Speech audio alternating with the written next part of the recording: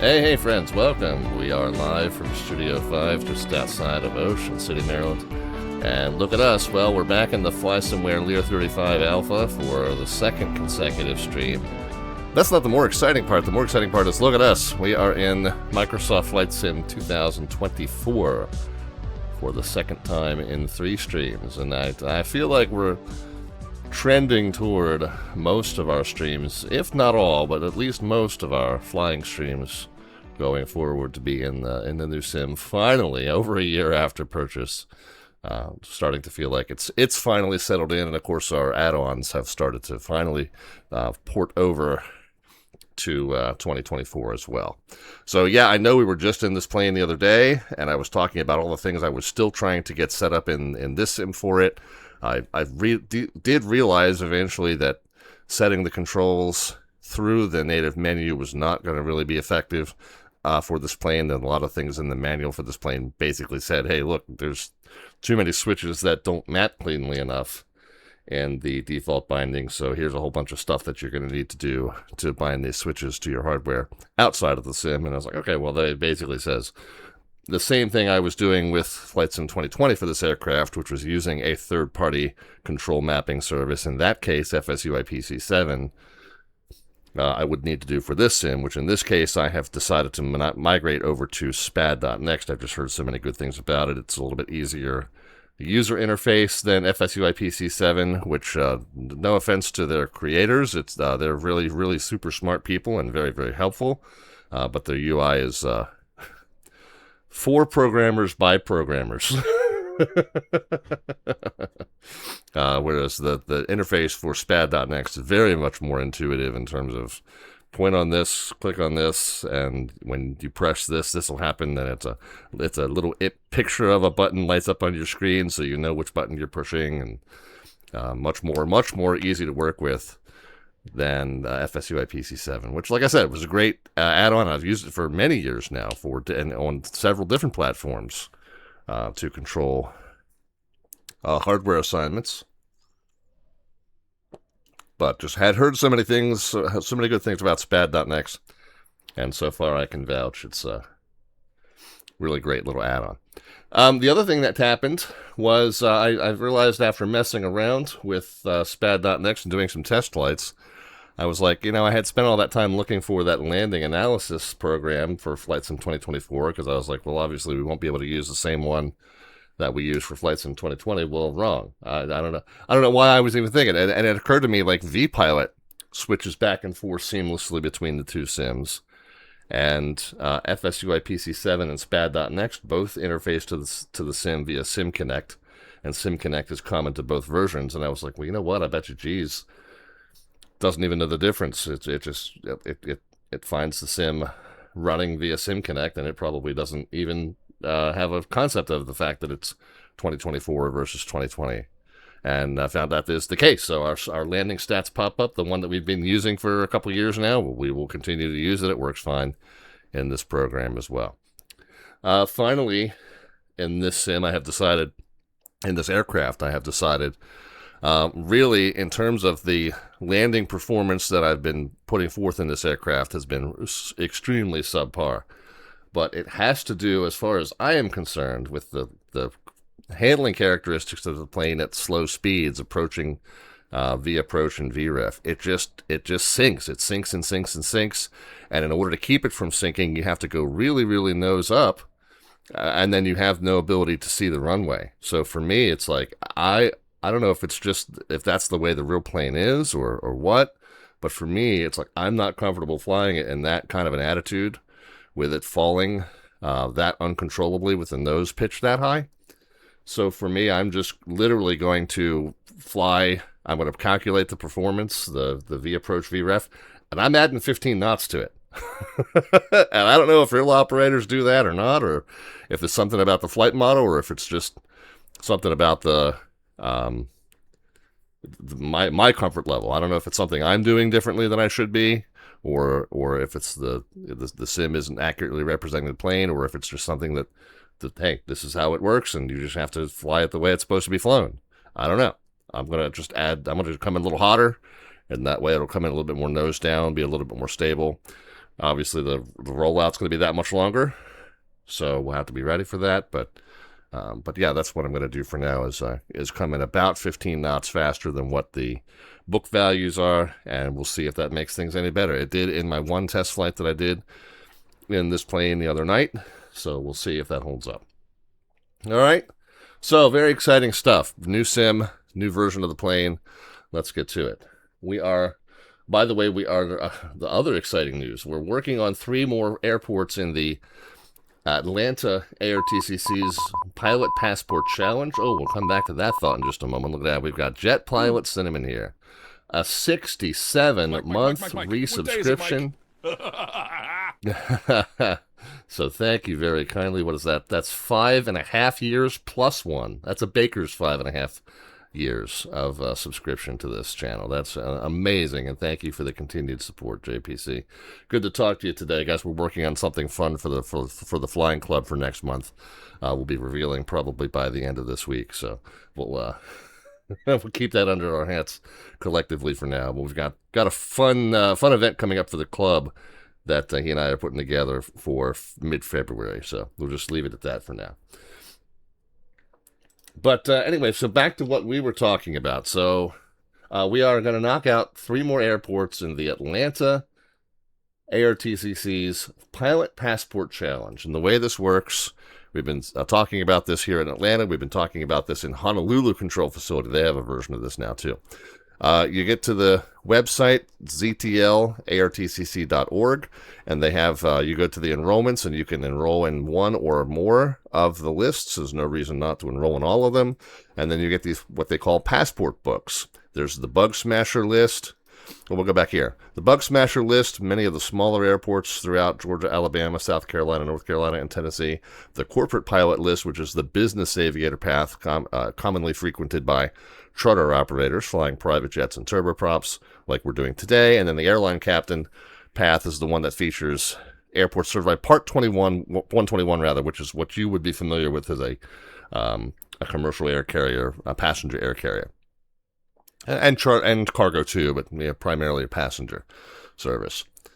So when we go into the passport book, now there are 3 lists. This is the Bug Smasher one. You notice we haven't visited too many of these. We visited maybe about 1/3 of these.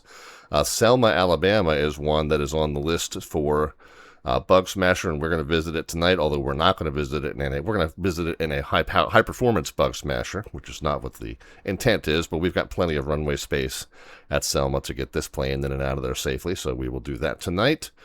If we go to the Airline Captain one, you will see that we are going to finish that one tonight. That's the big news. We're going to finish, so Athens, Georgia, up by the University of Georgia.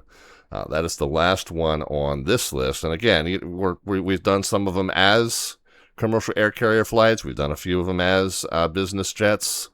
But we are going to finish this one out as a business jet. But yeah, that will finish our Airline Captain version of the Passport Challenge. And then on the Corporate Pilot side, we should have just gotten our stamp for LaGrange. Yeah, down here at the bottom. So that was from today. That will leave us just one more AUO, and I always forget what that is. Aurora, maybe? I always forget which one that is, but we'll come back to that one on probably our next visit to the Atlanta ARTCC airspace. We will knock out Aurora. I hope that I just said Aurora, and I just said I don't know what it is. I think it's Aurora, and then I said, oh, with confidence, I said we're going to knock out Aurora. Let's just look it up. AUO. Auburn. Duh. Oh, I know where that is. There's a big university there. Okay. So Auburn, that's the one we need to visit. We're visiting one huge college town today, and then we're visiting, Selma's not a huge college town, but it is huge historically speaking, and especially with Martin Luther King's holiday coming up. Selma, Alabama was obviously very pivotal in his career path and his advocacy path, and ultimately his death. So yeah, historically significant, our destination in Selma, Alabama today with that holiday coming up. So kind of a interesting timing in terms of the tie-in, but we're going to go ahead and take our plane from our base here in LaGrange up to Athens, Georgia, maybe pick up some university professors that are going down there for a retreat, a memorial service of some sort. And then we'll drop them off there, assume they're going to be there through the long weekend, and then we'll come back to LaGrange. So that'll be the itinerary for tonight. A day in the life of a corporate charter pilot is what we call it. We simulate a charter operation where we would have a base of operations. We take the plane from there to the point where we're picking up our group. We take the group to where they're going. We drop them off, and then we return the plane empty to our base of operations, assuming that we're going to do the same thing a week from now to take them back home afterwards. So that's kind of how those go, and that's the way we're going to work it tonight. We have I figured out how to load and unload passengers in this aircraft since last we spoke, and figured out some other things as well. Let's go ahead and get to it, guys. Who else stopped in? We got JJ stopping in. Yeah, JJ, you were the one we were talking about how clunky and terrible the interface is to load passengers and cargo, and yeah, it is. You're absolutely correct, and we'll be looking at that here in just a few moments. All right, so what do I need to do? I need to get back to the character mode, so let's escape out of here and resume, and that puts us here. Double click with the arrow. Okay. So, what am I going to do? First of all, I'm going to take the covers off. I am going to leave the wheel chocks on for now. And, of course, the interface isn't too terribly fancy in terms of that. We can just kind of click on each cover. It takes them off. And it actually removes, when you do that, it removes the covers on both sides of the plane. So they're all good to go now. But we will leave the wheel tracks right where they are for now. And we will go ahead and get inside the aircraft. That's one more click spot we need to interact with then is the cabin door. Okay, two-part door. And then we'll jump inside the plane there. And it puts us here by the door. But then if we... What do we do? Yeah, we can do that. And there we are in the cockpit. And, okay, so all controls. I need to...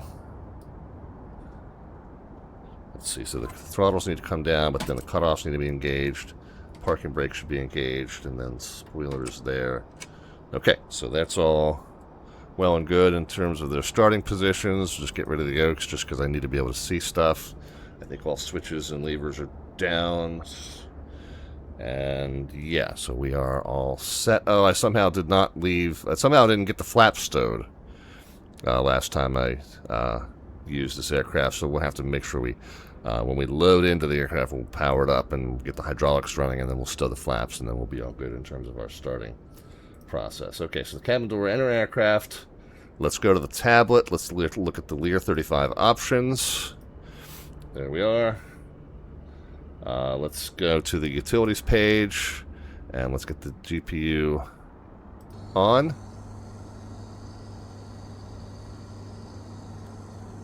And then we'll go back, and then we'll go to the fuel page, and we'll call the fuel truck. For today, I need 4,650 to start with. And by the way, you cannot load fuel into the fuselage tank from the outside. You can only load fuel into the tip tank from outside. Then gravity takes the tip tanks to the wing tanks, but then a pump takes it from the wing tank to the fuselage tank. So if you need fuel in the fuselage tank, there's two options. Number one, you're going to sit here on the ramp and run the tank, which takes forever, and it holds up the fueling crew while they're trying to fuel you from the tips. Or you actually have to be proactive and have filled that fuselage tank on your previous flight, and obviously you would have needed to load the additional fuel before that previous flight in order to have it to move into the fuselage tank. So for today, though, I don't think we need it. I think we do need to pretty much fill these tanks. Of course, you can just load it straight from the aircraft fuel and payload page, but this is just a fun new way, and it actually depicts the truck coming up. Yeah, just the tips, right, JPC? Just the tips. That's what we always tell them. So the total of 4,650. So that's 1,250. So that's 2,500. So I need another 40. So that's another 2,100. So I need the tips to have 2,100 divided by 2. So 1,050 each. Man, that's going to be pretty close to full for them. What is the capacity of the tips? 15, okay. So I need the tips to have 1,050 each, but I don't have to worry about the fuselage tank. So 12, 25, 35, 45, and then the additional 1075 each, really. Alright, so let's call for the truck. And okay, so you can see the tip tanks are now filling. And if we go to the outside, you can see that the truck is there and attached, and they got the hoses, one to each side. And of course, you want to load it symmetrically so that the plane doesn't tip from the tip tanks.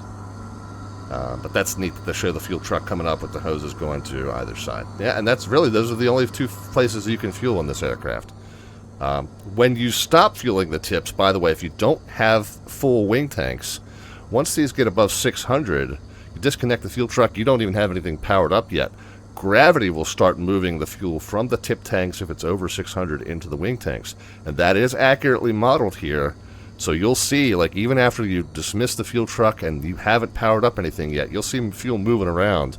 That is accurately modeled in this this FlySimWare Lear. Very kind of an interesting thing. And once it gets below 600, it's these jet pumps here that move the rest of it in, but obviously they're not going to do that until the plane is running. So, kind of an interesting and somewhat unique fuel system here in the Lear.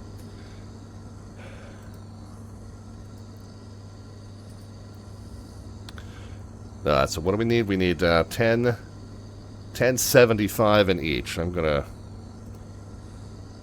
you know, I probably now that I'm sitting here watching it count up so slowly, it occurs to me I should have called the truck first and then started explaining. 1254 minus 1254. 2142 is what we need in the tip. So if we divide that by 2, 1071 is what we need. And it doesn't have to be exact, but as close as possible. Is there anything we can do while we're waiting? I guess it wouldn't hurt to start some of the electrical power up. And I've gone back and looked at the comments that were made about my process in the emergency battery. So really what you want to do in this emergency battery is put it into standby first. You should see emergency power light up. You should see gear lights light up. Then we can power that into on mode, the backup battery. Then do the main batteries and the inverters. Nav lights can come on as well.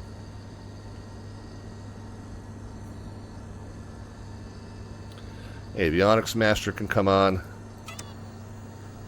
Autopilot master can come on. DME1 is set to nav1 and knots. DME2 is set to nav2 and knots, so we're good there. We can cancel the master alarm. And the yaw damper power can be turned on 1 and 2. What are we waiting for? 1070 something? Okay, we're still feeling for a little bit. On the Garmin units, we'll hit enter twice on each of those. I guess that should be in standby mode. So obviously there were a couple things after my test flight that I didn't quite do. Oh, the flaps did come up. So either they were just sagging and the plane got them up when I powered it up, or just the gauge, maybe, I don't know. In either case, we are good. We are all set in startup position. I still got about 400 pounds apiece to load into those.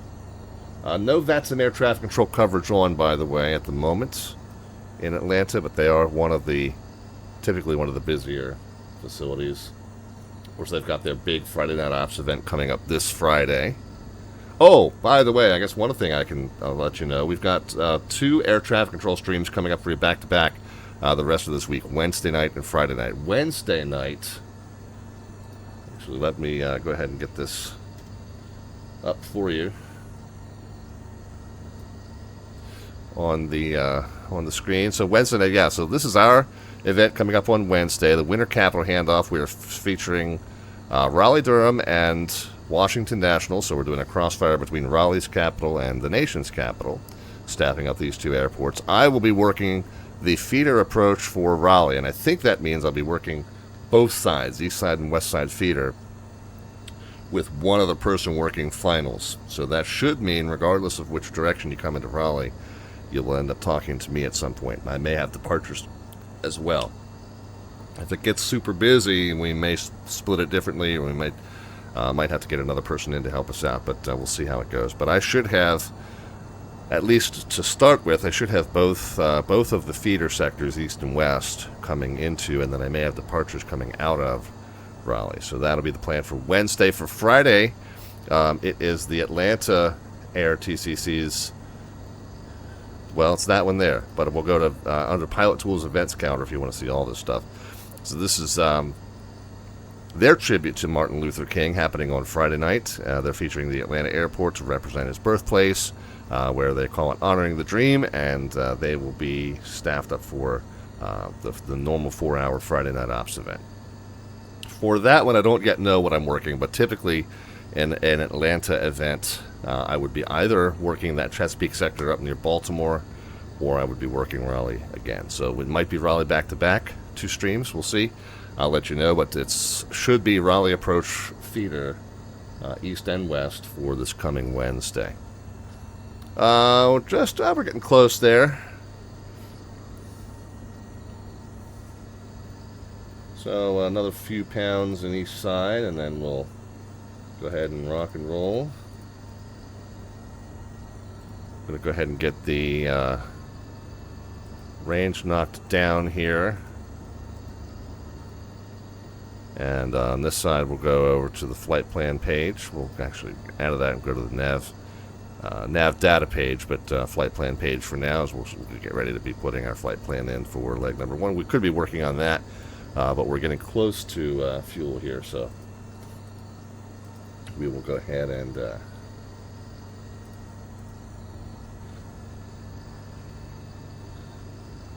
let that finish up. Iowa Scotsman is here.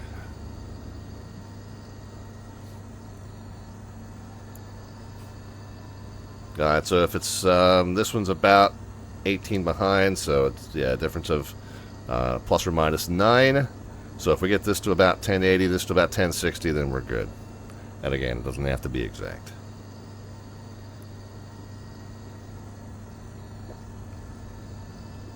Now on the page we're about to go to, you can do kind of like an instant fuel. If you're not this patient.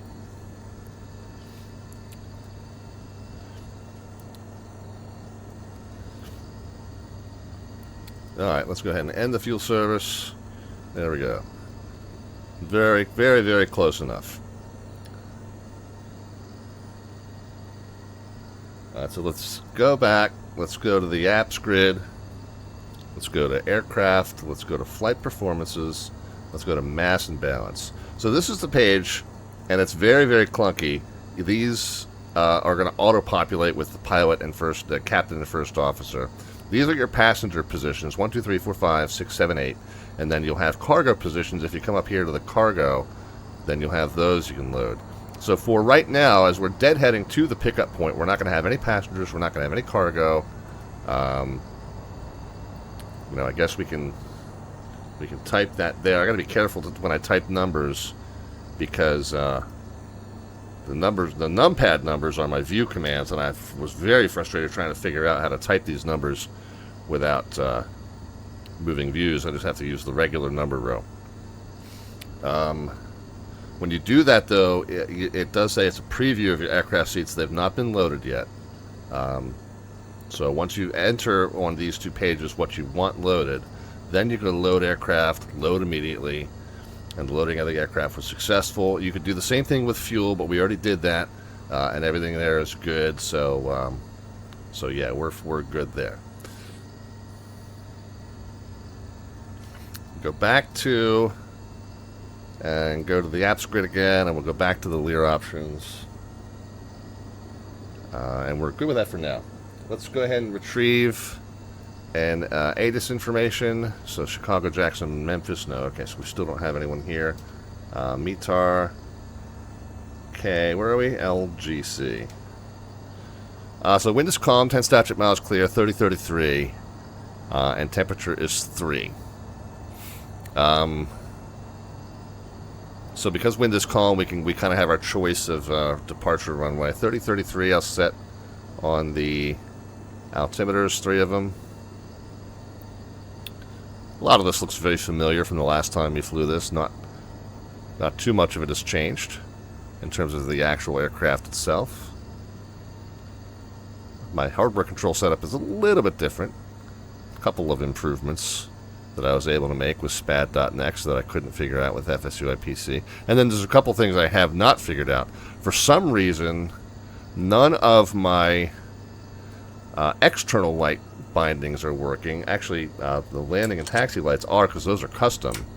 But the standard bindings for beacon, nav, and strobe and recognition are not working. So I'm going to throw those switches in here. They're not going to throw in the plane, but I'm not going to bother going over there with mouse, because the reason I have them on hardware switches is so that I don't have to fumble around with mouse views and try to find little click spots while I'm trying to fly. So right now, just the nav will be on, beacon won't be on. But yeah, some of those external lights, I have to figure out what happened with those bindings, because even the standard bindings, and I even found some that were specific to the Lear, none of them are working right now. So again, it's the beacon, beacon, nav, strobe, and recognition that I haven't figured out. The other thing I need is this altitude selector knob. I've not figured out how to bind that yet either, and I desperately need that to be able to be on the hardware, because it's very cumbersome to try and find this little click spot and get it exactly right to where you can increase it or decrease it with the mouse. So fingers crossed we get that sorted out soon enough. Anyway, all right, so we got the altimeter set. The field elevation here is 694, and that does indeed read pretty close to what's on the gauge, so we're good. Kitty Monster is obviously stopping in. I think I said hi to you a moment ago. I Wisconsin and Kitty Monster checking in. Greetings to you guys. All right, so we've got the ATIS. I don't have a clearance to obtain because there's no one to obtain it with. We did get the squawk code ahead of the stream. We got the squawk code from the auto ATC system here and the U.S. airspace system, so we're good there. And then let's go ahead and get our route plugged in. Route's a very simple U-shaped route. It's going to be this point Lenga, then to this point Kaner, and then all of these are in a straight line, so I'm not going to bother programming those in. Kaner to this point Sinka, and then Sinka to this Sinka all the way up to the VOR actually, or UGA. I never knew why this point was called UGA. I think it's on a few of the procedures, the arrival procedures into Atlanta Airport, but I now know that it's right over top of Athens, which is right over top of University of Georgia. So that's what that stands for. University of Georgia is what that point means. Oh, which reminds me, we also have our slant artwork adventure going on. Kim OG says, I purchased this plane. I'm having the most confusing time with the autopilot. Okay, well, watch me. Actually, the autopilot, the full flight tutorial I did for this plane already goes through a lot of that, and not much of it has changed. But watch me carefully in this flight, and I'll go through all of it with you. It's different than a modern 737 type thing or a modern A320 in a lot of ways. But it's not too bad once you realize what it's doing and what you need to do to tell it what you want it to do. Our slant artwork adventure, by the way. So I've got the Lear 35 climbing out over the University of Georgia. Now, I don't know how accurate or faithful a rendition of University of Georgia this is. I don't know if these two venues are really close to one another. This field, I feel like Sanford Stadium, isn't that the name of the big stadium? So it might have that wrong. I'm not sure, unless this is like a lacrosse stadium or something. I'm not sure. So I don't know how faithful this is to the actual campus photo. I got the Lear climbing out over what's supposed to be the University of Georgia. So there we go. And if you want to get in on that by letting me know how you'd like to add to or modify that image, you can just cash in 500 of the Twitch channel points, aka Alphabets points, down at the bottom of the chat panel. So I watched your tutorial, still a little confusing. I'm just stuck on the airspeed and setting the altitude, not arming it. So, yeah, so you definitely want to set it here, but you do have to arm it. Now, there was a slip-up. There was a slip-up in my video, the full flight tutorial, where I forgot to arm it. And it would have climbed right through that altitude had I not caught it before it got there. And you'll notice I put a caption up on it to flag that as a mistake so that you guys would know not to forget to do that. But and then the speed, it holds the speed that it's doing at the time you hit the button. It won't do anything with the bug. The bug is just for show. But whatever airspeed you're doing at the time you hit the button, it will then pitch to maintain that speed. Gotcha. JPC wants to add some fireworks to that? Okay, yeah, we can do that. We can do that. Give us just a moment. We got BW flight simulation. Yes, I am indeed a real-world VATSIM pilot, 100%. Yes, it's a pitch mode, Kim. It's not an auto throttle. It's a pitch mode. Yeah, throttles are all in the pilot's control. There's no auto throttle whatsoever. So it'll just pitch up or pitch down. So if you're in that pitch mode and you push the throttles forward, it increases the pitch. If you're in that pitch mode and you decrease the throttles, it decreases the pitch. So it'll hold the speed. The throttle really then controls your vertical climb or vertical descent rate, right?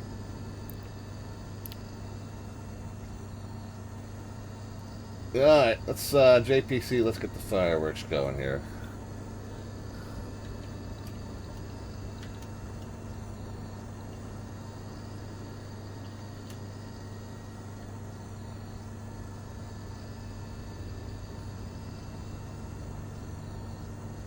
Alright, I'm chewing on that. We'll let you know.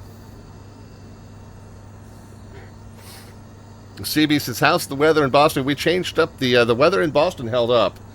But we changed up the itinerary tonight. And we're back in the Atlanta ARTCC's Pilot Passport Challenge because I got word, this might be secret, I don't know. I got word that they're making some changes to that Wings Over New England program, so I decided I didn't want to do the whole series and have it become obsolete in a couple months. So I decided to switch up the plan tonight. We're back in the Lear 35, and we're back in the Atlanta ARTC's Pilot Passport Challenge. So we got CB Flyer stopping in, we got Band Slam stopping in as well. All right, where we go? It is ooh, very pretty. So I would say we got some fireworks there, JPC.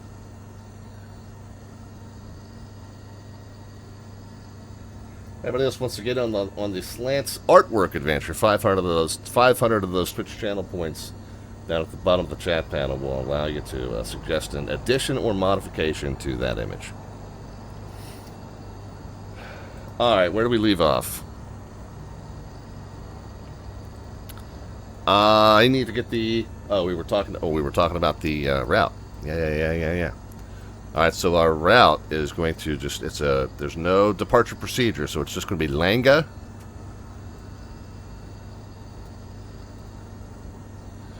Let's go ahead and get our push to enter. We're going to start with our origin. Where are we? We're at KLGC.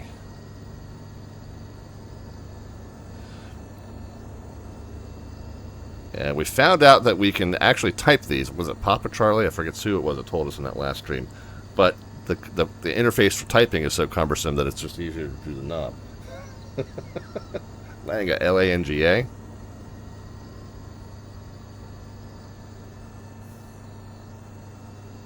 And I'm not too bad with the knob if I concentrate, stop yammering, and actually just do it. When I get distracted is when I'm trying to do this while I'm talking to you guys. Langa, enter. Okay, after Langa, it's Kahner, C-A-N-E-R.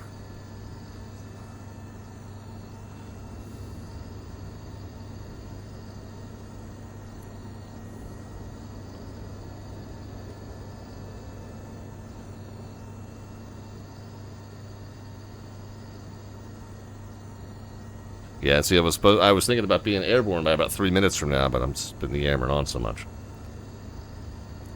There are 3 different nav options in the Jet Kim OG, and this is just the most rudimentary one because that's how I roll.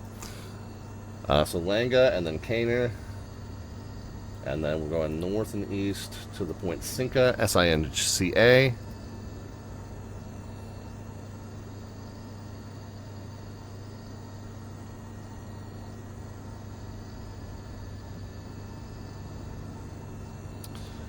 I know, the channel's called Slant Alpha Adventures. We're very rarely Slant Alpha anymore, but at least I stick to the most rudimentary things I can do while adding that RNAV capability. And then after Cinca, it's just a straight shot up to Uga. At least we got 3 A's there. That'll be easier to enter.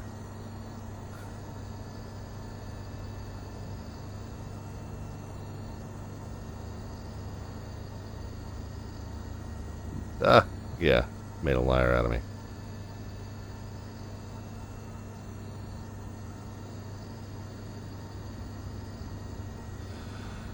Enter. And then after after UGA, we'll just put in our destination, which is K, A, H, not KAHN, not NOAA. And Athens, Georgia, Athens, BNEPS. Okay. Enter. Okay, and we're done. Flight plan. We'll get out of that, and we're first leg is to Langa, so we'll knock that down just to have a better tactical view. The screen below the second radio, oh, it's weather. It's a weather radar. So you got it in map mode. You can turn it on, and you can kind of zoom it to where you like it. I think I put it up about 20 miles usually, maybe 40, and then once you have it to the range you want it, you can switch it from map mode to weather return mode. And it does work. But you don't want to operate it on the ramp here, so you wouldn't have that off. You don't want to have that on the ramp, and then I found out from a real-world pilot that commented on one of the videos, you don't want to turn the radio altimeter on the ramp. So I turned the radio altimeter and the weather radar on and basically at the same time. Alright, let's get rocking and rolling. We have Atlanta approach on now, but I think we are... Well, I know we're avoiding... We're avoiding the Bravo, but I don't know if the TRACON boundaries extend beyond this. Actually, VATSIM radar probably tells us. Yeah, we're just barely skirting their airspace. Oh well. Well, that's good. We'll be out of their hair then. I think that's probably the precise point of this route being what it is to stay out of their hair. So good. We'll do them that favor. Louis is here. Hey, what's going on, Louis?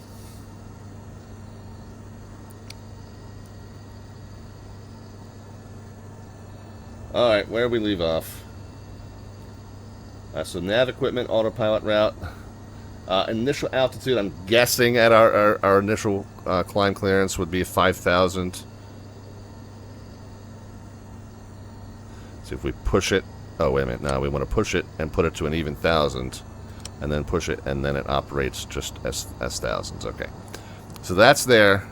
But I do need to get that balanced to my hardware somehow.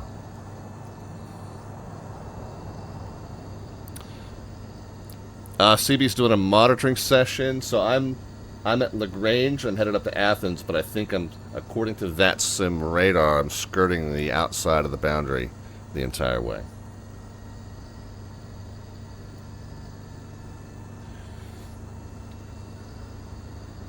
Alright, now we did get the auto ATC gave us the squawk. Of course, that was before Atlanta approach was on. 5313 and Anna, we'll go ahead and pop that into altitude mode.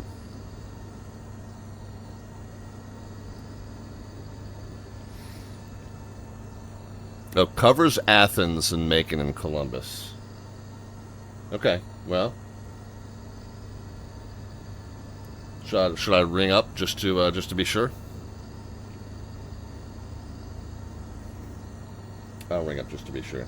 3347.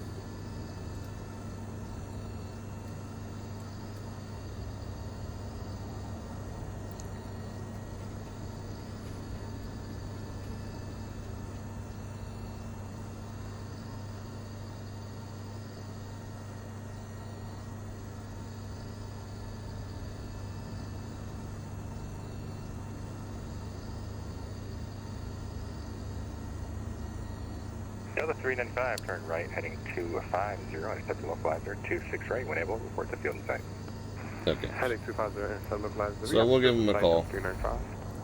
Delta 395 Heavy, clear the visual approach runway 26 right, 26 And right. we'll verify that our parking brake is indeed set, and it is. Thank you. One approach Delta 360, flight level 210, descending via the Aussie 2, information Foxtrot. Delta 360 Atlanta Tower, expect visual approach 26 right. Atlanta Tower. Right, Must be an S2. Visual approach 26 right, Delta 360. Approach Southwest 1266, ready for taxi to 27 right at Atlanta. Southwest 1266, land departure, runway 27 right, taxi via Mike Lima Charlie. 27 right, taxi via Mike Lima Charlie, Southwest 1266.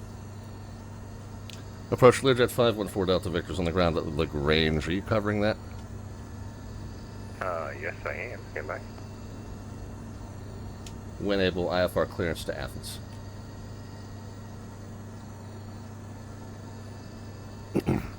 Learjet 514 Delta Victor, cleared to the Athens airport. Via radar vector is filed. Maintain 4,000. Expect 15,000 with your after departure. Departures with me, squawk 5313, hold for release.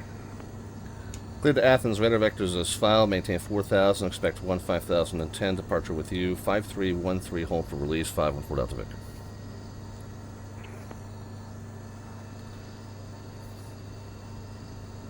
Okay, so 3347 is the only change. 4,000 is our initial, not 5,000, so we'll correct that. Delta Oops. 2970, Atlanta departure, runway 26 left, taxi via Foxtrot. Other than that, though, we're good to go. Foxtrot, So parking brake is set. Seatbelt signs can come on, even though nobody in this leg with us. We can go back out to the airplane, back out to the outside of the airplane, rather. And let's go ahead and 514 Delta pull the wheel Victor, chocks. Advise number 1 ready. Hook 514 Delta Victor. 514 Delta Victor, cruise change approach.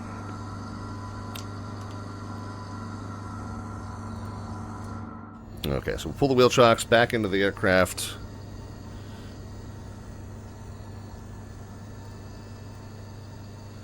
And let's go to tablet, utilities, GPU off, and close the door.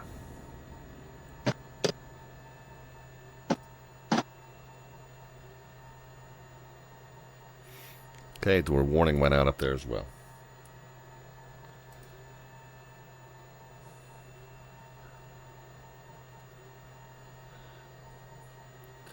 Pressurization, we don't need to set because we're only going to be up to 15,000. This should be set at our current field elevation, which is 680, so about there, two-thirds of a 1, so that's there.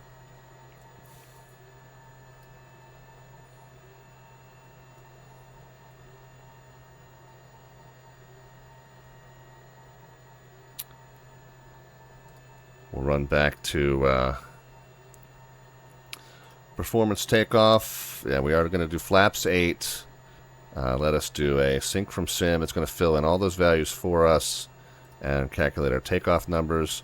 So 96 is our N1.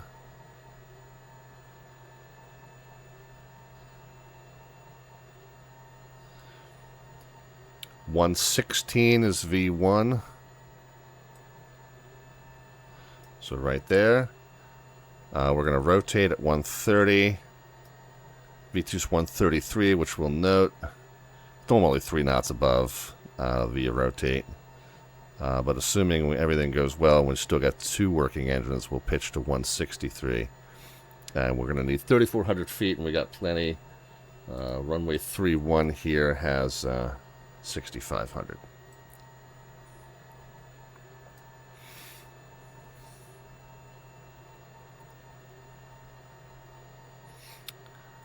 All right, beacon light on.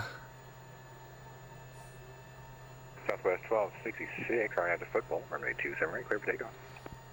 Runway 27 right, clear for takeoff. We don't need a pushback. We will start by firing up the right-hand engine.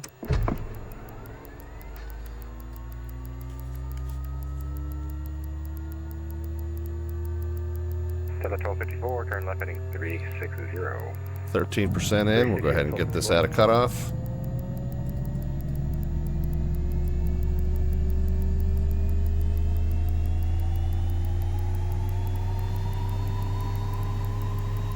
Okay, once the gen light and the auto ignition is off, go ahead and pop that up.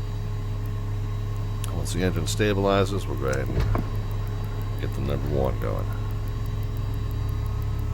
Delta 395, heavy, cross 26 left on Bravo 2, enjoying Echo to the rear. 26 left, Bravo 2, thank you. Yeah, the sounds in this aircraft are amazing, are they not? 9 to 10 o'clock and 10 miles, report site. I have the Atlanta airport site, Delta 1254. I didn't pull the fuel. I'm waiting for the waiting for that click and didn't hear it, and it's because I forgot to pull the fuel in. Okay, we go there. Delta 2978. Cabin air can come on. Do a control surface check. We don't have a gauge inside the plane to measure that, but we'll assume that somebody outside the plane will let us know that all controls are working. We'll set flaps for departure. We'll set trim for departure. Set it just to the very beginning of the range. Just to the point where the light goes out. Okay, there we are.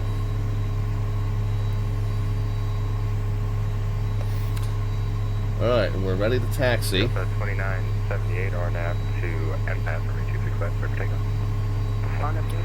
We're going to taxi on the common traffic advisory frequency, and then we'll let the controller know when we're number 1 for departure. So 22,975 is where we're going to announce all of our movement. 22,975. 26 right, and just kind of maintain 4,000. 4,000, 360. Can you say again, heading? 230 heading. 230. And we'll swap that in. And taxiing to runway 31. We're here, so we're going to taxi into a 13 direction. As a matter of fact, let's just set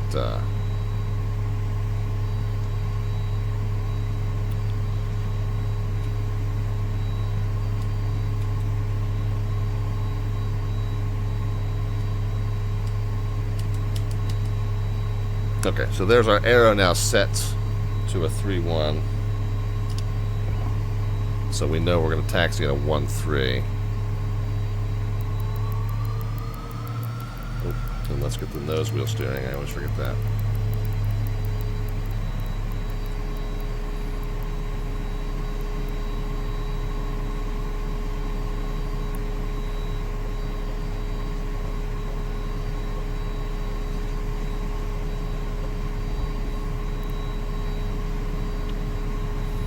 LaGrange traffic, Lear 514 Delta Victor's taxiing out to runway 31 for IFR eastbound departure at LaGrange.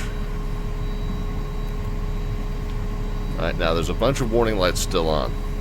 And I will tell you, there's a lot of stuff that you do kind of at the whole short line in this aircraft. And I got it all on hardware switches, which is beautiful, makes it nice and quick. A lot of static aircraft for LaGrange, I know. This is a tiny little place. I don't think that it would be really realistic for a a business jet operator to be here either. But whatever, it is what it is. We needed it to be part of the itinerary to knock it out of the passport challenge, so here we are. Anyway, when we get up to the whole shore, we got a bunch of stuff going on. We're going to do the weather radar. We're going to do the pitot heat. What is this one here? Yeah, pitot heat, stall warnings, continuous ignition. What's this one? I forget what I changed that to. Oh, that's the radio altimeter. Radio altimeter, weather radar. We can, on the way, we can do a spoiler check, stow the spoilers. We do want to test the reversers en route. We'll do that. disarm those. So yeah, so it's pitot heat, stall warnings, radio altimeter, reverser arms, continuous ignition, and then all the lights as well. 2 sets of landing lights, strobe lights, and recognition lights. So there's a lot of switches to throw right at the whole short line, which is why I love having everything mapped to the Bravo now.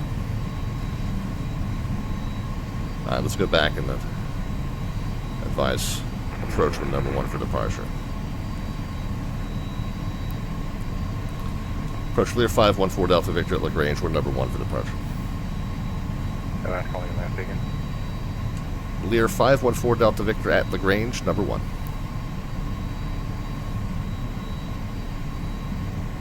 Lear 514 Delta Victor, you release on a enter controlled heading on a 090 heading.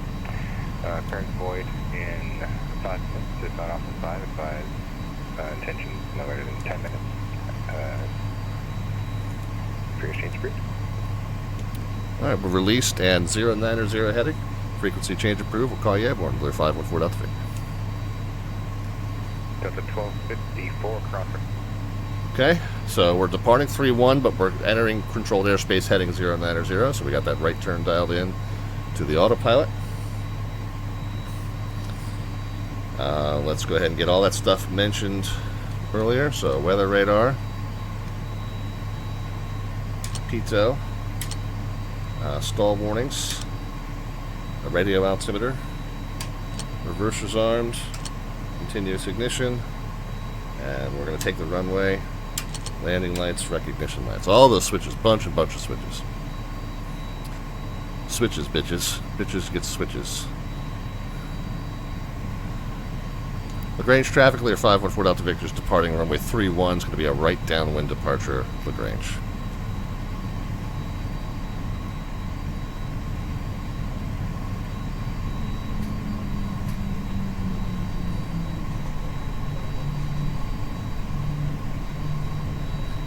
And we're only off 15 minutes late. Alright, takeoff power 96 coming at you.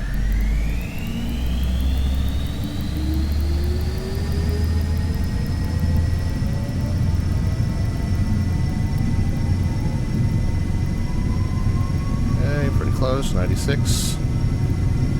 There's V1. There's rotate.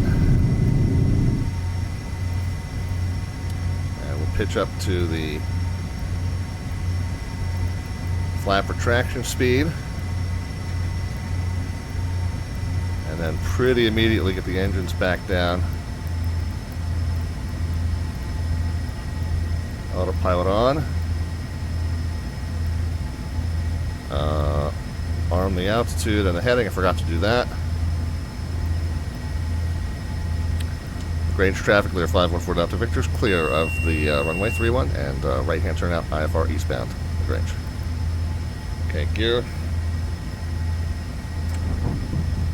Flaps. Level at 4. Contact departure. And leveling at 4, we need to back the power off badly.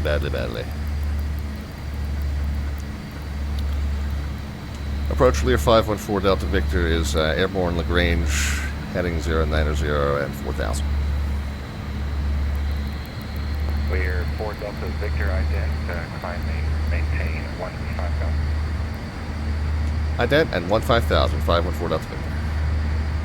4 Delta Victor, we're in contact 3 miles north of LaGrange Airport. I'll get you over to Athens VOR shortly. Put out to Victor Retro. Okay, let's get it back to 250.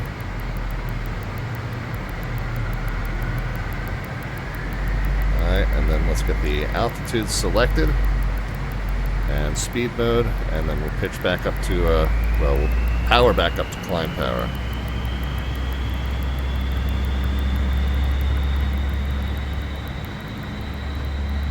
Yaw damper, continuous ignition off, reversers disarmed.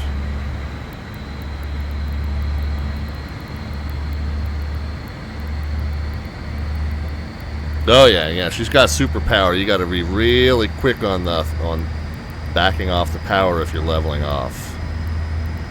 But we can get back up to 800. So funny, during the takeoff, you set the fan speed to this, what you said in the reminder. During climb, you set the turbines to 800. And then during cruise, like high altitude cruise, you set the fuel flow to 6. So there's 3 different power setting modes depending on what part of the flight you're in. So we got the yaw damper engaged. Yeah, it's hard to see it, but I think that's lit. I got that on the switch too now.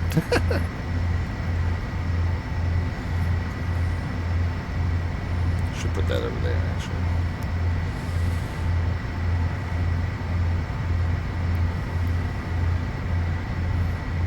Okay, now coming up on 10,000, I'm going to knock it out of 4 Delta Victor, turn left at 070. 070, 514 Delta.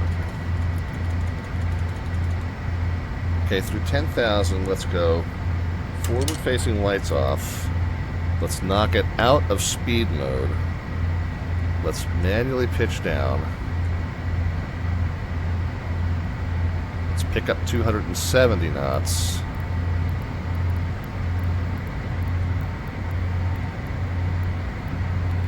And then we'll recapture speed.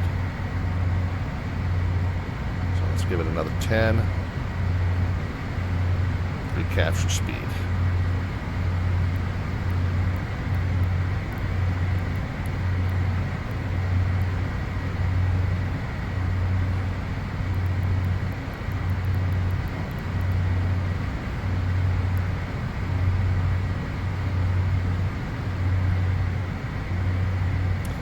So we might get a nice direct, which will negate that 15-minute delay. Last thing we want to do, coming up on, coming through 10, you want to do a pressure check. Cabin altitude's not climbing because it's just going to stay steady. We're not going high enough for any pressurization to happen. So that's good. And then arriving at 15.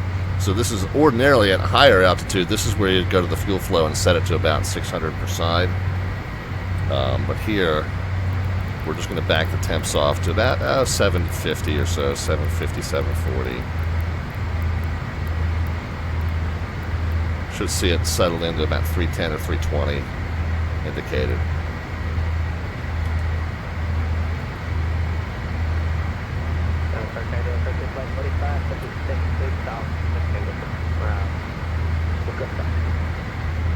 That's what we're at cruise now. Seatbelt signs can come off, although again we're not carrying anybody on this leg, but that's just following the procedure like you always would.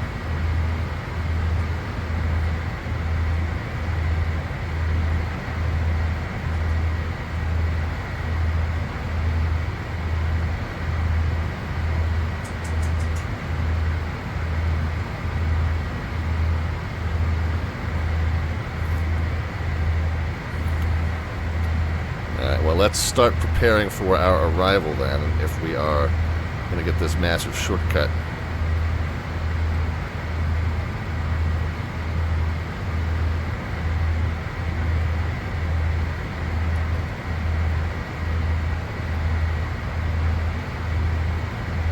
The airport diagram in front of us.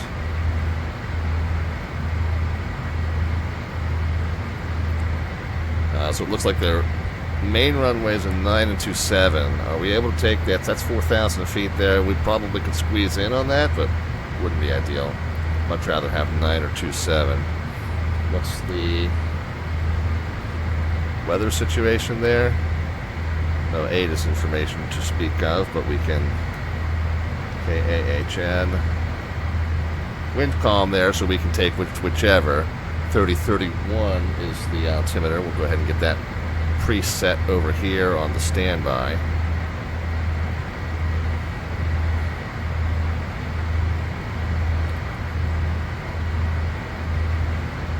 Ooh, look at our speed still surging up. We can back the power down even more, I think.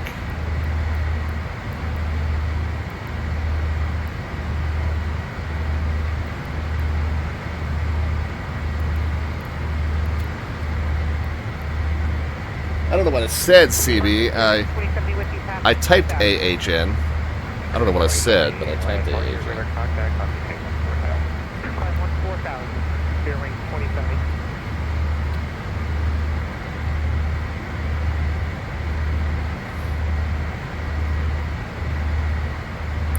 So wind's calm there, so 9 and 27 would be preferable.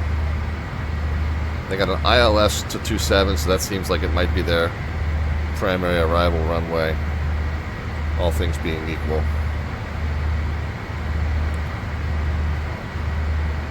So we'll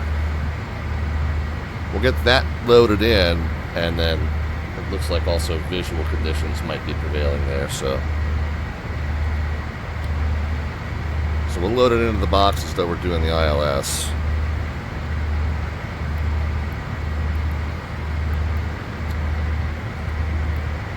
Select approach, yep.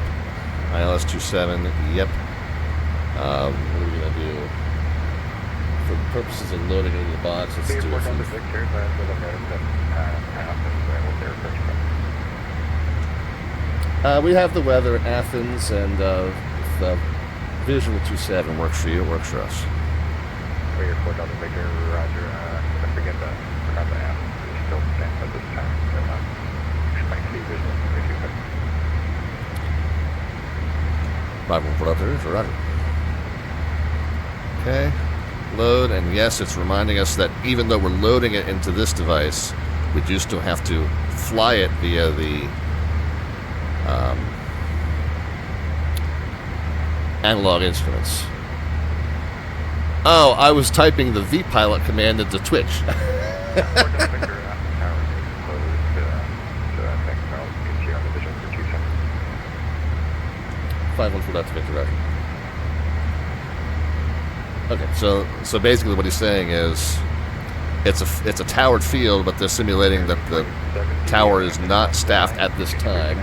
It's after 8 p.m., which that's probably real-world accurate. So we're going to treat it like a non-towered field, which means he's going to get me visual to the airport, and then he's going to hand me over to advisories, which presumably would be this 126.3.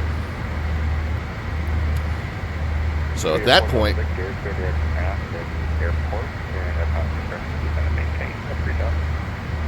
right, direct the airport in 3000, pilot's discretion, 514 Delta Victor. 126.3.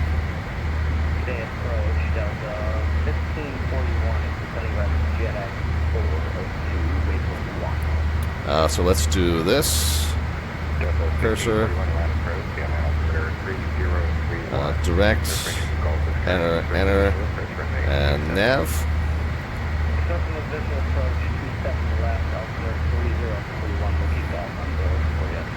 And we're 46 miles. So when do we want to start down? We're at 15. We're going to get down to 3,000. So we got 12 to lose. 12 times 3.5, 12, 24, 36. And 6 is 40. 40 some odd. Anyway, what it sounds like is we need to go ahead and start down now.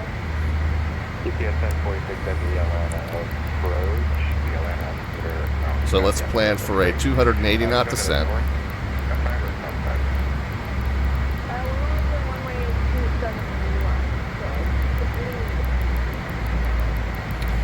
3 things to do with descent. We get the windshield heat. I'm going to switch for that. Yeah, so windshield heat, seatbelt signs, and pressurization. 812 is our destination elevation. So we'll go ahead and set that here. Just, yeah, slightly higher than we got it now. We got it down to 260, so let's just go ahead.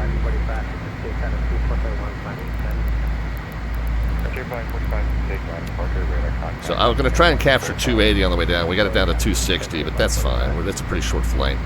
20 knots isn't going to kill us in terms of performance. Of course, I'm going to go ahead and set to... Again, we're going to go ahead and breathe this approach as though it's going to be performed as an ILS 274. So 110.95 and 274. 4, frequency and course set. If we go missed, it's straight to 15, left to 25, and then it's 116.95 and 092. So that will set on the first officer side, just in case we need to go missed. 116.95. 116.95 and 09 or 2.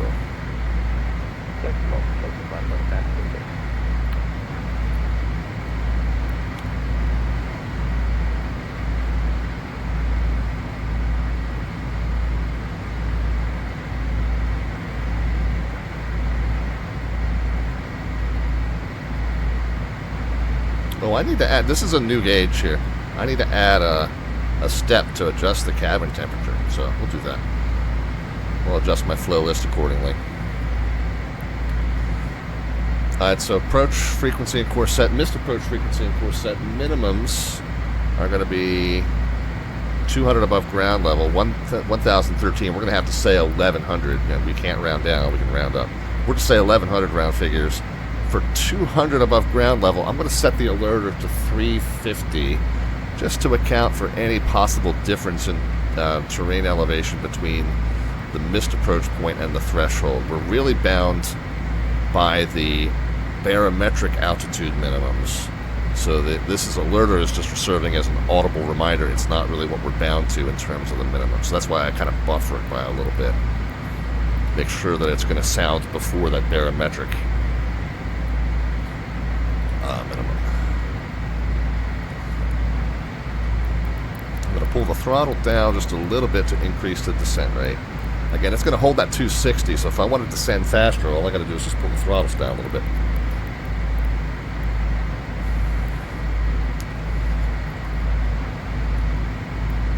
Parker Delta 2035, 2.5.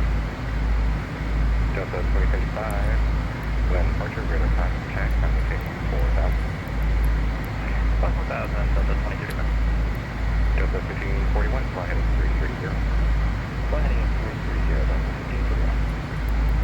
UPS, Athens 46, heavy, reduce speed to 210. Alright, so there's 1,500 a minute. I'm going to smack it into vertical speed mode. We're going to slow it down now. Coming through 10, we need to slow to 250. We also want to get forward-facing lights on. And I'm going to go ahead and slow it down to even lower, 210. Alright, let's go and do our landing performance. Sync from sim, runway elevations, 812. Shoot, I forgot. That was my caveat. I gotta type it with the temperature in Celsius was 4. Calculate landing numbers. VRF's 127. So I'm going to set that here, but remember, I'm going to plan on flying 15 knots faster than that. So 42. So this is the VRF, but this is the approach reference I'm going to actually fly. And then the 150 is final flap speed.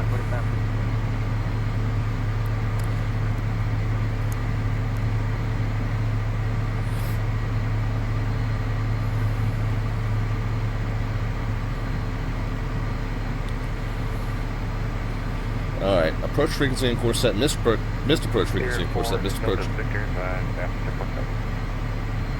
I will look for the field, 514.3. So 15 straight and then a left to 25. 2,500 will be the missed approach altitude then, so we'll get ready to set that.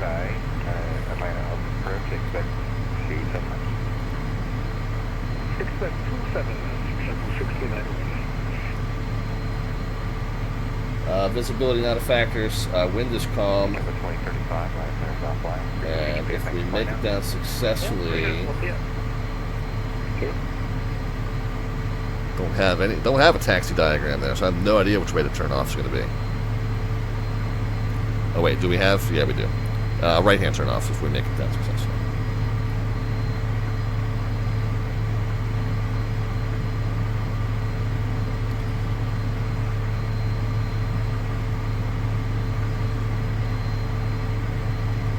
514 Delta Victor, the airport Center 12 o'clock, and 10 knots. We do have it in sight, 514 Delta Victor. Lear 4 Delta Victor, cleared for visual approach, runway, cleared visual approach to Athens Airport, and advise cancellation of IFR in the air on the ground. Roger, we'll keep the IFR for now, and we'll go ahead over to advisories. We'll let you know, 514 Delta Victor. Thank you.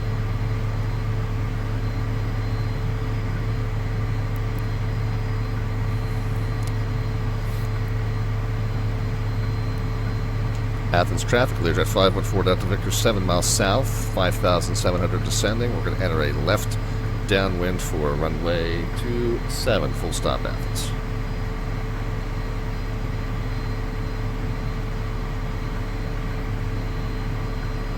Alright, so we need to start thinking about flap and gear deployment as well. So you guys can start putting some predictions into the chat as far as the vertical descent rate and when the wheels touch runway surface. There's no bot command necessary for that on this channel, just a number into the chat, positive or negative.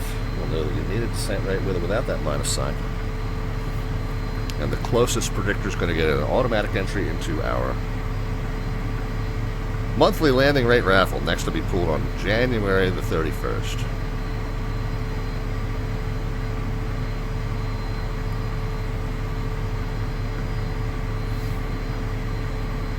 Let's put her into heading mode. Go to the downwind. Let's flip over to the ILS guidance. Iowa Scotsman, we got you. We got your typo, no worries.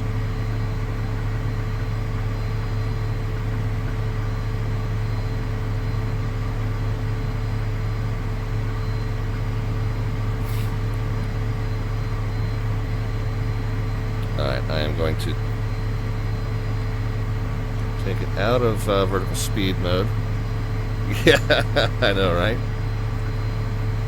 Pitch up a little bit just to help us slow down. So we're going to fly a nice tight visual here, but we got the ILS to kind of help us with the guidance.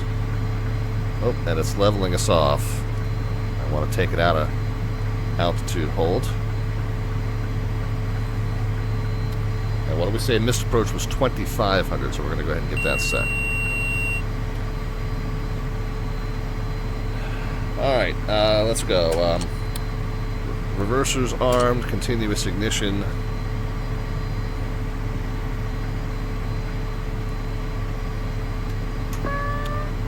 And yaw dampers off.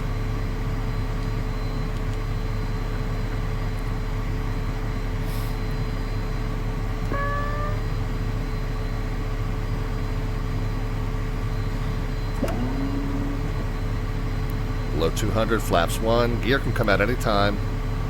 We'll get that when we get turned on to the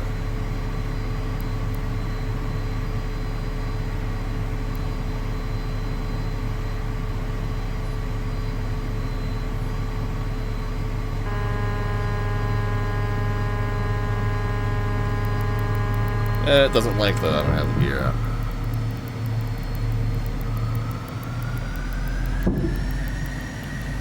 Second notch of flaps. Don't have DME on this, but we're going to call it about a 5-mile final based on the altitude.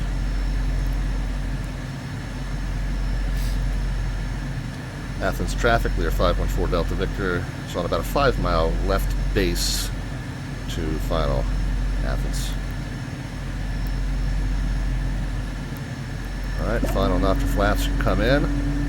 And again, we're going to aim for that ref bug right there, way faster than the thing recommends. Ooh, we have to lose some altitude.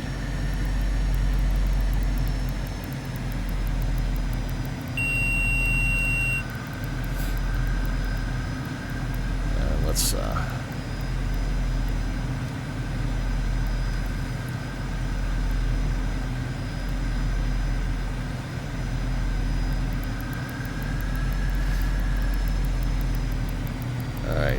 gears down in green, landing flaps set and checked.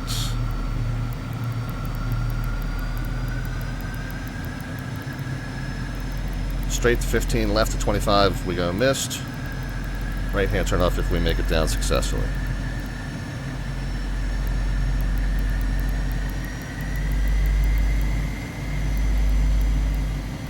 Last call for the predictions, friends.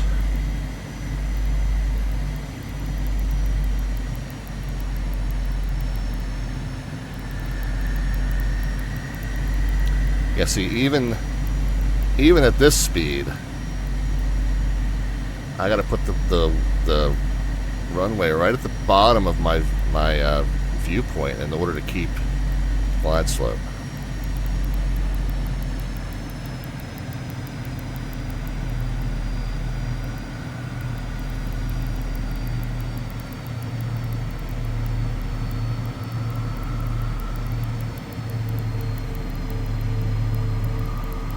Hey, there's our decision height. Yeah, look how quickly we're plummeting, even though I'm 15 knots above ref speed.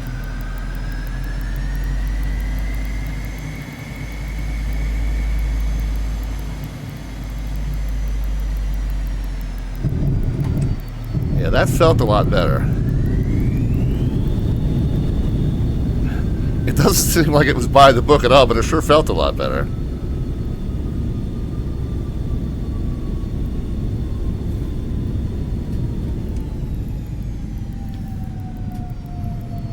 We're struggling to get stopped. We'll just let it roll to the end.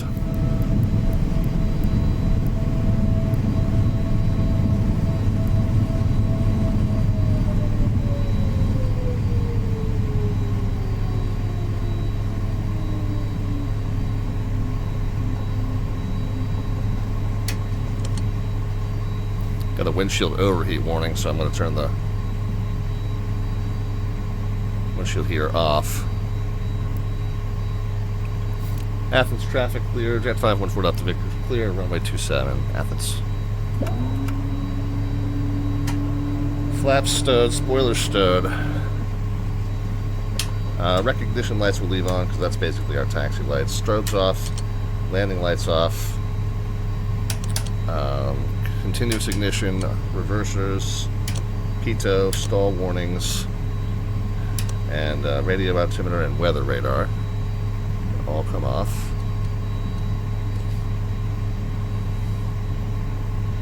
Delta 1984, roger, heading correct, that's heading 330. I think we got everything. Roger. Yeah, I was working on it, CB. JetBlue 1691, the airport is at your 10, 11 o'clock in 20 miles, report back. The field is inside JetBlue 1691.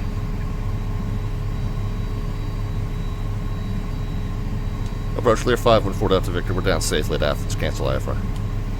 Lear 4 Delta Victor, IFR cancellation received, and thank you very much, good night.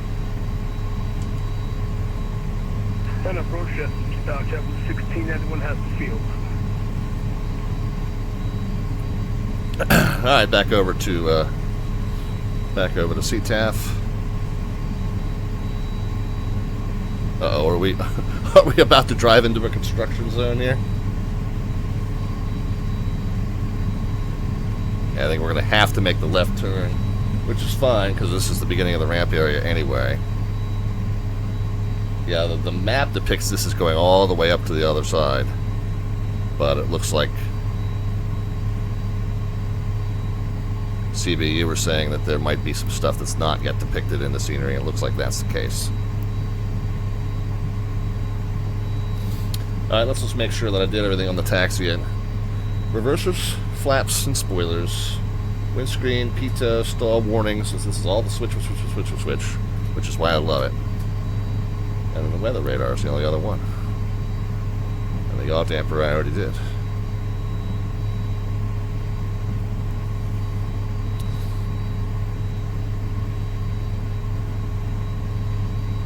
And then where's the nice fancy building that we're going to be picking up our group of professors from? I guess that would be this up here, huh?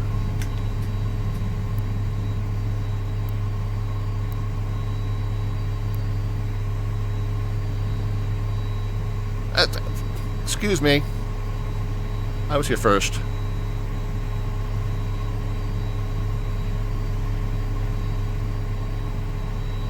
Yeah, Alpha used to not go straight across. Right.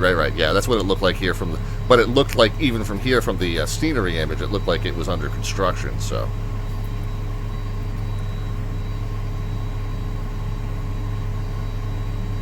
So it looked like they were working toward that, but obviously on the taxi map I'm looking at from the FAA, that's all complete now. So it does appear that if you control here, you have to kind of account for the possibility that Alpha's gonna not... I'll show you. I mean, we'll take a spin through the camera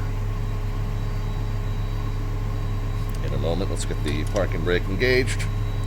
Recognition lights can come off.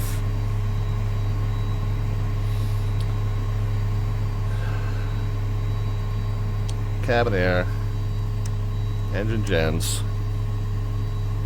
throttles are cut off, seatbelt signs can come off, beacon light can come off, and the transponder mode and code can be set.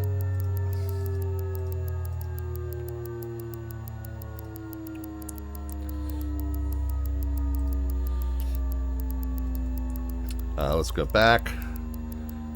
More apps. Oh no. There's 35. Go to utilities. Let's get the door open. Let's get the GPU on. Now let's go back into the apps grid.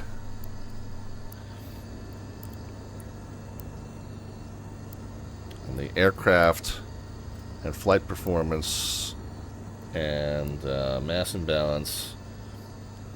So this is where we would unload our passengers and cargo, but we don't have anybody to unload, but we are about to load them in a moment, but we'll come back and do that. We're back, apps grid,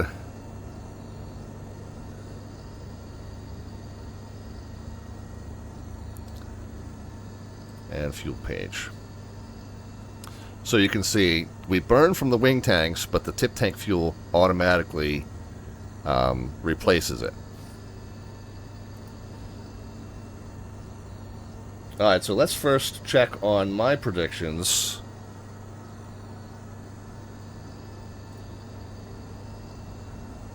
In terms of the flight time and fuel estimate. So I had said 8:18 and we got airborne 15 minutes late and we're down here 12 minutes late. So we made up 3 minutes. That's fine. 8:05 plus 12:54 plus 12:54 plus 7:79 means we got 40:92 and we expected 38:48. So we're down here 244 pounds in the black. So that's good. And then, like I said, we're going to be off block by 8:50. So we're going to kind of hustle into the second leg here. Well, let's take a peek and see how we did in terms of our descent rate predictions. So I'll tell you what, keeping that extra 15 knots made it a lot more easy to just hold that good flare attitude and let it bleed off. So I don't know what the heck is the deal. The numbers that came out of here match the numbers that came out of my performance calculation for landing ref speeds. So I don't think it's that, and I think that came from a real-world pilot operating handbook that was given to me by a former Air Force pilot who used to fly the Air Force variant of this plane. So I think those numbers are good, but for some reason, whether it's the flight model or it's just a funky plane that I need to figure out how to fly, it just plummets at low speed. It just plummets, and so I kept that extra speed, and that helped us land it a little bit more gently. 79 is what registered when it came down. A little bit of a skim and skip there, and I expect that's going to be the case while I kind of readjust myself and my flare timing with my adjusted landing profile. But we'll see. 79 was on the first. It doesn't register the second, but it really was negligible. The 79 was just a light. The bounce was just a light skim and a skip. So I think 79 is pretty representative of the situation. What did you guys have in terms of your guesses? 125, 433, 153, 43, 224, and 173. So I think it's between Iowa Scotsman and who was the next lowest? It's between Iowa Scotsman and CB Flyer. Let me do the math there. My gut's telling me Iowa Scotsman, but I'm not 100% sure on that. So Iowa Scotsman 79 minus 43. And we know that 433 was a typo, by the way. We know that his guess was 43. So he was 36 away. So 79 plus 36 was 115. So anybody coming in on the high side would have had to have been 115 or lower. So CB Flyer was 125, so 10 too high. So it does look like that is indeed Iowa Scotsman. If you guys dispute my math or if I missed a prediction, let me know. But it does look like Iowa Scotsman gets the landing rate entry for that one. Our next drawing will be pulled on January the 30th. KAHN on 1/12. My phone should make my flyby sound here in a moment, which will indicate that we'll be officially registered as having completed the Pilot Passport Challenge. Not this one, not the corporate, but this should round out our airline captain one. Have we gotten... Yep, it did register it, so that should... Hey, there we go. That's cool. That's nice. I like that. That's pretty. So that's very, very kind thank you to the Atlanta ARTCC for putting this little challenge together. Now we got 2 more books to finish out. So that's Airline Captain. Like I said, we do have 1 more in Corporate Pilot, which we're not going to get to tonight, and that is Auburn. I was saying Aurora. That is Auburn. So we'll have to put that on the itinerary sometime soon. And then we got a bunch to do on the Bug Smasher list. Obviously, some of these will not be possible in the Lear. We'll have to maybe look at visiting some of these in the Comanche. But Selma's the last one we're going to visit tonight. And then we'll start working on, a plan to knock these other ones out. I've been very cool. Yeah, that's nifty. I like that. So whoever put that together for the Atlanta ARTCC, very cool. Thank you for doing that. It's a really great idea in order to encourage traffic to these other airports versus everybody flying in and out of Atlanta, which is what they do anyway. But at least you guys have made the effort. And a neat program, and so neat a program that the Honolulu Control Facility has kind of adopted it for themselves as well. All right, so we want to try and be off block by 2050 in order to get back on schedule. That's 15 minutes away. We're going to have to hustle for that, but we'll do our best here. So we're here at Athens. We're going to get to the top of the list. The very first thing we want to do is go ahead and file our second flight plan. So let me get that in front of me. And we'll get that over here.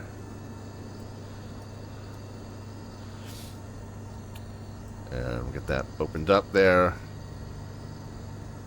The call sign is going to be the same, and then 514DV. IFR, we're a Learjet 35, medium. Equipment SPAD.neXt.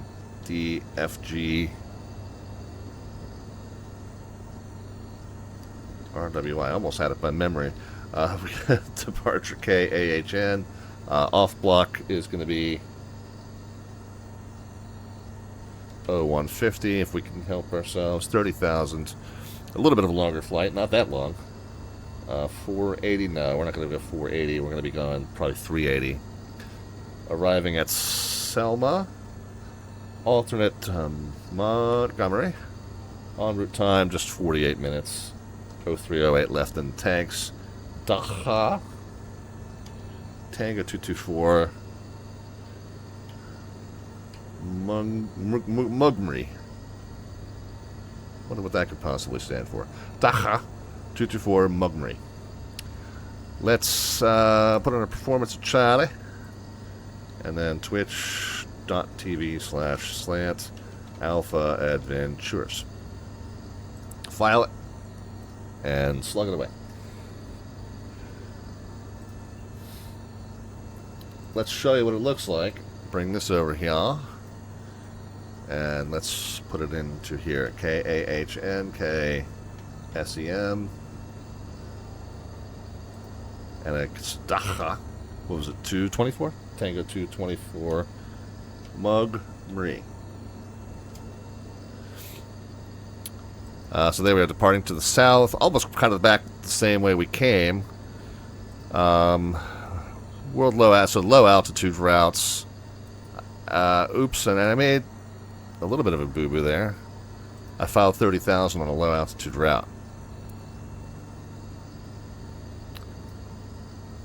So we'll check in with the controller and see if they can do that. I didn't even catch that. I filed 30,000 feet on Tango Airway. Whoops. I mean, otherwise, we could take Q56 Keebler straight down to, well, doesn't really, there's no off-ramp for Q56, is there? I mean, we'll see what they say about the route that we filed, and if he wants to put us on something that works better. Yeah, I know, right? If he wants to put us on something that works better for him, he can certainly do that. Alright, well, we'll check in with the controller and get our clearance, and then we'll go from there.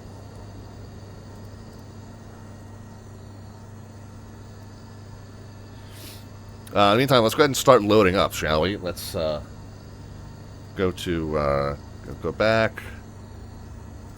From here, we'll go to aircraft and mass flight performance and mass and balance. So this is the point where we will go ahead and load our group, and I'm just gonna go. I liked the little graphical interface for the previous sim version, but we're just gonna go ahead and gonna do that. We don't have any fuel to add. The fuel is we loaded the fuel at the beginning. Let's just go ahead and get the aircraft loaded immediately. Obviously, it's going to take a few minutes for them to get the baggage stored and then pile onto the plane. But now that that's done, we are good there. And then we'll go back, and more apps, and then Lear 35 options. Alright, let's get an updated METAR here. Maymount has changed at all. No, it's the same exact observation. So 0051 Zulu, it's the same exact observation, so nothing will have changed. 3031. Oh, I know I set that in the standby. I don't think I ever set that in the primaries, but it only changes the reading by 20 feet, so minor oopsie there, but now corrected. 3031 field elevation here is 812. Ooh, we're reading almost 100 feet below that, but it is certainly possible that on one side of the field versus another it might be a little lower, so that's probably not that big a deal. So we got the ATIS, comm radios are set, altimeters, and let's go ahead and grab our clearance. 5 miles from depot, maintain 3,000 till established, cleared ILS 27 left. 33.475. 3 miles for the making 3,000 established and clear left runway 20 left, Delta 1984. And the departure runway will be up to us since it's functioning as a non-towered field right now. Approach Learjet 514 Delta Victor's on the ground at Athens with the weather IFR to Selma. Lear 514 Delta Victor, Atlanta approach, I'll be with you in just a minute. Okay. I'm going to start punching it in. 2051. Oh. Flight 2051, we're just getting ready to call you, climb 4,000. I'm going to start punching it in, although there's a very good chance that because I filed 30,000 on low altitude airways, there is a very good chance he's going to have to make some sort of an adjustment for me. Hang on, what was the... Something just buzzed on my phone here. Wait a minute. Make sure it's nothing time sensitive. What's going on?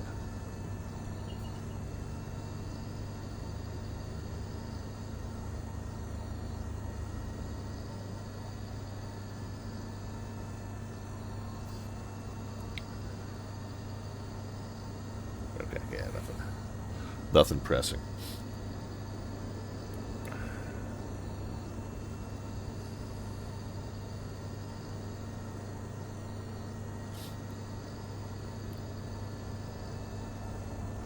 And departure Frontier 1522, 3.2 for 10,000. Okay, I'm going to start punching it into the box as though we were cleared as filed, although I expect there may be something that we have to adjust here. Let's do it on the bigger screen. Menu. Yeah, Lear 4 Delta Victor, you sure you want to go all the way to flight level 300? So, yeah, I realized I filed a low-altitude airway and a high-altitude cruise, so if you need to change one or the other, that's fine. If you want to cap us or if you want to reroute us, either way.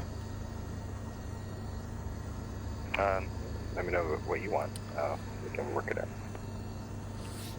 If we want to keep the route, then you want to put us at either, 1.6 or 1.8, whatever works for you.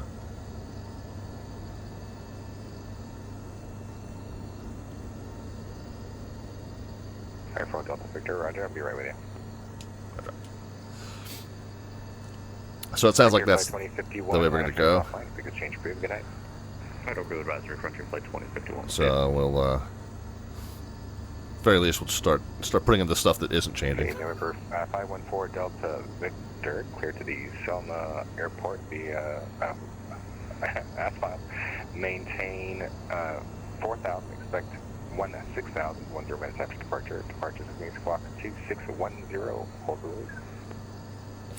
Okay, cleared to Selma as filed. Maintain was the initial 4,000, I think. We'll just confirm that for us, and then we'll expect 16,000.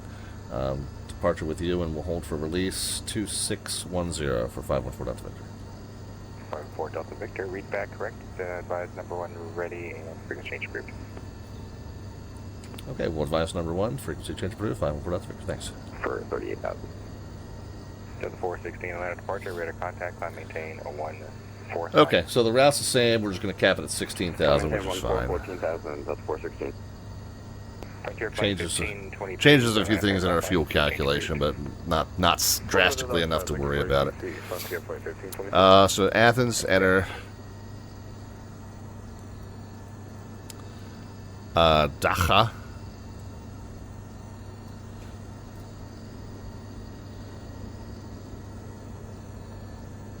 D A 416, stop your climb at 8,000. C.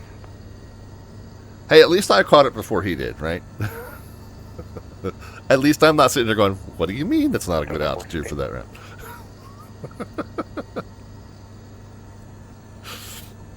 So Dacha, and then down to this point, Sinca, S-I-N-C-A.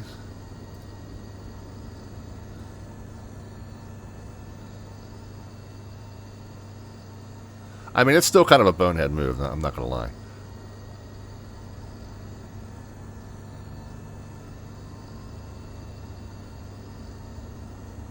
Delta 416, Atlanta.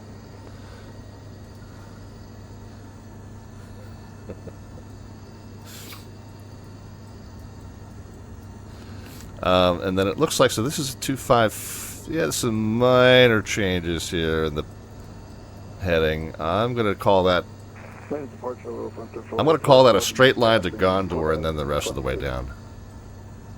Frontier Flight 1240, Atlanta departure, radar contact. G-O-N-D-R. 4,000. 17,000, Frontier 1240. Delta 416, Atlanta approach. Ice Station Zebra to Delta 416.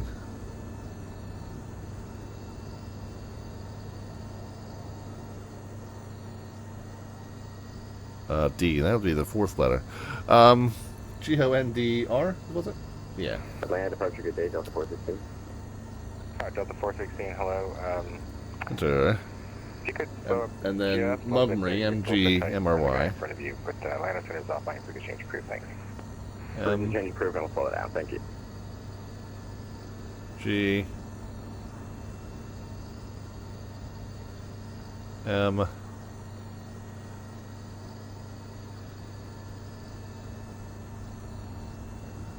Frontier Flight 1240, Atlanta Center is offline, so we can change crew, good night. enter, and then the direct destination from there is Selma, KSEM.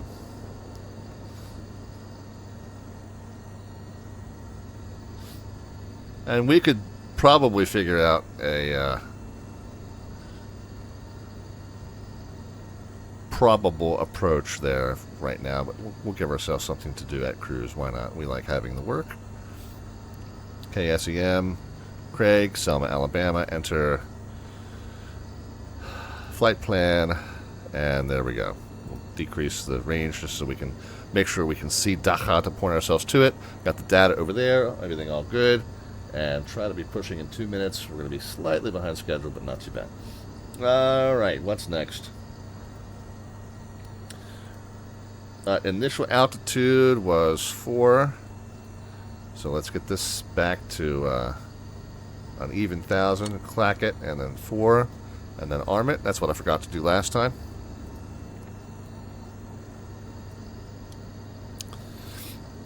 Drama 32 is here. Welcome.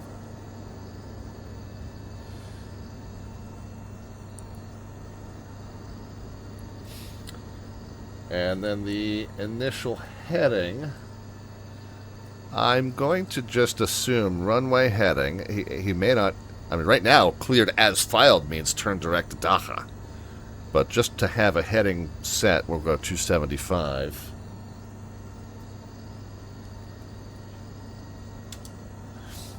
And then if we are indeed cleared on course, well, no, actually, we don't even need to do that. We know we're going to be cleared on course because it's a non-towered field. He can't give us a heading to fly off the runway because it's a non-towered field. So we know we're going to be cleared on course. We are all already cleared on course. Actually, that's not true. That's not true. He could, on the release, he could say enter controlled airspace on heading such and such. So there is an opportunity still for him to override that instruction. But right now we're cleared as filed, meaning we're going to take off and turn direct Dakar. Desired track is 201, so we'll set that to there. Southwest 48, Atlanta departure, radar contact, climb maintain 14,000. Climb maintain 14,000. And, we want to put that back into GPS mode as well. Alright, so that's the plan for now until we get some sort of a different heading off the runway. But for right now, there's runway heading just as a reference, but we're going to turn direct to Dakar once we are airborne. So initial altitude set, we are going to with arm heading mode, and we got the altitude armed as well. The code was 2610. And altitude mode.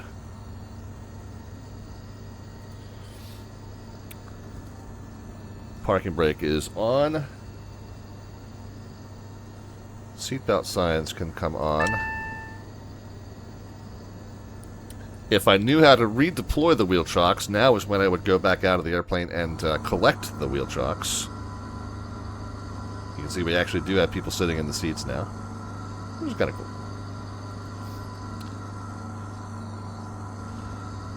But we would then come back in. Let's go to the utilities page. Let's go ahead and close the door. And let's go ahead and disconnect the ground power. And we can go back. Since we're going to only be at 16 this time, now we don't have to worry about pressurization. So once again, we can leave the cabin altitude set to field elevation here.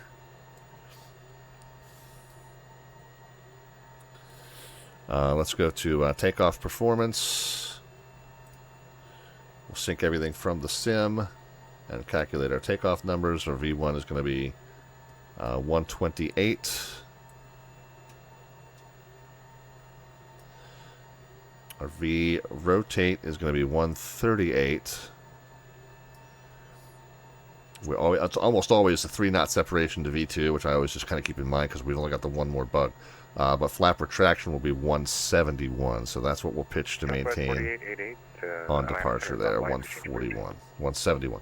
4,700 feet needed, and we had 6,000. So we're fine there. Oh, fine. Bandwidth is fine. Stop lying to me. Good Fixins is here.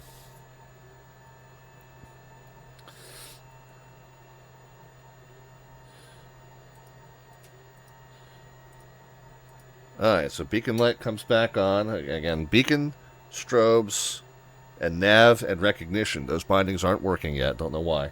But I'm still going to throw the switches just to be in the habit. Pushback not needed. Let's go ahead and fire up some engines. And we are rocking them. Very close to our intended times here, so we're good. We're going to wait till 13% gets in.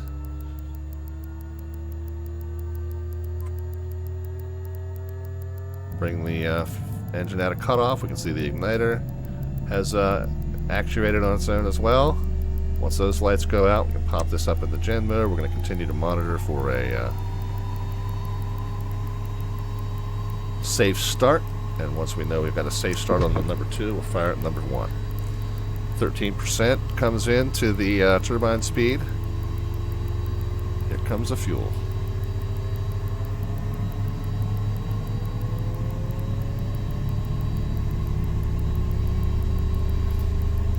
Okay, again, once the starter's disengaged, the continuous ignition is disengaged, that can go up in the gen mode. And we've got 2 error-free starts. Cabin air can come on now as well. Control surfaces would be checked. It's obviously not really checking yoke movement per se. We're checking control surfaces on the outside of the plane. Our ramp agent would assist us with that, no problem. And flaps can be set for departure as well. Takeoff trim can be set. And again, I ignored the trim value. I'm going to set it to the very beginning of that range because this thing will jump off the deck. And so I like a little minimum up trim that it will allow.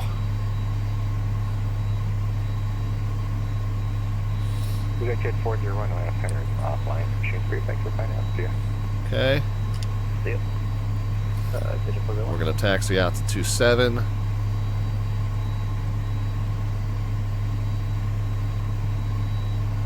So parking brake is off.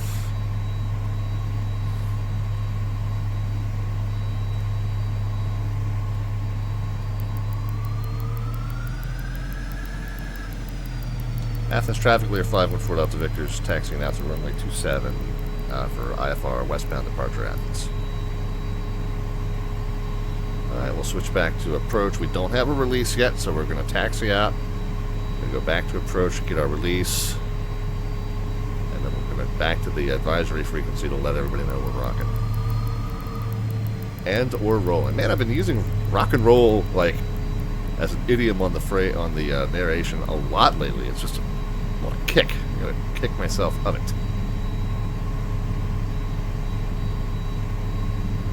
Hold on. So that's 20 and 2, but is that the direction we need to go? Yeah. Athens traffic, clear 514 Delta Victor's crossing runway 20 on Alpha on route to 27, Athens. Okay, I have not seen or heard anyone in the pattern, but let's just do a visual check and make sure. Meanwhile, off the ramp, we can go ahead and get our weather radar up and running. Athens traffic clear 514 Delta Victor is clear runway 20. We're going to be holding short 27 for release. Athens.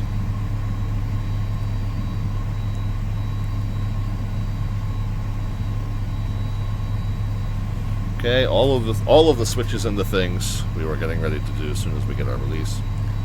Approach clear 514 Delta Victor's number 1 at Athens. Ready?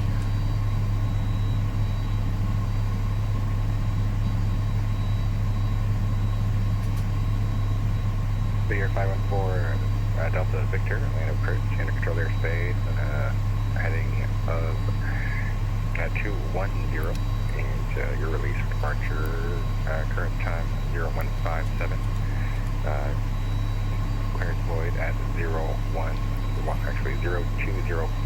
not off at 0205, but attention on the frequency no later than 0210, and free change approved, thank you. Alright, release for departure, heading 210, go to for 5 minutes, and we'll call you airborne 514 Delta Victor.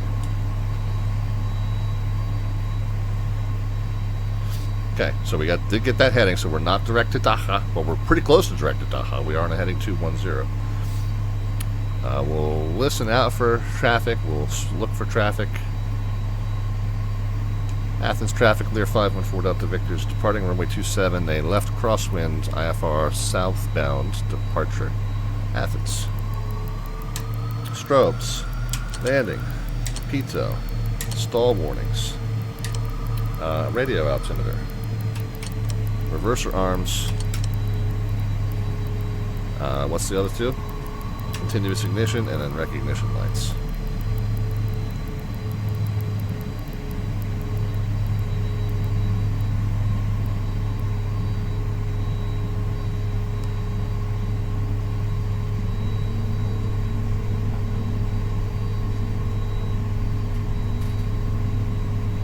Okay, all warnings extinguished. Takeoff power coming at you. Kenny's out here, alright. Yeah, good.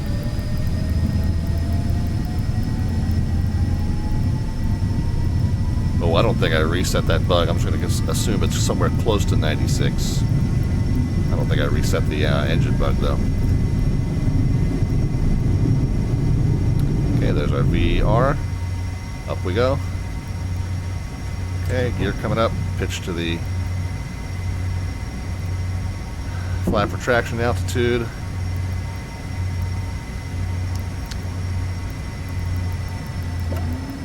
Power down, trim down. Autopilot. Athens traffic, Lear 514 Delta Victor, clear runway 27, left-hand turn out IFR south, westbound, Athens.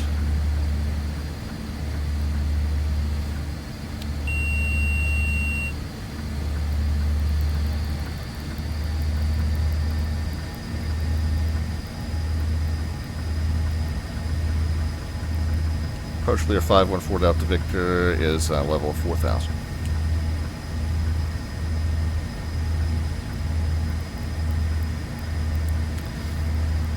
Lear 514 Delta Victor, ident, and climb maintain 16,000. Ident up to 16,000, 514 Delta Victor. Lear 4 Delta Victor, radar contact 3 miles southwest of Athens Airport. And air clear Dasha. Right, cleared Dasha, 514 Delta Victor.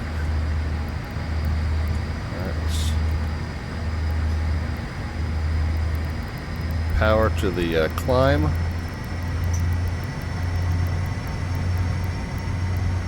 And let's get ourselves direct to Daha. Flight plan. Direct, enter, nav. And post takeoff. Yeah, flaps and gear came up. We can turn the continuous ignition off and disarm the reversers, and we'll get our yaw damper engaged. Capture 250. Okay, we're right at 800 across the board here. Now we're through 10,000. We're going to knock it out of indicated airspeed. We're going to pitch down ever so slightly. And then we'll recapture 270. Approach, expect 26 right. Through 10,000. Forward-facing lights can come off. Let's do a pressurization check.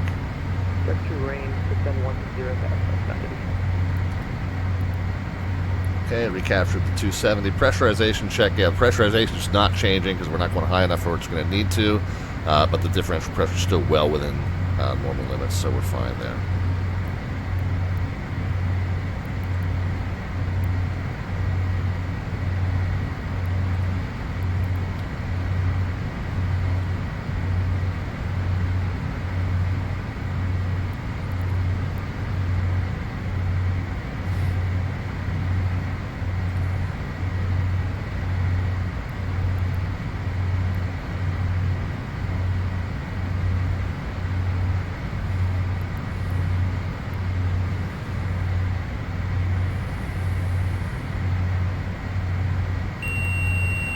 And we got airborne pretty close to 9 o'clock, which was the planned time. So good. Back on schedule. Whoops. I missed rearming the altitude until I realized we were just about to bust through it, and I didn't see the autopilot switch over to hold it. So when we leveled at 4, it kicked into altitude hold. When I then increased it to 16, I needed to arm altitude select, and I didn't, but I caught it just in time.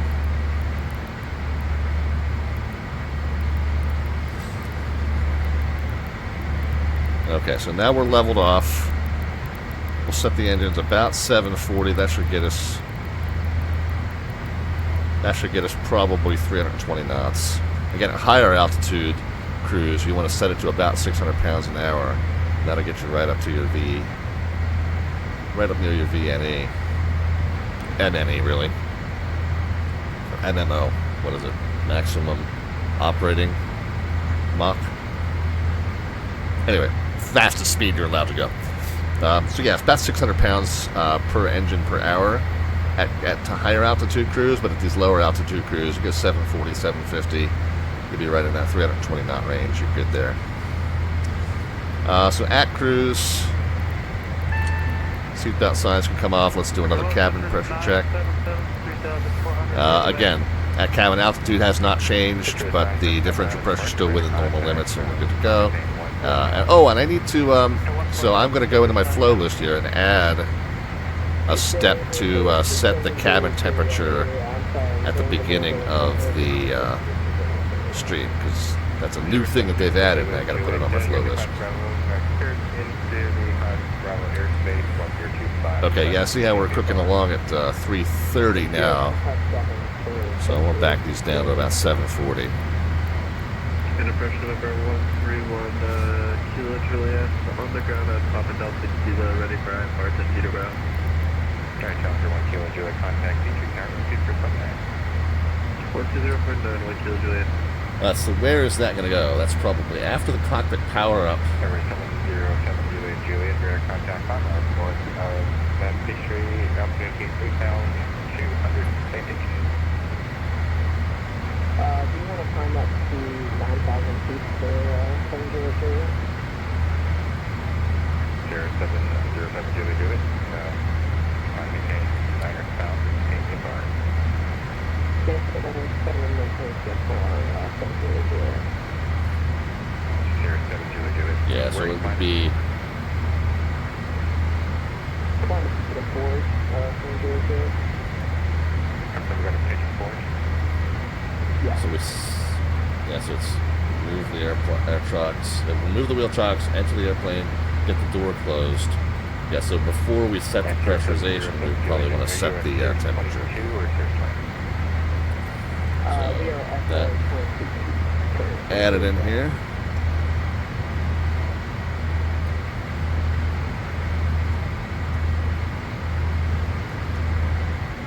Alright, sir, 707 Juliet Juliet. Proceed on course, 700 Juliet. That's 937 speed 210, then maintain. Okay, so that's now added. Speed down 210 and then down 4,000.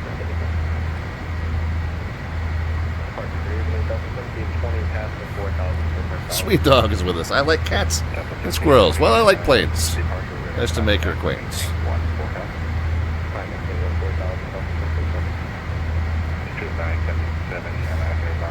Yeah, we're still moving almost 340. Look at that. We can back it down just a touch more. And because this is a short flight, like I mentioned, let us just go ahead and start thinking about our arrival into Craig. We got an airport diagram. Craig is also, that also a non-towered field? I'm going to check here. I don't actually know that. No, it's towered, but it may also be closed at this time.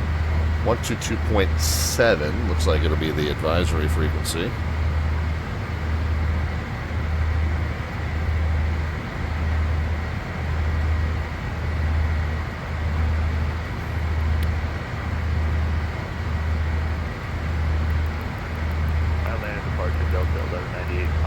22.7, we'll get that ready to go.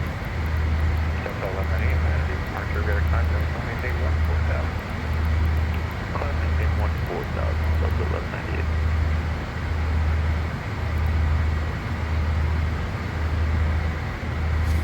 And then, so what do we got here, Craig? We got, there's the airport diagram.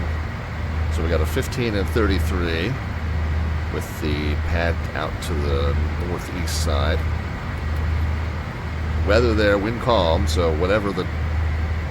Yeah, so it looks like 3-3. You got an ILS Yankee or Zulu to 3-3, so that looks like the primary arrival runway. So that works for us. What's the difference between the two approaches? 110.5 and 329, 110.5 and 329. So it uses the same nav aid in either case. So here, the initial fix is CADIP. The initial fix is CADIP, but this does have a feeder off of Montgomery VOR. So this seems like we could take the full procedure, Montgomery VOR to CADIP. We don't have to make a procedure turn or a hold if we come in from that angle. So that seems easy enough. Matter of fact, I'm going to put that in right now as our expected approach. Although again, the visual to the field is probably adequate in this case if the weather's, yeah, wind calm, 10 statute miles and clear. So we could, I mean, we'll let them know. We can take the ILS 33 Zulu off of Montgomery. Save him a little work. He doesn't have to vector us.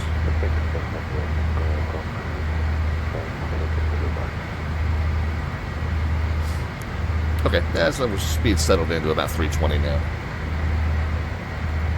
Haven't really checked on the fuel.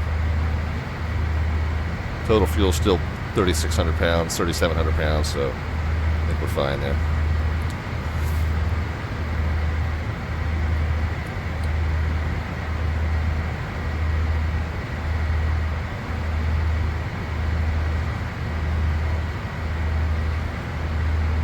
Alright, so let's go ahead and get the box programmed in for the ILS Zulu 33 from Montgomery VOR.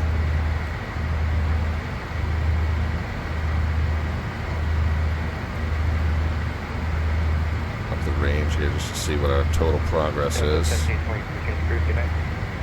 Yeah, just a little ways to go. This is a little bit of a longer leg, not a much longer leg, but a little bit of a longer leg. 105 miles to Gondor there. Oh, but then after Gondor is that point Montgomery. So, okay, yeah, it's we're coming up on this airport quicker than I thought. Let's go procedures. Select approach, yep. Select ILS Zulu 33, yep. From Montgomery, yep. We'll load it. We're going to get the warning. So, anytime you load an ILS, the box reminds you. This is going to pull it up on the screen, but you have to fly it with the analog gauge when the time comes. So yes, we understand that, and so we've got that. So after Montgomery, so Montgomery and MGM are pretty much co-located. You can actually see 286, 34.7, 099, or 347, 34.7 miles. So they are pretty much the same place, almost the same place. And CADIP, Pollock, runway 33. Okay, so that's all in there as it should be.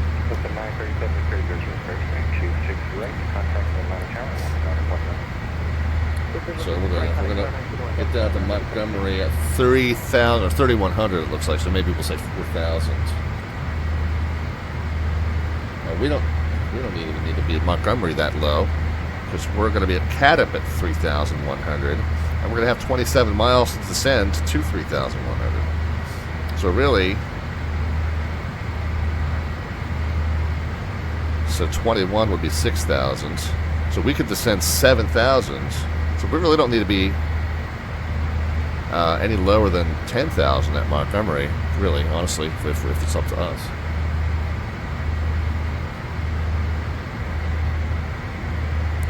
And we're at 16 now, so we don't really need to lose but 6,000 feet prior to Montgomery. It was 18, so 21 miles prior to Montgomery is where we want to start down, ideally.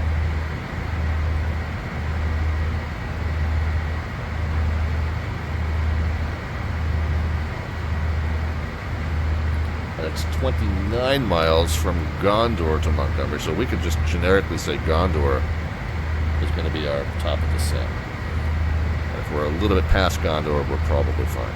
Let's run through an approach briefing and make sure we got the instruments set up for this ILS Zulu. Not that we know for sure that that's what we're going to get, but that seems likely. So the course is going to be 329. We're going to set that now. I don't really use the course knob. I mean, I trust the plane's pointing itself in the right direction.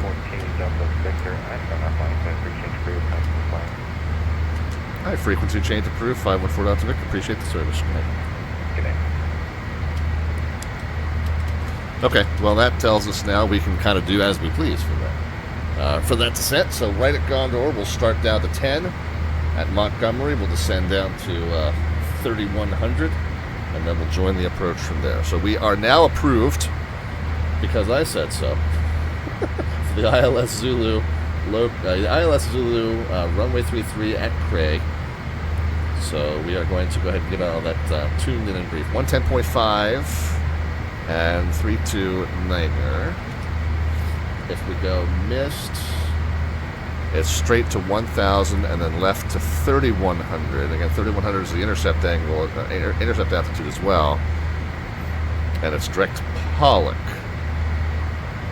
Ooh, okay, so the missed approach is right here. I don't have an ADF in this aircraft, I don't think, so we'd have to locate the Pollock NDB just through the device. So there's no nav aid to tune for that, unfortunately, since I don't have an NDB here. But we'll keep that noted. So 1,000 and then 3,100. So 3,100 is the missed approach altitude. It is a straight to 1,000, left to 3,100 if we go missed. It's a right-hand turn-off off the runway if we make it down successfully. Wind is calm. Cloud bases are non-existent.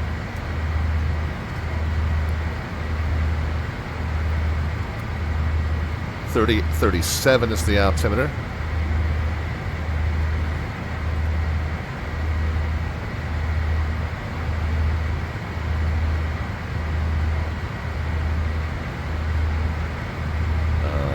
Up here.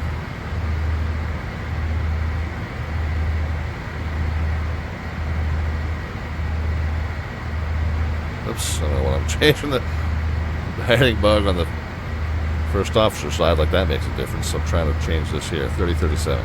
Got distracted there for a second.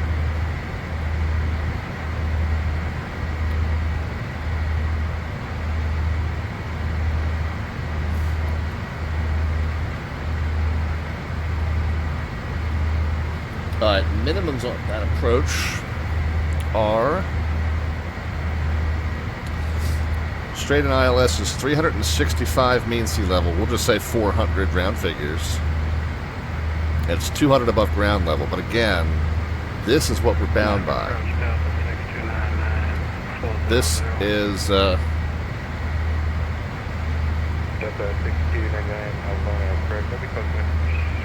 this is what we're bound by. This is going to be different depending on whether it's detecting 200 above ground level at the missed approach point or at the threshold. So just to make sure that this goes off prior to us reaching 400, I'm going to buffer that by about 150. Again, this is the key figure. We'll just say 400 round figures. So I want to make sure this goes off before we get to 400, so I'm just going to add a little bit to that. You know, a Category 2 approach, you can set the number on the chart because the chart's designed for that minimum to be in terms of a radio altimeter. But in Category 1, you're not bound by the radio altimeter because you're bound by the barometric altimeter. The height above ground level could change because the ground height changes. So you don't really know. So again, you just kind of set it as a reminder, but really just as a This is an attention grabber. We got the follow there from Rocco Thibodeau. Rocco Thibodeau, welcome. Appreciate the follow. Thank you very kindly for finding us tonight.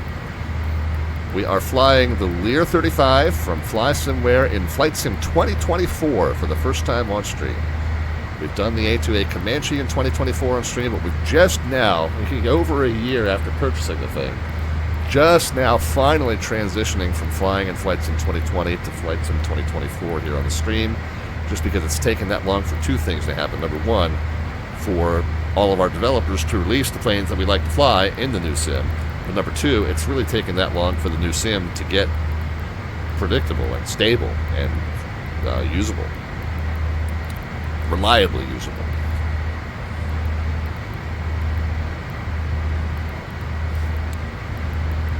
But welcome, good to see you. This is what we're flying today. Just a profile view of it. Flying in the Atlanta ARTCC's airspace on VATSIM. They've just gone online. We were getting services from Atlanta Approach. We're still hearing them, but they are getting ready to close up shop here a little bit. There is our progress. Gondor is our top of descent. That's when we're going to start descending toward our destination of Selma, Alabama. Very historic location with this holiday weekend coming up here in the States. Selma, Alabama, where a lot of the stuff went down that led to many of the historical events centered around this weekend's holiday. Drop off there, and then we're going to head back to our starting point, which was LaGrange. So we've got the rest of this leg, and then one more short leg to go after that.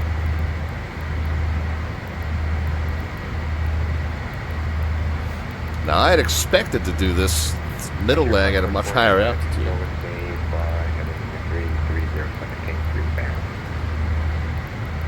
I kind of goofed. I had filed a flight level 300, but then I realized I planned this all on low altitude airwaves. So, oops. So the controller said, well, we can keep the route and give you a lower altitude, or we can keep the altitude and give you a different route. I was like, we'll keep the route. We'll just do it at 16,000. It's not that long a flight. So we're going to burn a little bit more fuel than we had planned for because we're at 16 rather than 30. But we'll be fine. So at this point, Gondor is our top of descent, and if this is the countdown to Gondor, then we have 42 miles before we need to start descent. What is the common traffic advisory frequency at Selma, by the way? I might have already looked this up and switched over to it, but let's just double check. So when we get to Selma,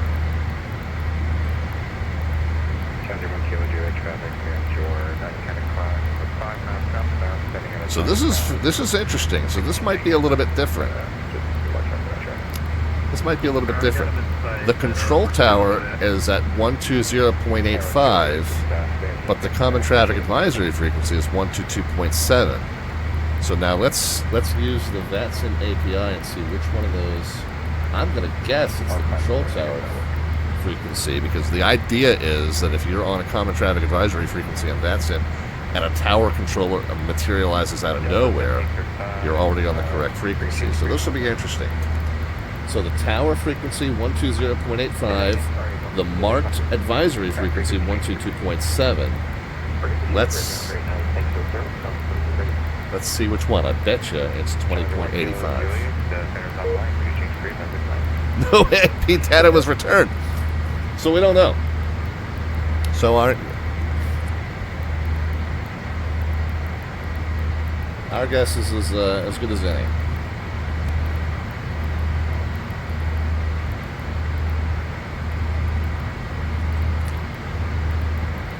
Well, since it is marked as a Unicom and CTAF, so, and here's the age-old struggle on VATSIM is that VATSIM has been calling this Unicom forever as a generic advisory frequency. Unicom is really like where you call for the fuel truck, you call for the catering, you call for the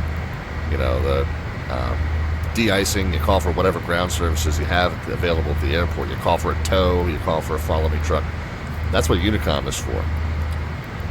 CTAF, Common Traffic Advisory Frequency, is for coordination among airplanes so that they can assist by communicating and not, and help avoid hitting each other. This airport, that happens to be the same frequency as the Unicom frequency, but the tower frequency is over here. So I feel like if it was in the AIP, the design on VATSIM is that the tower frequency doubles as the Common Traffic Advisory frequency. This is one of those rare locations where they've got separate frequencies published for both. I'm just going to go ahead and say, since that says it's a Common Traffic Advisory frequency, that's what we're going to go with, 122.7. Oh, I already dialed that in, too. Either I already dialed that in, or it just happens to be the same as the one we were just at. I think I already dialed it in. Let's just real quick run through an approach briefing one more time. Approach frequency and course 110.5 and 329 is set. Missed approach, nav8 is an NDB, so we're just going to have to do it off of the GPS. It's that point Pollock. So we'll GPS ourselves to Pollock if we have to go missed. If we go missed, it is a straight to 1,000, climbing left to 3,100. If we make it down successfully, it's a right-hand turnoff. We've got no wind to speak of and no clouds to speak of, so visibility and crosswinds not a factor. And minimums are set 350 above ground level. Well, it's 400 barometric is what we're going to consider our minimums for this approach. So that should cover us. I think we're briefed there.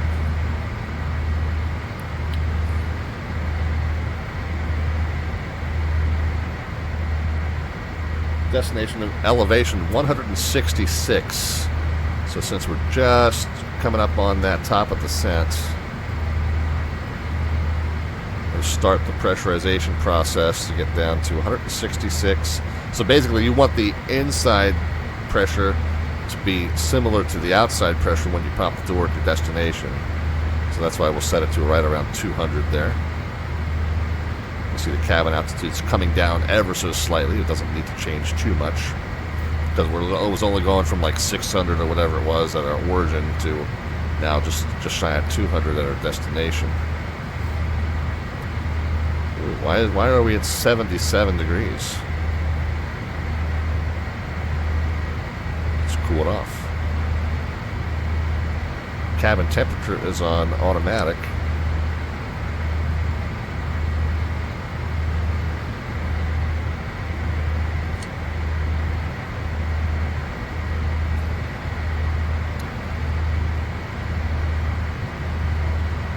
So I guess I'll have to do a little bit. This is new. This is new to the Lear 35 since the 2024 version came out. So I'm going to have to, I guess, read up on how that works.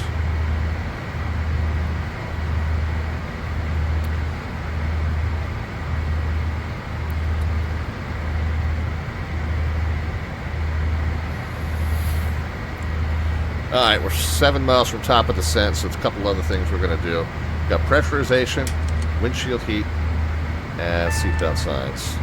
And then let's go ahead and get set down to 3,100. That's where we're going to descend to. No, we're going to set to 10,000 at Montgomery VOR. We're going to slow down to 280 knots. And then as we capture 280, we're going to hit altitude select, and we're going to capture the speed as well. And we're about 4 miles early yet. So we'll just do a nice gradual slowdown.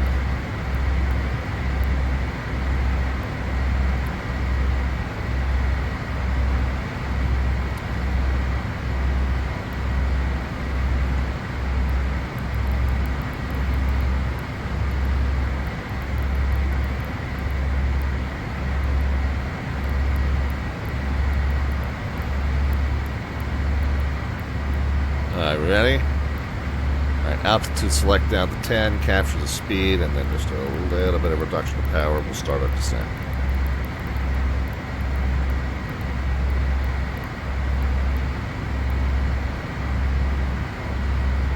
Oh, and Psychic Taco says 77 sounds like my parents' place. Yeah, my parents, ever since they moved to Florida, they like keep their house set at 77, and it's like my wife and I can't stand it. We just keep our set at 67.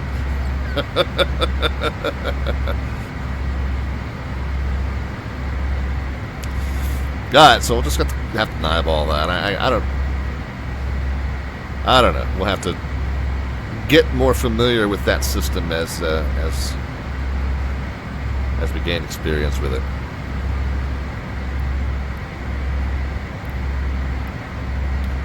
Alright, so now we got a nice stable descent of about 1,000 feet per minute, but we're going to just edge the throttles back. The plane is going to automatically pitch to keep the 280 now. So if we reduce throttle, that's basically saying we want to descend faster.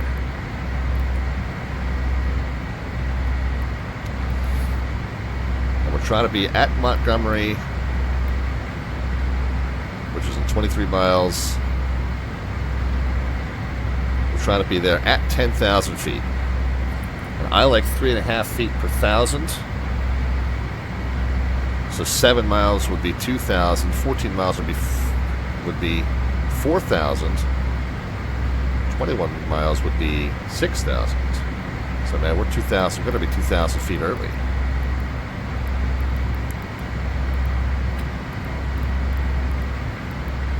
So yeah, we can put a little throttle back in and descend a little shallow, more shallowly.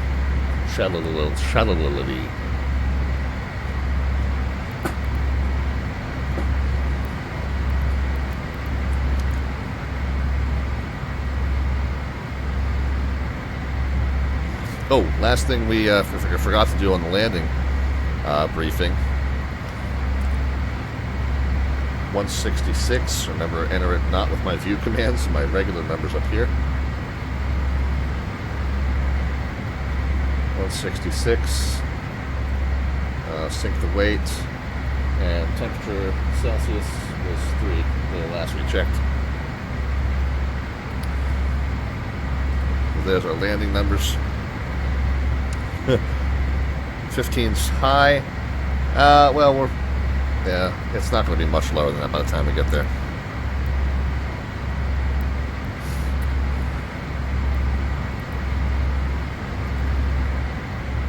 So it's saying our VREF is going to be 129. Okay, so I've already got that set just by magic. I'm going to add 15 to that. Because as I said, I'm not comfortable with the way this plane handles close to VREF, so I'm going to actually plan to fly the approach at 144.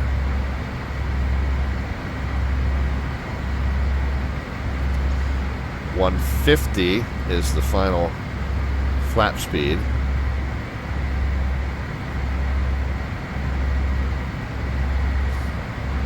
So the approach speed I'm going to ignore, basically.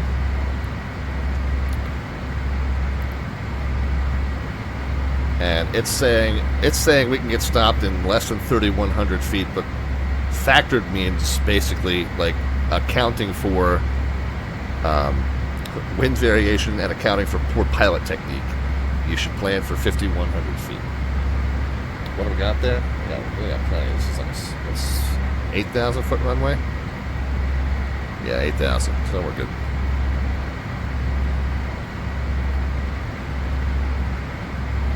Yeah, see, now it's 63. Why is it?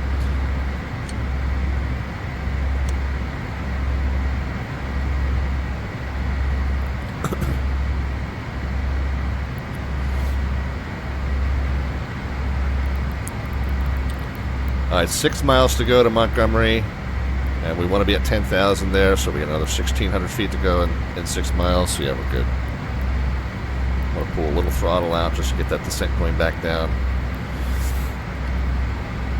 And then as we pass Montgomery, that's when we're going to continue down to 3,100 to intercept the approach. So when it's 3,000, we'll bonk the knob and go up 100. That's also our missed approach altitude, so that saves us a step later. All right, so 3.5 miles to go and 1,000 feet to go, so everything's perfect now. The other thing we're going to do, let's keep that same vertical speed while while we slow it down. We're going below 10,000, so we got to be ready to be below 250. Forward-facing lights will all come on, landing lights and recognition lights.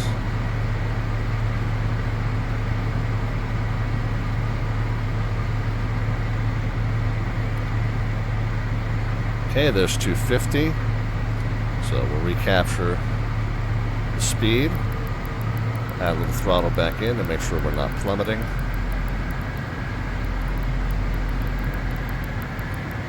And now we've got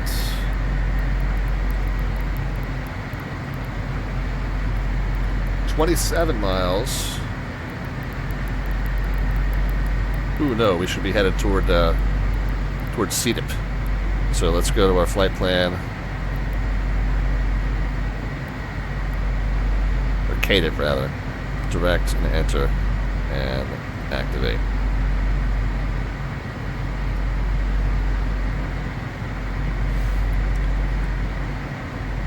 Okay, minor error there, but we caught it nice and quickly. So 3,100 by KDIP and 23 miles to go. So at 21 miles, we can do 6,000. And we're going to be going from 8 to 3. Okay, so we're good. We can. This is a nice measured descent. We're actually a little bit ahead of our profile.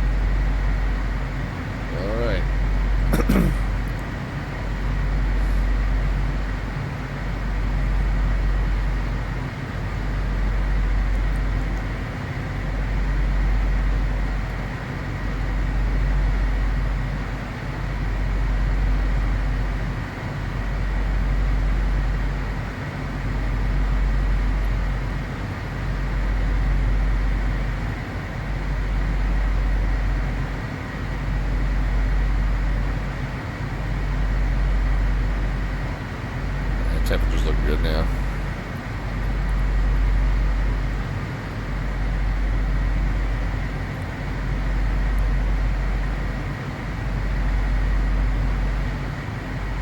So 14 miles, I say we can lose 4,000 feet.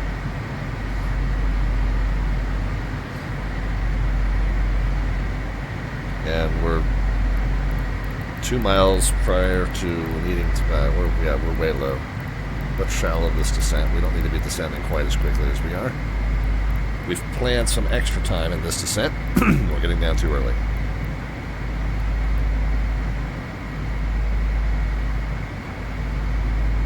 The other thing we can do, since we're getting ready to intercept that descent, let's go into vertical speed mode and let's slam the throttles back down to nothing. And then let's let the plane get slowed down.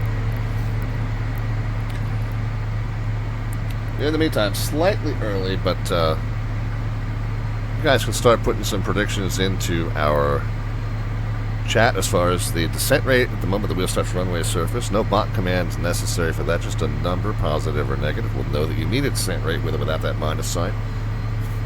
We're talking about the feet per minute at the moment the wheels touch the runway surface.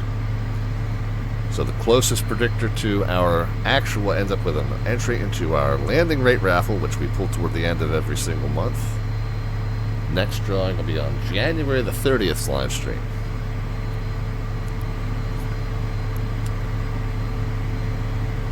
Alright, so we're 10 miles from KDIP. And we need to be at 3,100. We're at 5,100.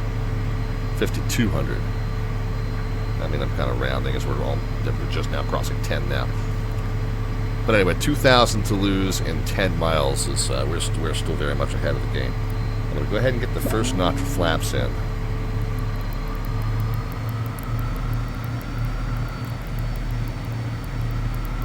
Add some throttle back in because I don't want the speed to plummet. Now that we got that little bit of drag out, I don't want the speed to plummet. I want to keep it right around 180, 190 there. And the plane is managing the descent rate, so the throttles are really only influencing speed right now.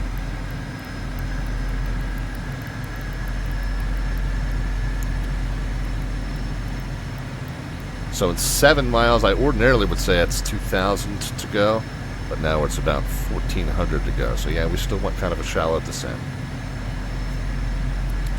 Matter of fact, I am going to go ahead and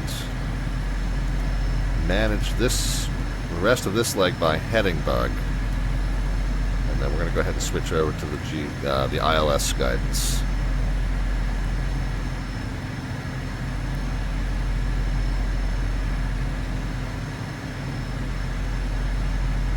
Kind of use the GPS to augment that. Okay, we no longer want it to stop at 3,100. Okay, we've got localizer and glide slope.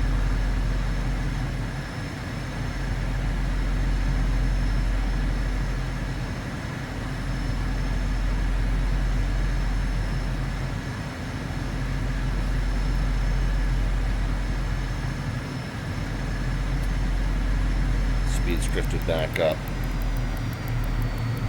We're still right at that flat 1 speed, so we're okay.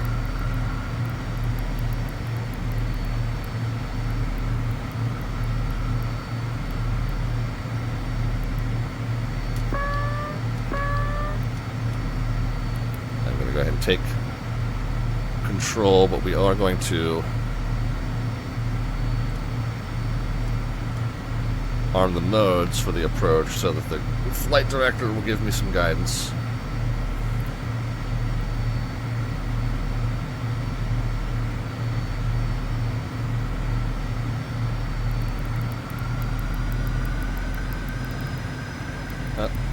We're still a little low. We're at a level at 3,100. 3,100 is where we should be. Establishing on the approach here. So there we are. Now we're adhering. Oh, I think I see our runway too. Selma traffic, Lear 514 Delta Victor, 13-mile final, straight in, runway 33, Selma.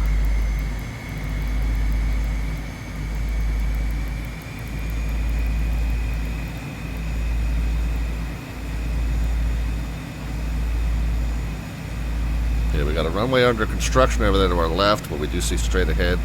We got the threshold markings of our arrival runway. So if we go missed again, it's straight to 1,000, left to 3,100.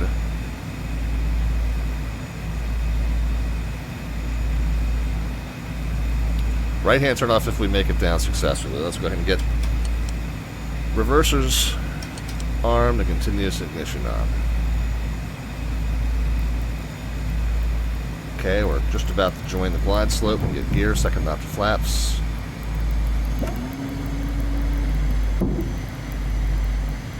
And then once we get down below 150, we'll go final notch of flaps.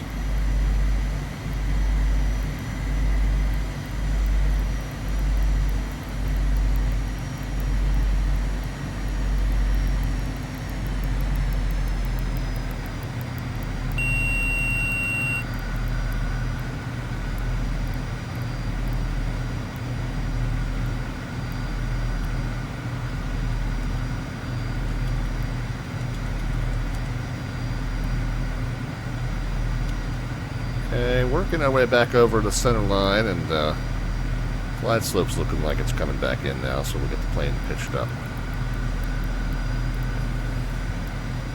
Do one more call at the 5 mile, and then that's where we'll slow to our modified VRF speed.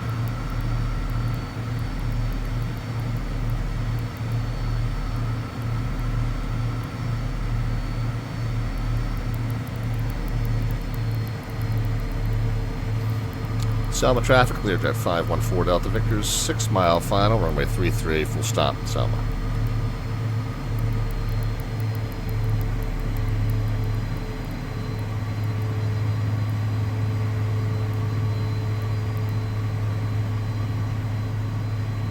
Okay, get the speed under control. We got just a very little drift to to the left here.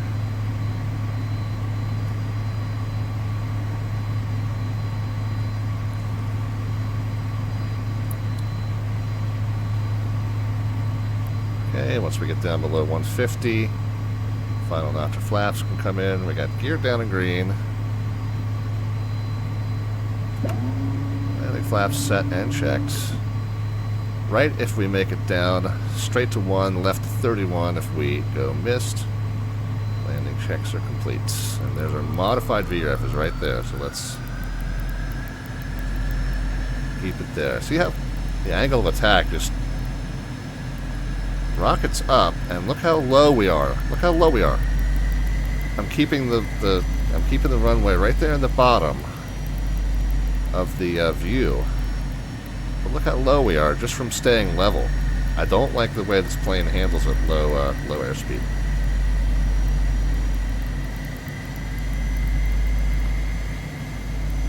Okay, minimum's 400. We're doing fine. Okay, glide slope's kind of coming back in.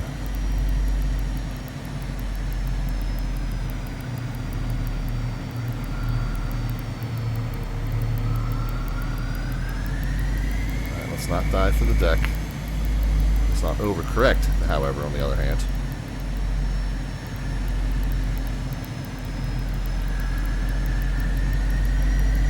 Nice smooth rotation.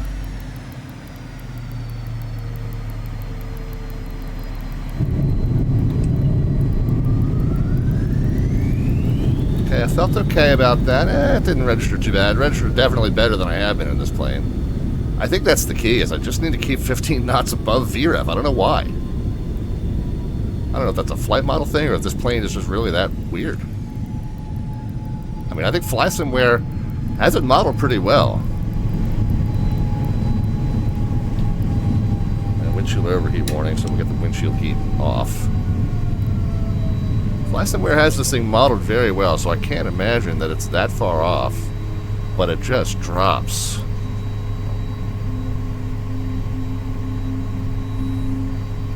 What is this thing on?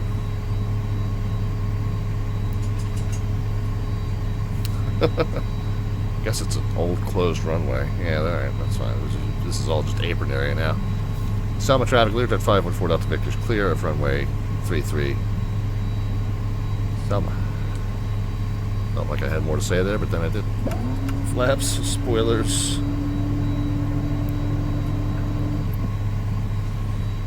Continuous ignition, reversers.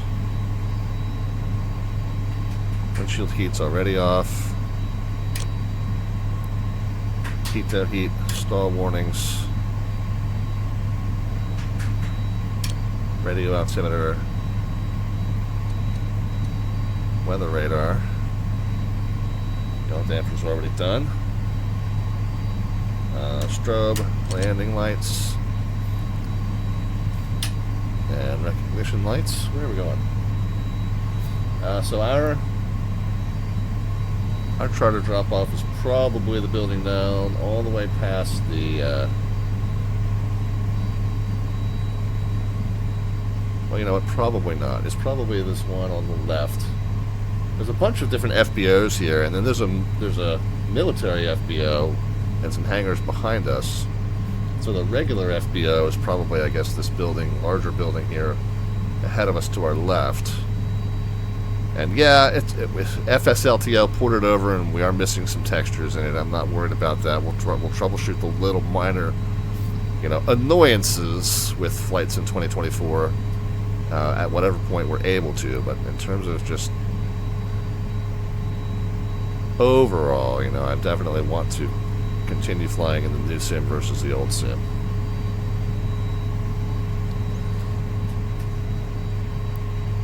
Alright, I don't know what building is what. We're just going to make it up.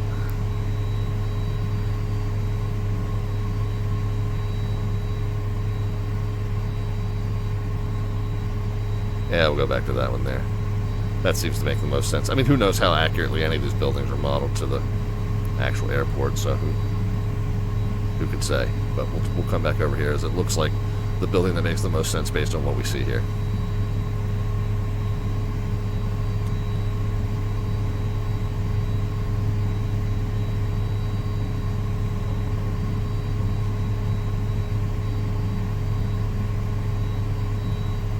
Did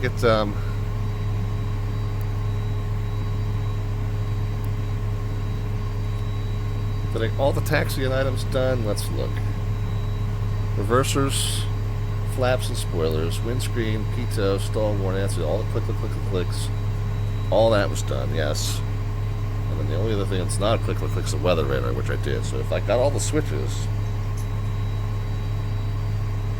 then yeah, we're good. That's why I love having all these things assigned to switches in the Bravo, because on short final there's about 50 things that you need to do, and then on taxiing there's about 80 things that you need to do, and it's great if I have them all in a row lined up in switches on the Bravo. That way I can keep the viewpoint up and I can steer, not run off the taxiway while I'm getting all those 80 items done. Alright, recognition lights are off. Parking brake is on.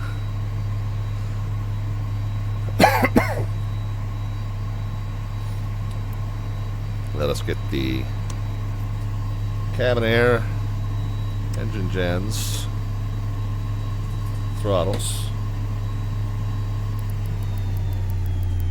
seatbelt signs,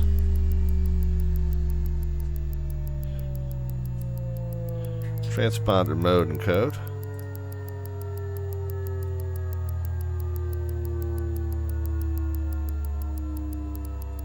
beacon lights. Let's go back, utilities, let's get the GPU, let's get the door. Remember, we do have our group inside, but we are now going to let's see, we got the door. Yep. So now we're going to go back to here and the generic aircraft page, flight performance, mass and balance. This is where we're going to kick off all the cargo. We're going to kick off all the passengers. Although I'm going to keep the crew here. By the way, 150 for me is very, very generous. Actually, the two of those combined is still a little generous. But we've kicked off all the passengers. We've emptied all the cargo. This is a preview of your aircraft seats. They've not been loaded yet, so we're going to go ahead and load immediately. So red means it's about to be unloaded. Green means it's about to be loaded. Blue means it is what it is. That's what I've taken from it. All right, so if we say, yeah, so green means it's about to get heavier. Red means it's about to get lighter. Blue means that you have it set to where it is. So that's kind of cool. I'm starting to get to know that tab a little bit better. I still hate it, but at least I know it a little better. Anyway, so we kicked off all our packs, and so we can see now. If we look inside, we can see, yep, they are indeed all gone. All gone. Oh God! That's what my oldest used to say when she was a tiny, tiny baby. Oh God! Oh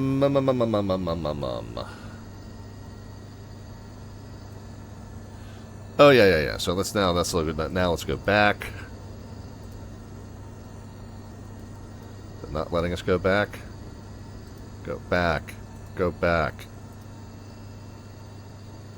Alright, whatever. Let's just go straight to the Lear options. Let's go to the fuel page. My predictions was that, and we got off basically on time. My prediction was that we would be down here at 9:53, and boy, we nailed that. We're a minute off. We would have 2589 left in the tanks. I think we're doing pretty good. We got a couple. We got 1254 plus 1254 plus 233 plus 191. 2932. So I had said we were going to burn a little extra. We didn't. We actually burned almost exactly what I predicted we would. Actually, we conserved another 100 pounds.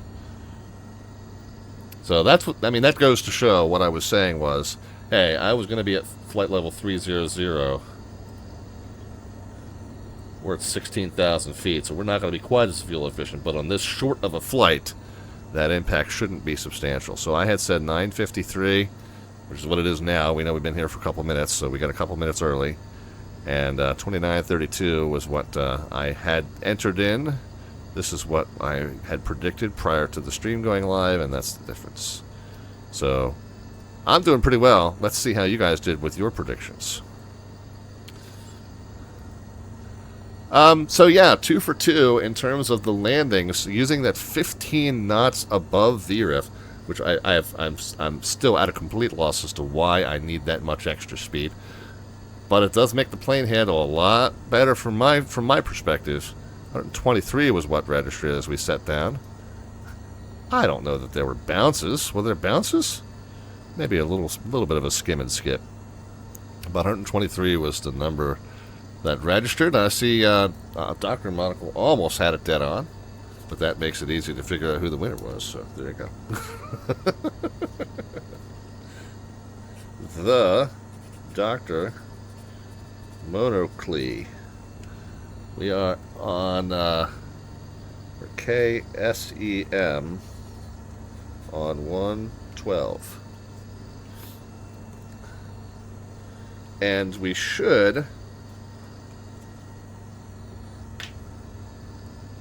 I go back to the Passport Challenge page. Selma was one of the ones that was down here, so we should, if I refresh this page now, continue, we should see that that's been stamped now, and it has. Look at that. You almost picked 1, 2, 3, and then they were like, no, that's like what, you know, what an idiot has is this combination on his luggage. Well, leave it to me to be an idiot.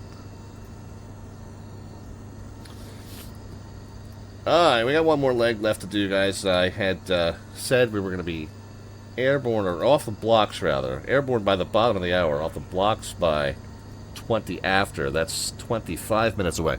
That does afford me just a hot minute to take a quick break out of the cockpit for a little liquid recycle.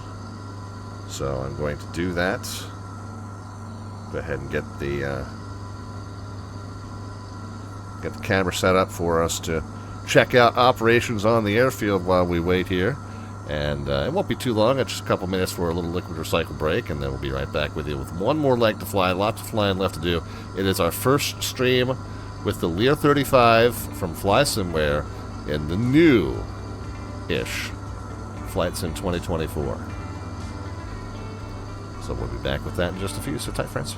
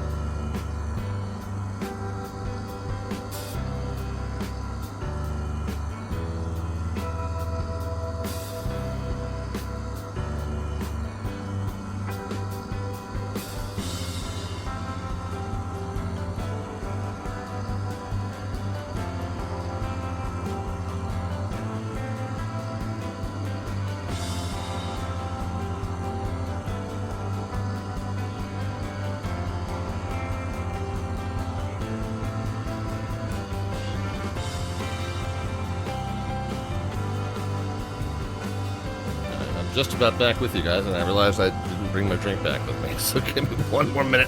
I'll be right there.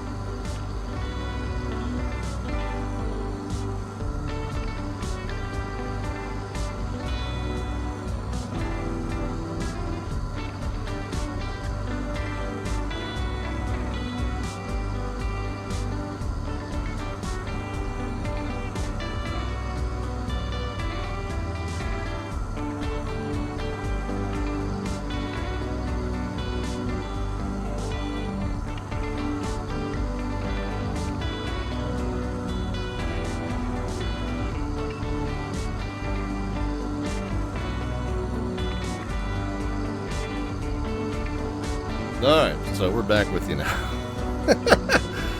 Thanks for your patience, guys.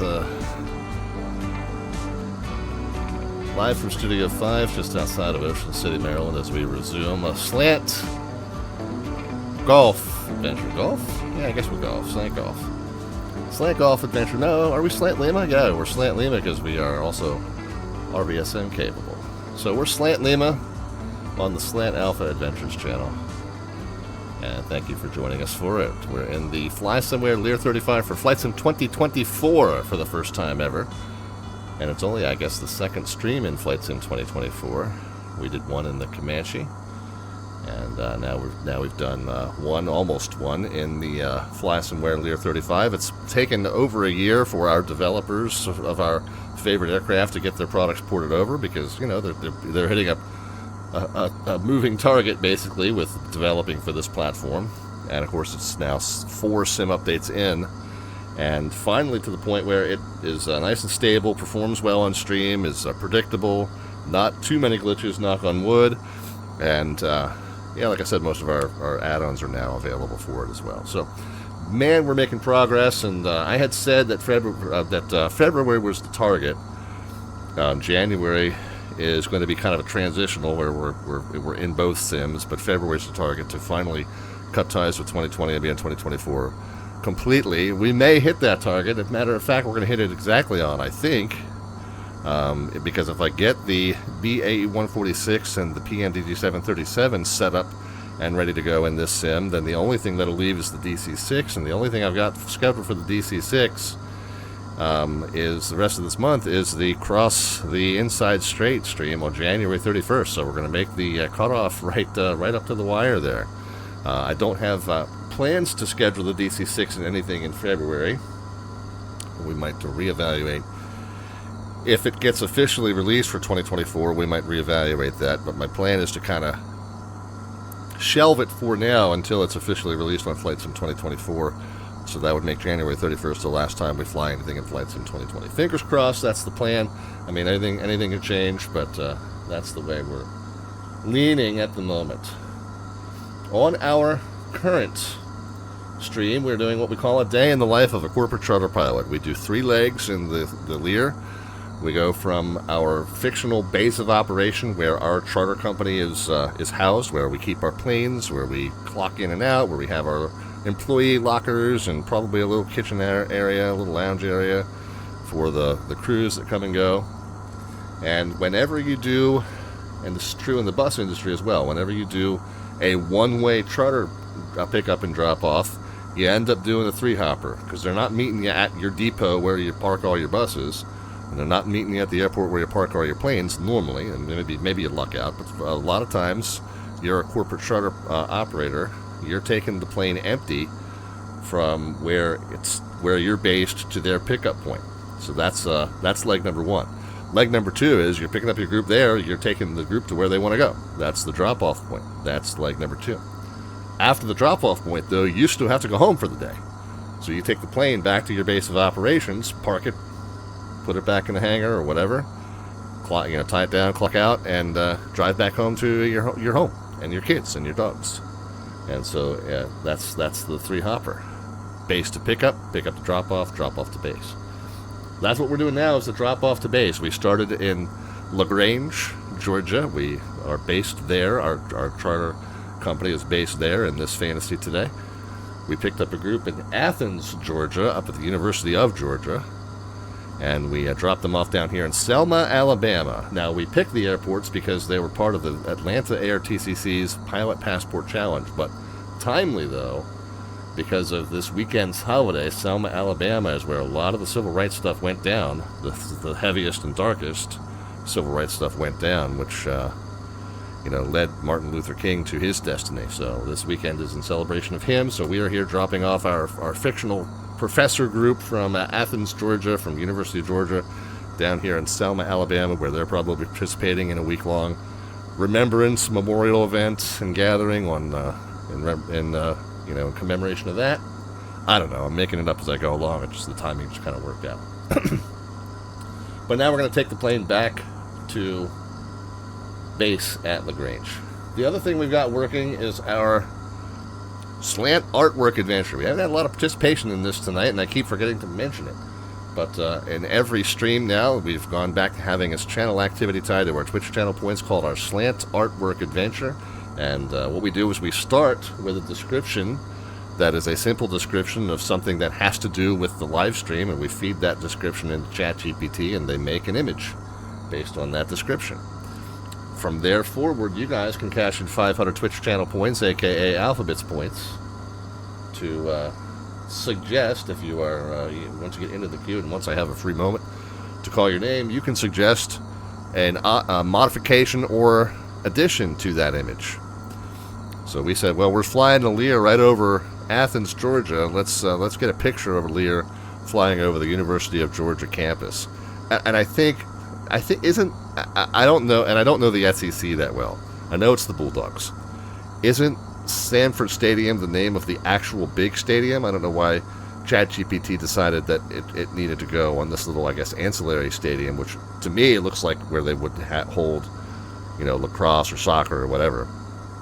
I'm not even sure if the layout of these landmarks is realistic to the actual campus. But anyway, it's supposed to be the University of Georgia campus. It's vaguely reminiscent thereof, and it's a Learjet climbing out.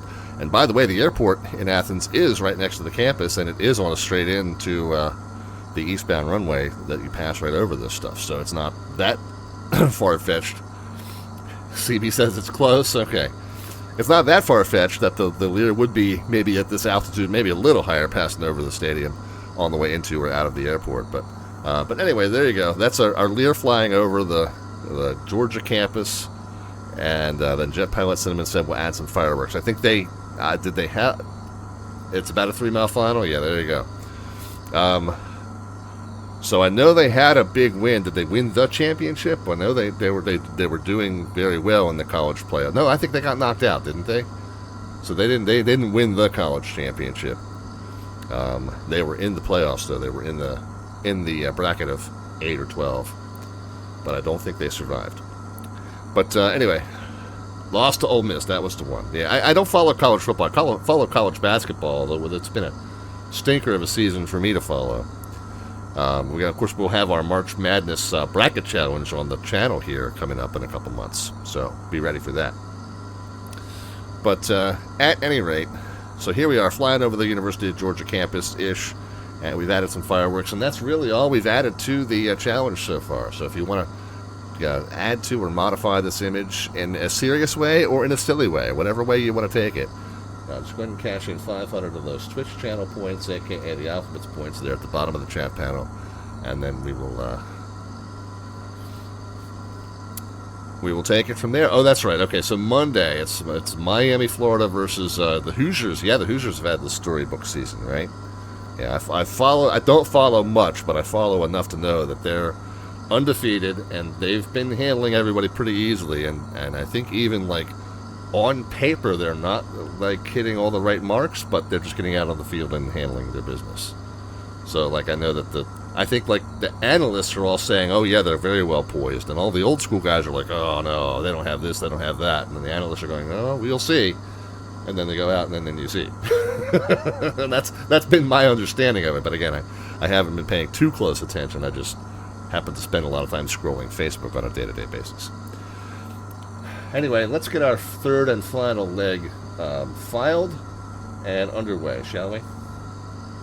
I had said I was going to want to be pushed back by 20 after, and now I've yammered on, and we're not going to make that, but we'll be pretty close. It's a fairly short hop anyway. So let's file the flight plan over here, and I'm going to drag this over in front of the screen so we can see it. We're going to go ahead and fill in the call sign, which is November 514 Delta Victor. We're IFR, we're an LJ35. We are going to be a medium. We're SB, DF, GH, no H, RWI. SB, DF, GRWI. Yeah, indeed. Okay, L, departure from Selma, off block at 0320-ish. Cruise at 15,000, short hop, 480, no. 480 would be if we were at high-end cruise. 320 is going to be our lower cruise here. We're going back to our base of LaGrange, LGC. Our alternate is Cobb County, RYY. We were there a few streams ago. It's just a 24-minute flight. 0215 left in the tanks, and it is very simply Montgomery, Victor 222, LaGrange VOR.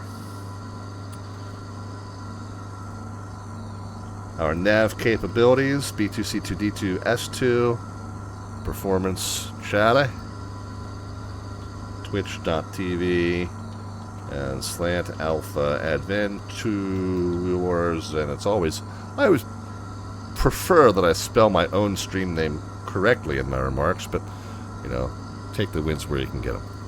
Alright, we got that filed. We may or may not hear Auto ATC assign us a squawk code over the private message. Whether or not they do, it looks like we can kind of peek at it from VATSIM radar. Looks like 4735 is what we've been assigned. We're going to depart from whatever runway we want to.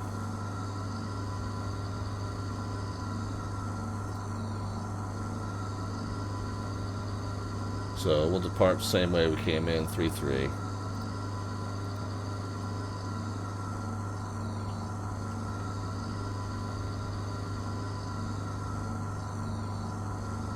Do we have a guess as to what our initial cruise altitude would be here?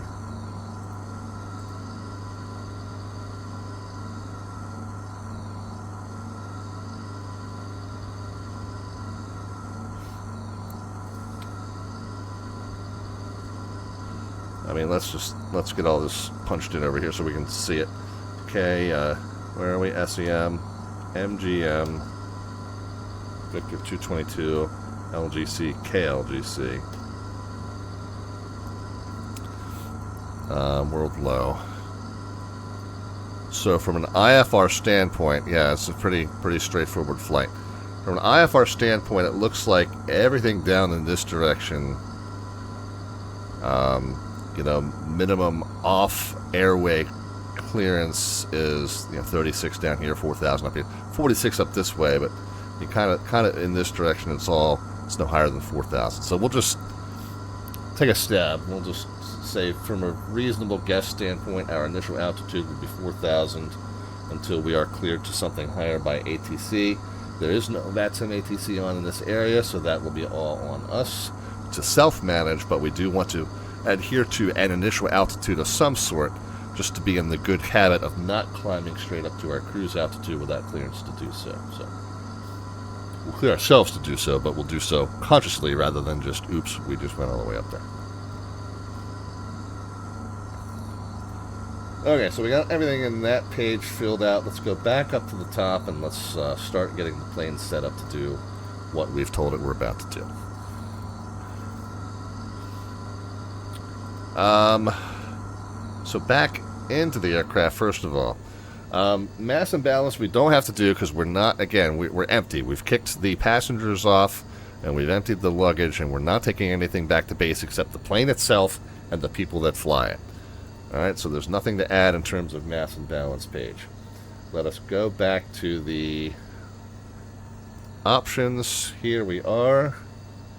Let us retrieve our... we wouldn't have an ATIS, but we can pull a METAR if there is one for Selma still. Okay, yep, and it is indeed an hour later, so slightly changed. 140 at 3, so technically speaking, 15 would be the better takeoff runway, so I guess we'll just do that. It's 3 knots, it wouldn't make a difference, but that's fine. We'll anybody else who sees that's probably going to land on 15, so we'll depart 15. 10 statute miles clear, temperature now 0, and 3037 is still the altimeter. Let me just double check. 3037 is what I have set. 1, 2, and 3 times, so we're good there. Comm radios, we know the common traffic advisory frequency, we think, is 122.7 here. We were on Atlanta approaches frequency, but they've now gone offline, so our en route advisory is just going to be 122.8.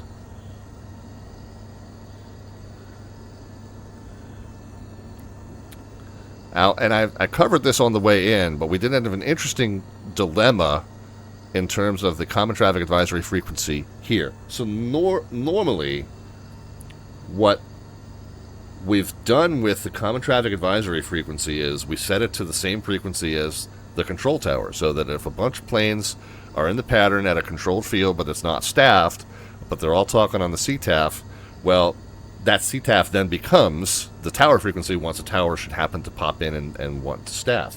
Everyone's automatically on the right frequency. So you would think that the tower frequency is the correct frequency to be on for advisories here. However, this is one of those slightly unusual places. It's not that uncommon, but it's not the most common situation, where we have a control tower frequency of 120.85, but there is a separate common traffic advisory frequency of 122.7 published. And in fact, if you look at the approach chart, towers 120.85, Unicom, which is for like fuel services and catering and whatever else, is on 122.7, but that is also the CTAF 122.7. That same notation is here on the airport diagram, I think. No, maybe not. Craig Tower 120.85 with a footnote. Footnote may or may not be on this page. But anyway, so the tower frequency is 120.85, but the advisory frequency 122.7, and that is reflected over here as well. So then I'm like, well, okay, there's a published CTAF frequency, but we're supposed to kind of be using, or leaning toward using, the tower frequencies.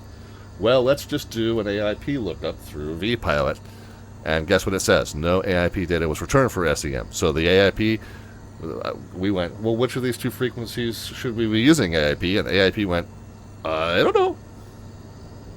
So we went with the one that actually says CTAF by it, so that's the one we're on.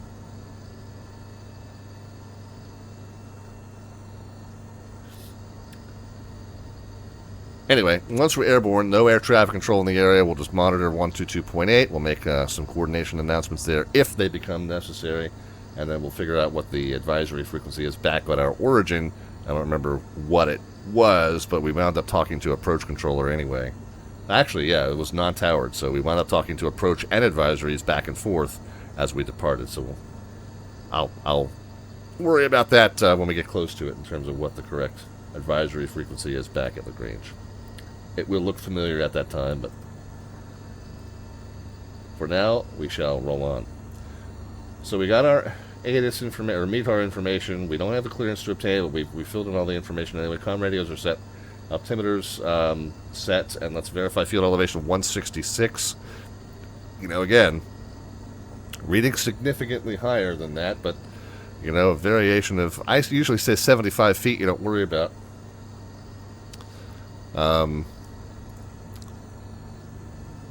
3037 is the METAR. So there might just be a little bit of a discrepancy between the reported METAR and the METAR that's being simulated. But, it's close enough. It's 100 feet off.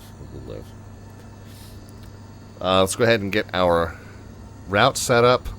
And we'll just do the flight plan entry from the bigger page here. Just make it a little easier. Let's go menu. Let's delete the flight plan. Enter and enter. And we'll enter first. We'll push for cursor. And then we'll enter first our origin, which is SEM.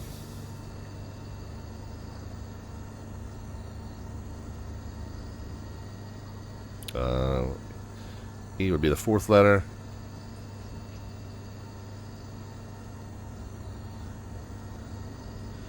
Enter. And then, again, it's Montgomery VOR. So that's just MGM. Metro Goldwyn Mayer. Or Montgomery, depending on the context. Okay, and then it's Victor 222, but we can't put in airways in this cheap little gadget. So all we're really going to do is, let's just see, MGM and then LaGrange VOR. If there were any points along here where there was a change in direction, I would put them in. But since it's a straight shot, we'll just go ahead and put LaGrange VOR and be done with it. And then we'll put our destination of LaGrange Airport right after that. LGC. Oh, and by the way, while we're on topic, this is a good time to point out, okay? When you're cleared to LaGrange, you're cleared to LaGrange VOR. That's why in your clearance, your IFR clearance, you're always going to almost always going to hear the word airport, because cleared to LaGrange means you cleared here. Cleared to LaGrange Airport means you cleared here. In this case, they are not the same location. They're 7 miles apart from each other. So that's why you almost always hear the word airport in your IFR clearance, just because it disambiguates it from any other waypoint that might have the name of that airport in it.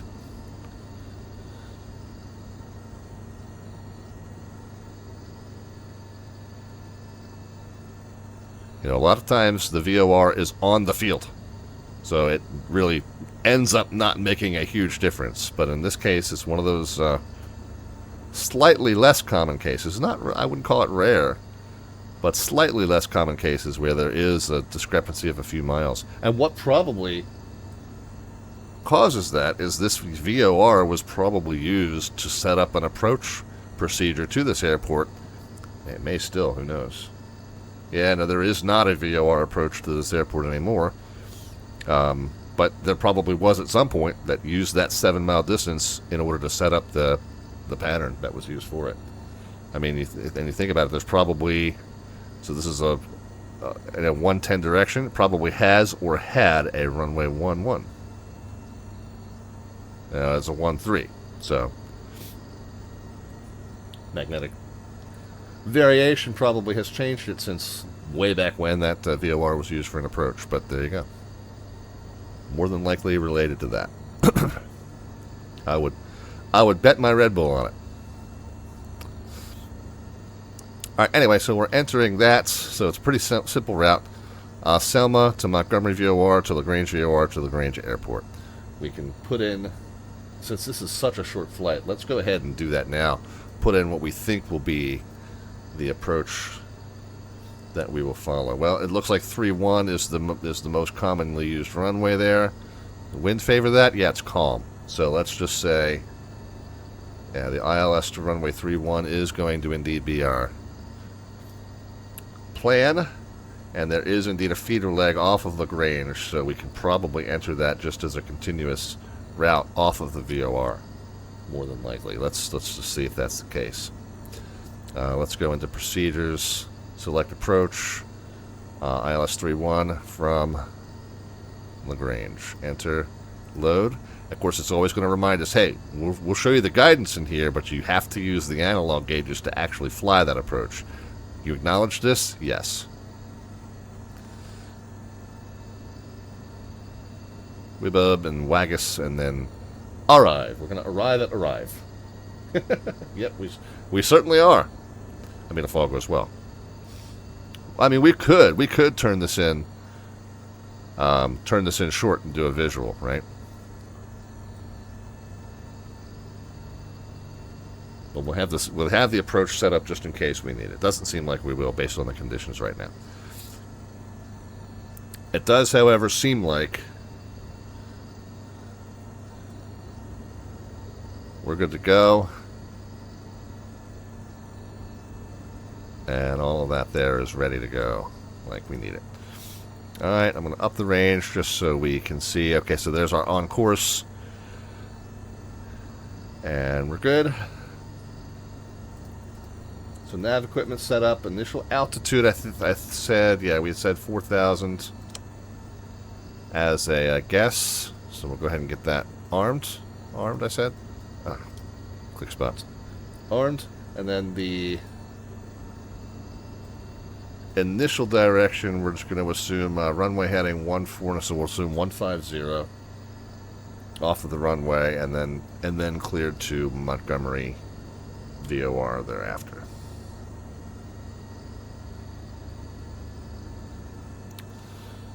So 150, we'll make sure navigation's set to GPS.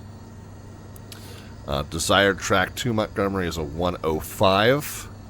So we'll going the wrong way around, but that's okay. We'll loosely set that just as a reasonable expectation of on course after we get airborne. And so we are good. And we're going to arm heading mode because that's the mode we're going to come up in before we turn.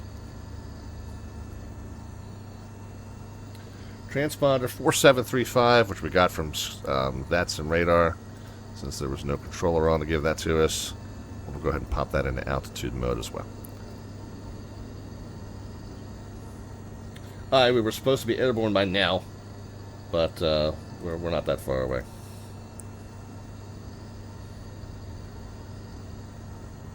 Alright, parking brake is set. Seatbelt signs can come on even though there's nobody on the plane. We'll just follow the procedure anyway.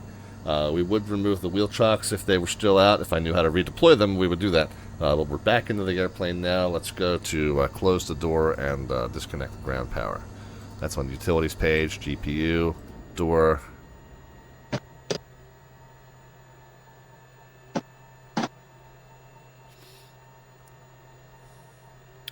This is where we would set our cabin temperature. Well, why is it only 49? Well, I guess we've been sitting here with the door closed. Well, let's get the fan blowing. Let's get the temperature to auto and just set it to the top there. I got to do some more reading on how they've modeled this climate control system. Don't really know. It'd be nice if it was just a temperature set and forget, but seems like it needs a little bit more manual management than that. So anyway, hopefully it'll warm up now that we've got the door closed.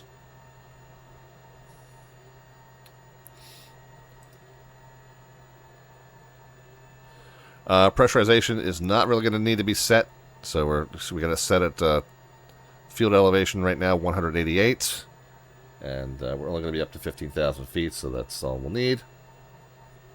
Let's go ahead and grab our takeoff performance numbers. So if we go back, performance takeoff page, let's sync everything from the sim and calculate the takeoff numbers. N1 is 95. I think I forgot to set that last time. We'll set that now. 95. V1 is 109. Again, we're very light. We've dumped off all the passengers, and we've burned almost all of our fuel, except for, of course, our final trip fuel, and then our alternates, reserves, and contingencies is all we've got left here. So 109 is set. Rotate at 125.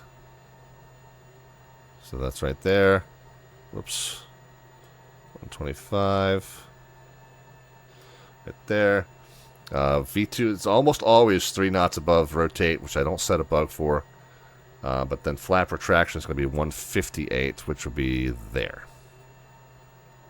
We need 2,900 feet. We got 8,000, so we're fine.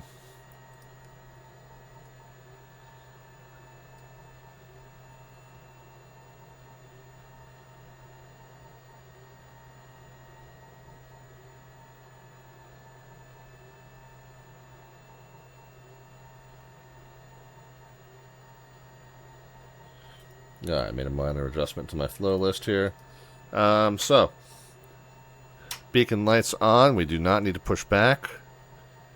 We can go ahead and start by getting the number 2 fired up. Sky 173 is here. Hey, how are you? Welcome.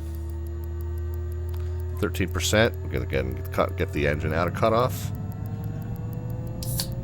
See the gen light and the ignition light come on automatically. Okay, they've now extinguished. We can go ahead and pop this switch up into gen mode.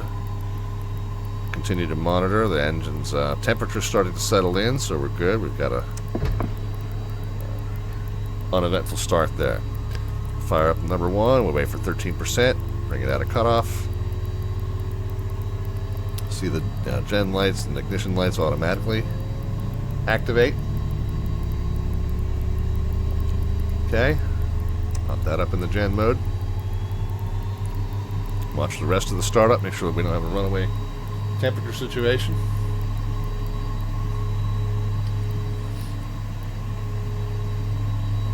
Okay, cabin air can come on now, so hopefully now that'll start to warm up things in here.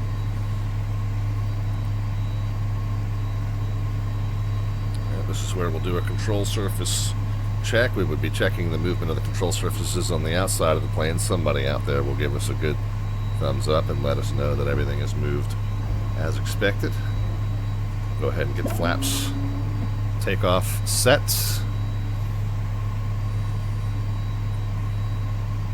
And the takeoff trim set. I'm going to just barely, this is the one thing I'm going to definitely ignore here, because this plane just likes to jump up so quickly that I'm just going to set it to the very lowest amount of trim that gets the warning light off.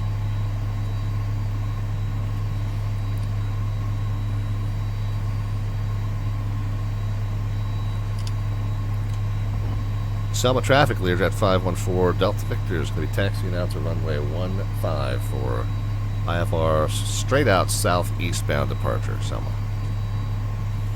Basically back the way we came. We arrived on 3-3, but then the winds went from calm to a slight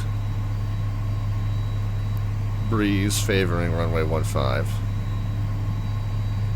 And this aircraft, once you get breakaway going, does not really require much, if any, thrust to keep it rolling. Matter of fact, a lot of times you got to ride the brake.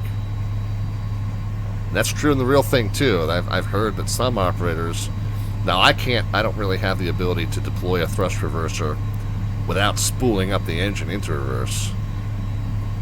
Just the way I have my controls set up. But I have heard that the real operators will sometimes deploy one of the so-called buckets just to have the extra drag while they're cruising around on the apron and taxiways.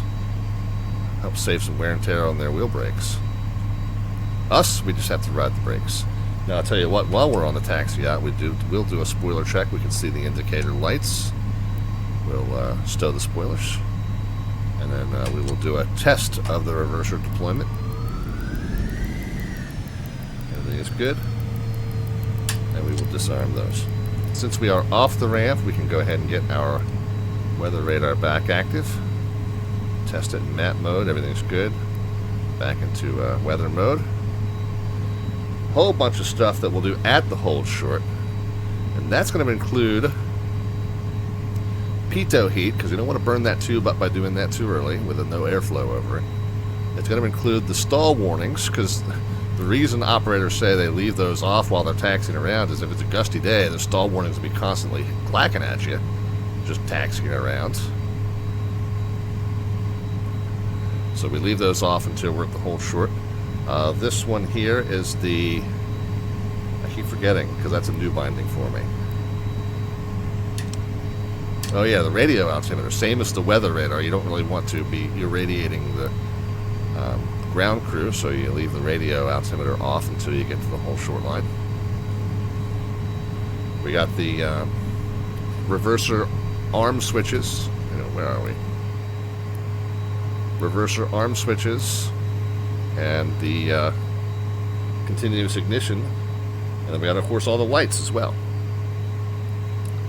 So we are now ready to go. So we'll go ahead and make our call. Selma traffic, Lear Jet 514 Delta Victor's departing runway 15, IFR straight out to the south and east. Selma. Alright, pitot heat. Stall warnings. Radio altimeter. Landing lights. Strobe lights. Recognition lights. Reverser arms. Reverser arm switches, I should say. Not the arms of the reversers. And then the continuous ignition. Okay, we didn't hear any traffic in the pattern. We haven't seen any traffic in the pattern, but we're going to double check and make sure.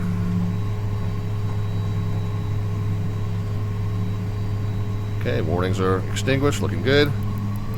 95 coming at you.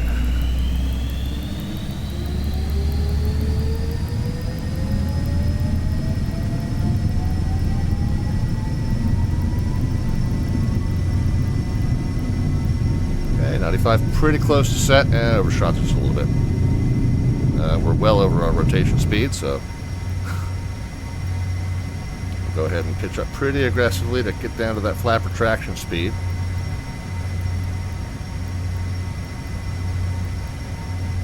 Okay, and there's 1,000. Oh, gear can come up. A little slow getting the gear up, but we're above 1,000 AGL. We'll go ahead and get flaps up as well.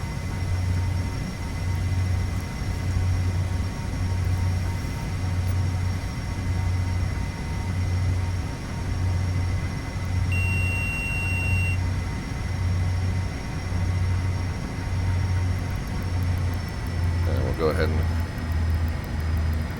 be ready to pull the power back as we level off at 4,250 knots. Selma traffic, Lear Jet 514 Delta Victor's clear of the runway on the IFR straight out southeastbound departure of Selma. Alright, let's keep it down to 250. Get to the regular advisory channel 122.8. Let's get turned to the left, kind of pointed in the direction of Montgomery VOR. Let's go ahead and say we've been cleared up to 15,000.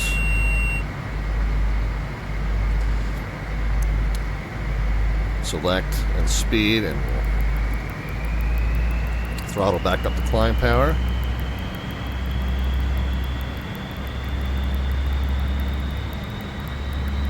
Okay, back up to 800 per side.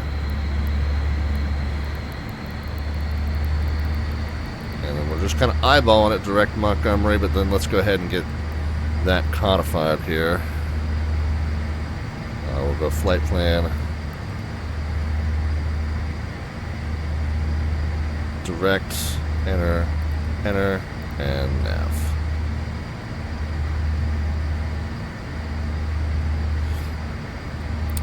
The yaw damper can be engaged. I always forget to do that off the runway. Continuous ignition off. And reverser arm switches off. And we are now direct to Montgomery. We did indeed get flaps up and gear up, so we're good. Busy airplane on takeoff, but not too bad, especially because I've got all the stuff that I need at my fingertip right on the switches now. Which is super, super nice. Alright, climb power's 800, so I can actually get just a little bit better. Not that our climb performance is bad, but we can even do a little bit better and get the engines churning at 800 on each side.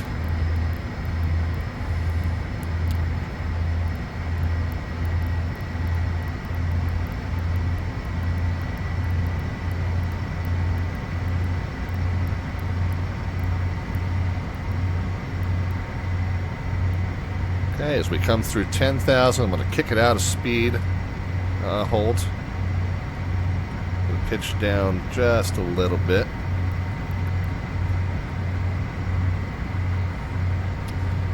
Airspeed will come up about 20 more knots to 270, and then we'll recapture that for the rest of the way. Not sure why I'm bothering, because in another 3,500 feet, we're going to be at our cruise altitude.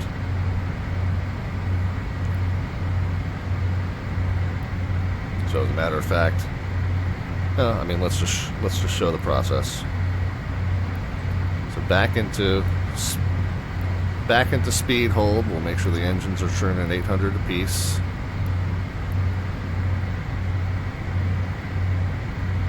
Just about 1,000 to go anyway.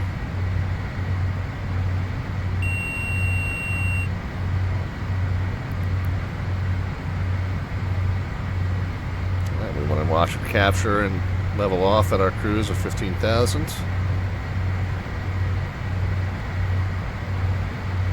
it has. And we're going to pull the engines down to about 740. At high altitude, you'd set it by the fuel flow, about 600 a side. Lower altitude cruise, you can set it about 740-ish. Should see it stabilize at about 320 knots. Go ahead and get our seatbelt signs off, and then the other thing we can do is check our pressurization. Cabin altitude shouldn't have changed, didn't, and isn't. But the differential pressure is still well within limits because we're cruising so low, so we're fine. And we can see we're coming up 310, trending towards 320. So yeah, that's about what we should expect for lower end cruise altitude here. All right, well, let's start getting ready for our arrival. Again, this is just the short hop back home to LaGrange. And do we have an airport diagram at LaGrange? I believe we did. No, we did not. All we have is this airport diagram here. I can't remember. Did we park? I think we parked on this ramp. Yeah, we did. Yeah, we did. Okay, so it's going to be a right-hand turn-off if we make it down. We may... I'm not sure we're going to get off quite that quickly. If we roll it past the crossing runway to right, and then we'll have to cross on the way back. And then if we miss that, immediately after the crossing runway, we'll just roll it to the end. But it is this pad we started at, so it's that pad we'll try to finish that as well. We got Hayatoa with the follow. Welcome to the stream. We're flying the FlySimWare Lear 35 for Flight Sim 2024. Now, I have just now transitioned from 2020 to 2024. Slow adopter. Number one, because I like the fact that the sim is reported as fairly stable and trustworthy, but also many of our favorite airplanes are now available for Flight Sim 2024 as well. So here we are in only, I think this is only our second stream in the new sim, newish sim. But this is the 2024. I did go ahead and buy the 2024 versions of all four of the planes that we fly regularly that we have available. We also fly the DC-6. That one's not out for 2024 yet. But we do have the A2A Comanche. We've got this. We've got the BAE 146, and then we got the PMDG 737-800 series. So just now started to get everything switched over and configured in the new sim here. So this is our first time flying the Lear in Flight Sim 2024 versus Flight Sim 2020. We've been flying it for a while. But first time in the new sim, at least on stream. Normal show schedule's Monday, Wednesday, and Friday at 7 p.m. U.S. Eastern Time. Next two streams, by the way, coming up this week, air traffic control streams. All right, the Washington ARTCC has a event on Wednesday. We're going to be calling it Winter Capital Handoff. We're staffing up the nation's capital and the capital of North Carolina. And I'm going to be working the approach sector around RDU, the feeder sector. So I'll be the first approach controller you talk to coming into Raleigh, and then I'll hand you off with the guy who will sequence you on to the final approach. But I'll be the first approach controller that gives you that approach, gets you set up for it, gets you vectored for it. That'll be on Wednesday stream. That starts at 7 p.m. U.S. Eastern Time, midnight Zulu time on the midnight Zulu time on the day ahead. So Wednesday 7 p.m. technically Thursday midnight Zulu. Be our next stream, and again, VATSIM air traffic control stream for that and Friday.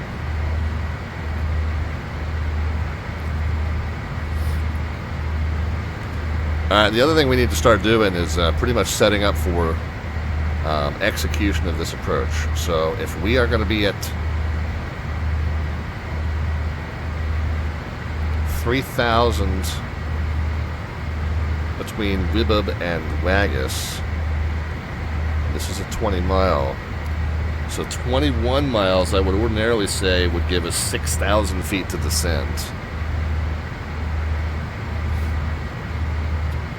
So 3 and 6. So I would say 9,000 at LaGrange VOR is a good target.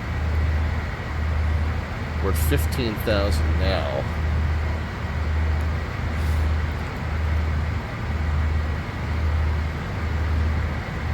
So 15 to 9 is what? 6,000 to lose. So how many miles prior to LaGrange do we need to start down? 6 times 3 is 18. 6 times a half is 3. So 21 miles prior to LaGrange is when we need to start down. Well, let's start getting everything set up in the radios for this approach. Again, we've got it in the GPS, so it'll get us onto this path okay, but once we're on final, technically speaking, we're going to need to navigate it by the old school radio. So let's get all those set up. And if we go missed, it's literally just to the VOR. So the missed approach, 115.6 and 108 over there. In case we need to fly the missed, we'll get that set up on the first officer side just so we can glance over and see it. What was it, 115.6? Yep. 115.6. And then what was the course? The whole course, 108.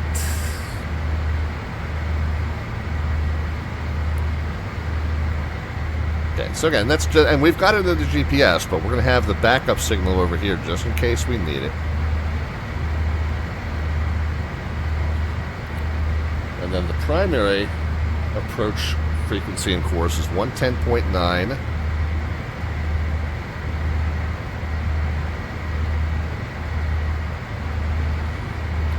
And 311. Button for that makes it a little easier.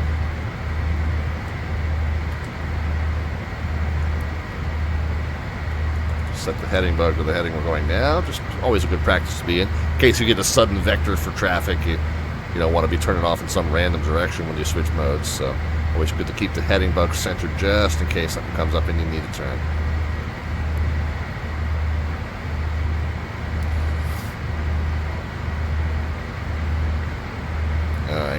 Let's get a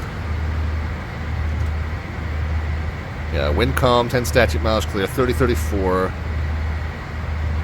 and 10-0. 3034, 3034, 3034. There we are.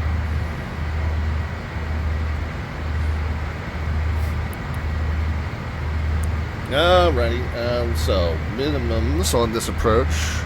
Again, cloud bases don't sound like they're going to be a factor, but just to be legit, it's 881. I'm just going to say 900 is our minimum. That 881 is 200 above the threshold. However, we don't know what the terrain elevation is at the missed approach point. There's a little bit of variation there. Technically speaking, you should be setting 881 on a barometric altitude alerter. We don't have one in this plane. The 200 is going to be pretty close, but it's 200 plus or minus whatever the difference in ground elevation is over that little distance there. So I was just going to buffer it and add a little bit to it. We'll call it 350, but really we'll know that it's 900 on our primary barometric altimeter is our decision factor height. The alerter will just set a little bit higher just to make sure it's got our attention. So 350, yeah, that's already set, but 900 barometric will be our true minimum for the purpose of executing this approach. And then let's get our performance numbers. We said the field elevation there is what now? 694.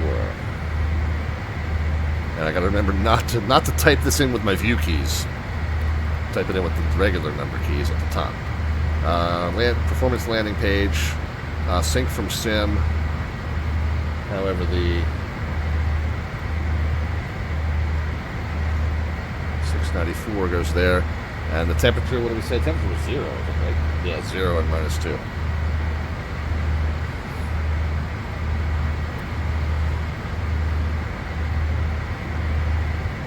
And now remember, I ignore this approach speed. 119 is the VREF. I think this plane handles like crap near its VREF. It handles much better to me. It still handles a little shakily at VREF plus 15, but it's close enough. So 119, so 134 for me. That's what I'm going to fly the approach at. And then 150 is our flap 3 speed. And that's over here, by the way, if you need it. Somewhere. Somewhere there's a placard with the flap speeds.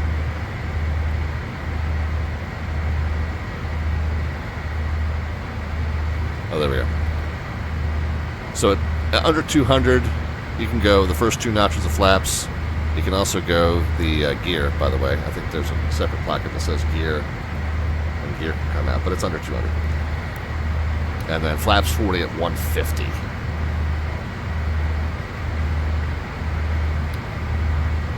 So that's why. So 200, I don't have a bug for.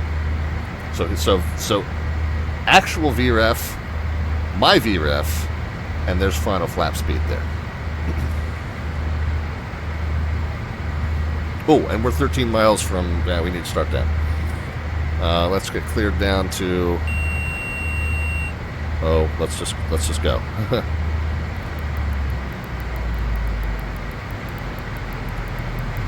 Windshield heat, pressurization will set in just a minute.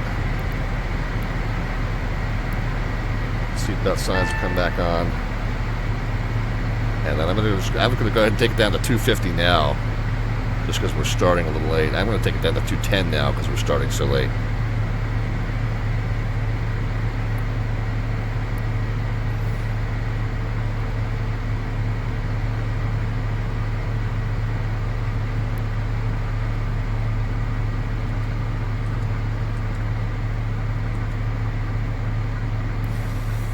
Alright, I still need common traffic advisory frequency.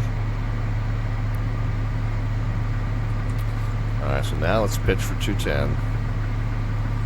And let's just hold the speed.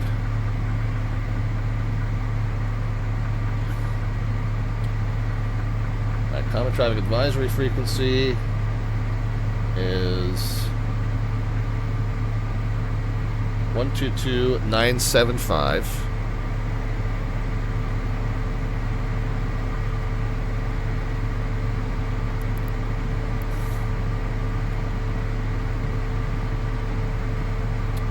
Does sound familiar now that I say it.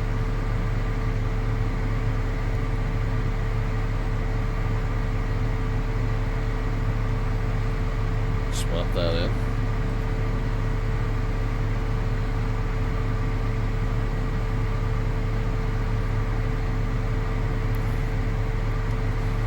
Okay, so we're starting the turn at LaGrange.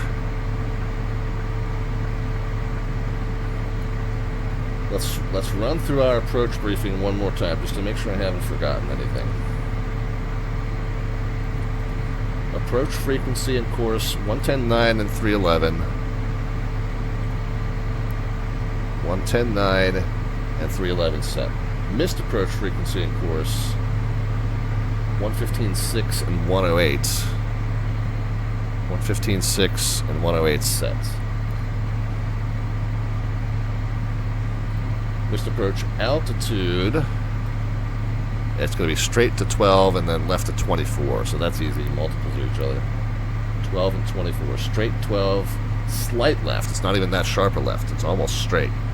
So straight to 12 and then a slight left to 24. So we'll get the 2400 set. What are we going to now, by the way? 3,000 to join the approach. So I think I think I dialed in 3,000 just by accident. But yeah, we're good there. All right, so if we go missed straight to 12, left, slight left to 24, we make it down successfully. We set it as a right-hand turnoff off the runway. And we said wind is calm and cloud base is not a factor. Okay. So I think we're set here. So we want to be 3,000 by 14 miles from now. We've got to lose 6,000 in that space.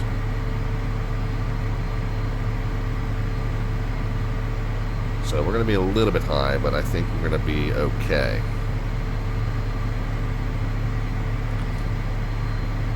I'm going to kick it out of speed hold mode. I'm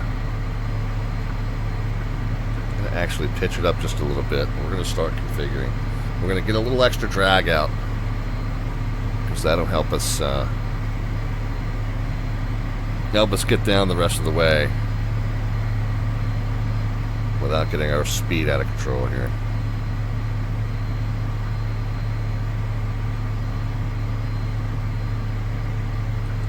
So I need it to be under 200 before I can put that first notch of flaps out, so I'm just pitching up just a tiny little bit more. Tiny little bit more. Normally don't do the gear until we get... Now we'll go back into speed mode. Normally don't do the gear, by the way. So right now this changes 1,000 at a time. I'm going to kick it so that it changes 100 at a time, because when we get down on final, we're going to set this from 3,000 to 2,400 so that we're ready to capture our missed approach altitude should we need it. I normally don't get the gear out until we're capturing glide slope, and we're transitioning from level flight into that glide slope descent. But we've got in our pocket the ability to throw the gear out now if we want to. By the way, the airport, I mean, we could just do this as a visual at this point, really, because the airport's over our left shoulder, and I'm sure it's very good conditions to see it. But because I got started late on the descent, by the way, that I get all that stuff done, windshield heat, pressurization. So field elevation at our destination is 694. So we want the inside pressure to match the outside pressure when we land. So let's get that set. Okay. Otherwise we're good. That's just a minor change there, so that shouldn't affect us.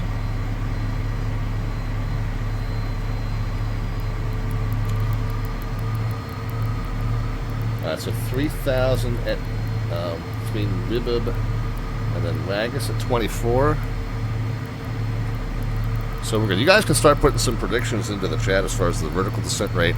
At the moment the wheels touch the runway surface, there's no bot commands for that. Just a number into the chat, positive or negative. We'll know the meter descent rates. Either way, by the way, the VOR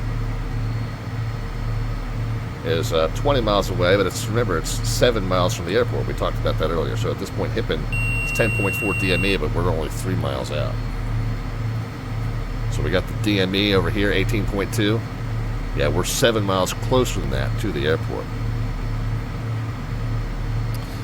Anyway, you guys can start putting some predictions into the chat as far as the vertical descent rate at the moment the wheels touch runway surface. No bot command necessary for that. Just a number into the chat, positive or negative.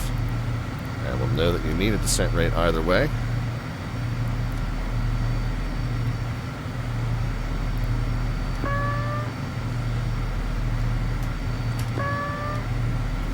Okay, my airplane, we're going to hold it at 3,000.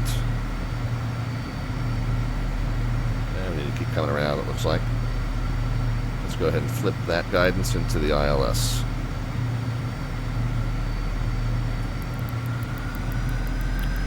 Add some throttle back in. We don't want to lose all our speed now. We capture the glide slope. We'll go gear and flaps 2. And then 5 miles out, we'll go flaps 3.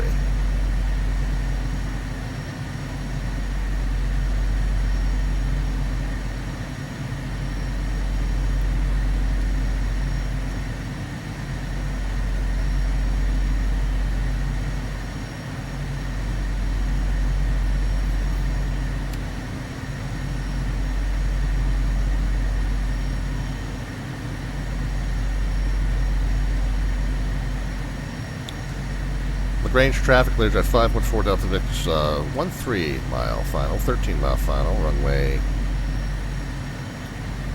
31, LaGrange. Oh, we got the rate coming in from the jump seat here, guys. Just in time, get some predictions into the chat in terms of the vertical descent rate at the moment the wheels touch runway surface. No bot command necessary for that on this channel, just a number. Positive or negative, we'll know that you mean a descent rate either way. Closest predictor to the actual feet per minute at the moment the wheels touch gets an automatic entry into our monthly landing rate raffle, and we'll next pull that winner on January the 30th, Friday, January the 30th. Just about getting ready to arrive back at LaGrange, Georgia, home of our fictional charter operation in the Lear 35, flying it for FlightSim 2024. Just about making the transition all the way over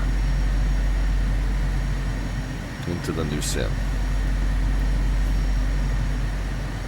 Just about. Welcome, guys, coming over from the jump seat, Sim Caesar, Mustafa, thank you so kindly. Continued support of the channel, truly appreciate it.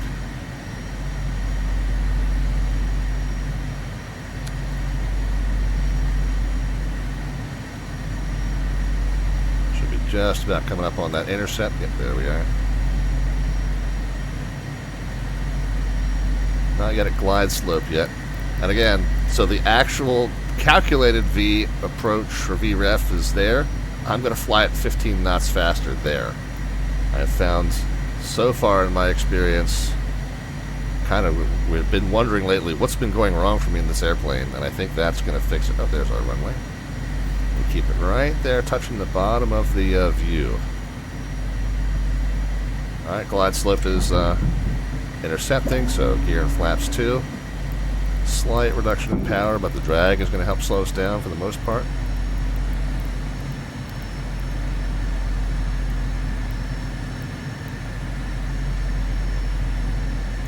LaGrange traffic, Lear 514 Delta Victor's 7 mile final now, runway 31, full stop, LaGrange.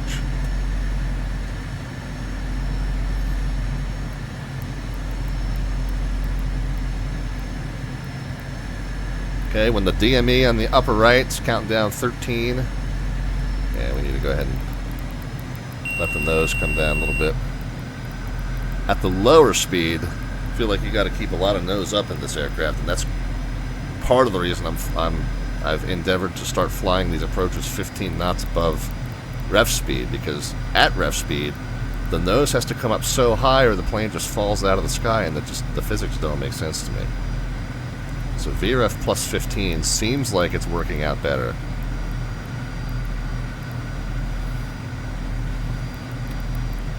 Alright, there's 5 miles out. LaGrange traffic, Lear 514 Delta Victor. 5 mile final, runway 31, full stop, LaGrange. Alright, reversers armed, continuous ignition on. Get down to 150, we got the final notch of flaps in, gears down in green. Holding on landing flaps. Right turn off if we make it down. Straight to 12. Oh, and we need to set 24. Straight to 12, slight left to 24 if we go missed. There's flaps 3 speed. And see, look how low low glide slope we are.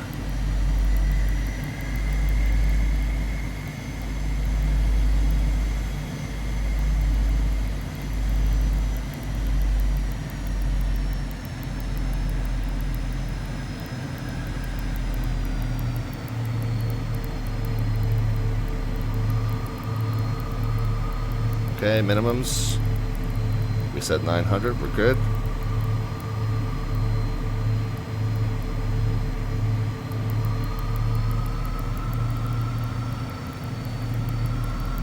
Yeah, there's my ref speed.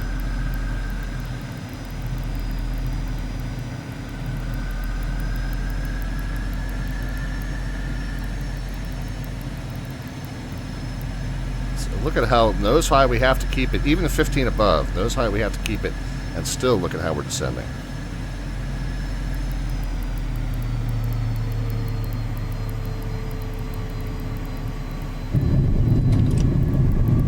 That was a little bit of a harder hit.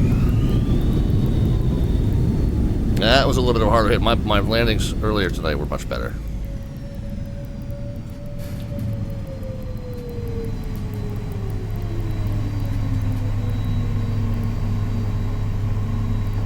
Oh well. 2 out of 3 ain't bad. LaGrange traffic, Learjet 514 out to Victor's clear. Runway 31 and crossing runway 21 on the way back in. LaGrange. Man, oh man, all those people come over from the jump seat and they got to see that. Disappointing. Sorry, guys. Flaps stowed. Reverser stowed. Spoiler stowed. Continuous ignition off. Reverser arm switches off. Strobes. Landing lights. Recognition will leave on as our taxi light, basically. Get the pitot heat, radio altimeter, weather radar, and windshield heat off. And what's the other one? Oh, stall warnings off also.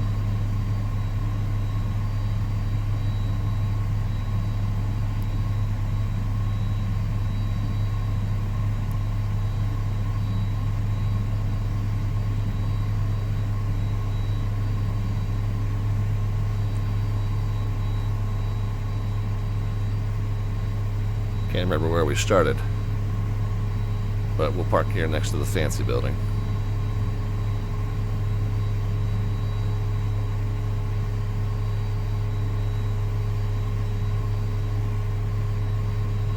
Recognition light can come off now as we're on the ramp area.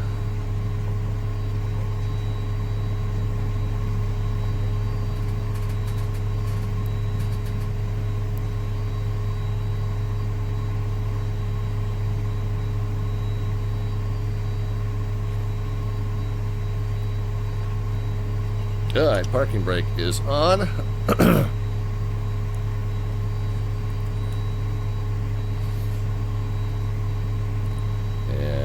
We can go ahead and run through our shutdown flow. Did I get all the switches and weather radar? Yeah, that should have been.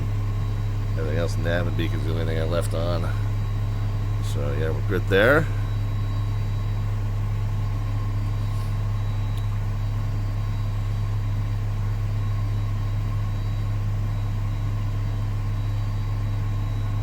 Alright, here we go. So cabin air can come off. Engine gens. Take her in the cutoff. Seatbelt signs, beacon lights. Transponder mode and code.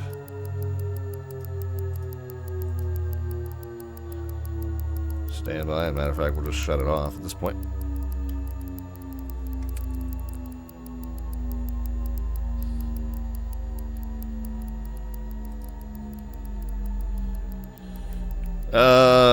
What else?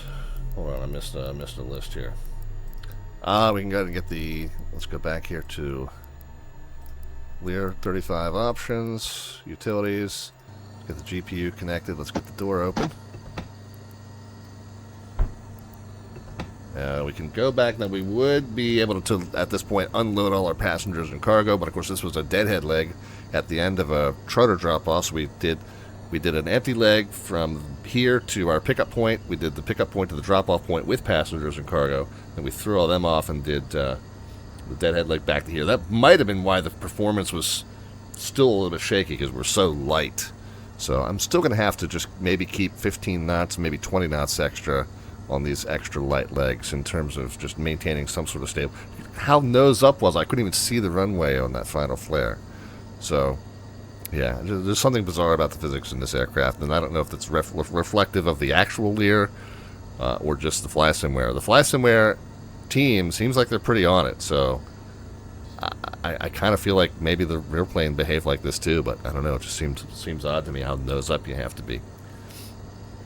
Anyway, so we'll lament that another day. Right now, we're going to go ahead and finish up the shutdown. We'll figure out my fuel predictions and timing predictions, and then we'll see who. It looks like we only had one entry into our landing rate raffle, so Qualit, congratulations. Strudel stopped in, so I finally found some time to stop in. Sorry about that. I hope everything is well. You don't have to apologize to me. I hope everything's well with you. Sounds like you've got a busy time going on, but I hope everything's good. And yeah, other than that landing that you just maybe missed witnessing, everything's been good. Transitioning over into the new sim, FlightSim 2024, finally. So far, so good. SPAD.neXt, by the way, love it. Everybody who raves about it, they're correct. Anyway, so we don't have to change mass and balance because we've already kicked all the passengers and cargo off at our last stop, so nothing to do there. We can just go to the fuel page and see how we did fuel-wise. So we'll go back, go to the fuel page. I had predicted that we were going to end with what? We're going to end with 1,964. I'm going to say we probably have about 500 extra. 1172 plus 1121. 2293. So maybe not. Oh, yeah, pretty close to 500 extra. 2293. 416 extra. So there you go. And I had said, well, I'll show you.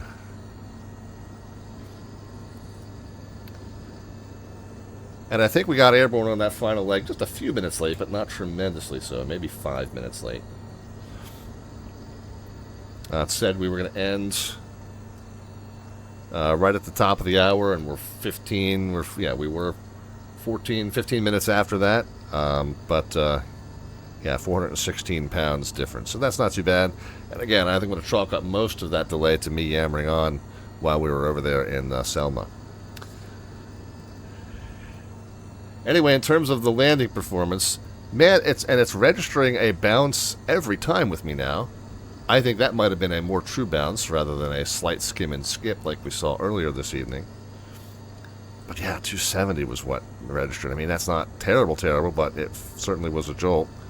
And yeah, I flared too early, too high, and dropped onto the runway, and couldn't see the runway. I had the nose up so high, I couldn't even see the runway when the flare happened. So, yeah, something about this, the way the plane handles when it's very close to its ref speed, and I was 15 above that ref speed.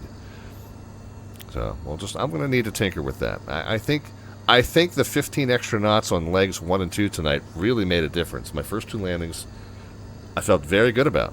Very good about. They weren't at all like what you just saw. So, we'll get there. We'll get there.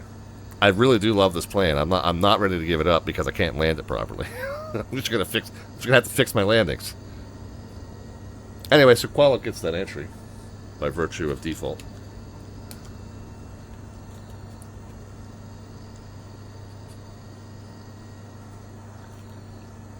But anyway, like I said, 2 out of 3. 2 out of 3 landings in this plane went very much better than my recent endeavors in this aircraft. So I would say that I'm onto something with the extra speed. Just need to make some tweaks for when I'm especially light on those final legs. Anyway, so it's where were we? We're KLGC on 112.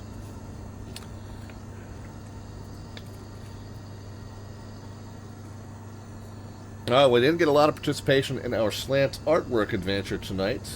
I may add 1 or 2 things to it before we post it up as the thumbnail. But we got the Lear climbing out over the University of Georgia. I don't know, should I add in something a little like on the... You guys didn't add in anything today.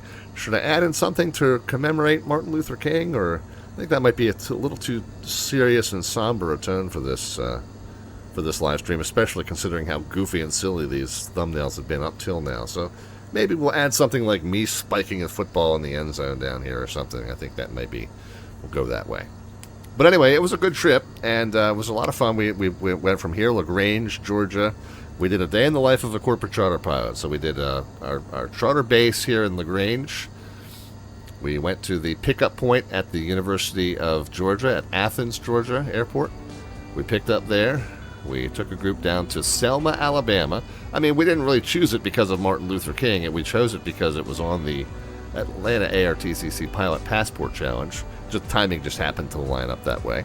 But we dropped our group down, so we figured we took some professors, some history professors from the University of Georgia down to Selma, Alabama, where they may be commemorating Martin Luther King this week. Who knows? Again, we're just making it up as we go along. But we dropped them off there, and then we wound up coming back up here to our base in LaGrange. Yeah, that's what I was saying, Moose, is the timing just kind of worked out that way, that we happened to choose Selma, Alabama, because it was on the Atlanta ARTCC Pilot Passport Challenge. It was one of the remaining ones that we hadn't gotten to yet. So we've got that stamped, but the timing lined up in terms of it being a commemoration. So we said, all right, well, fine. So we picked up at Athens. So let's just say we got some history professors from Athens and hauled them down to a commemorative event down here in Selma, Alabama. So that was our mission tonight.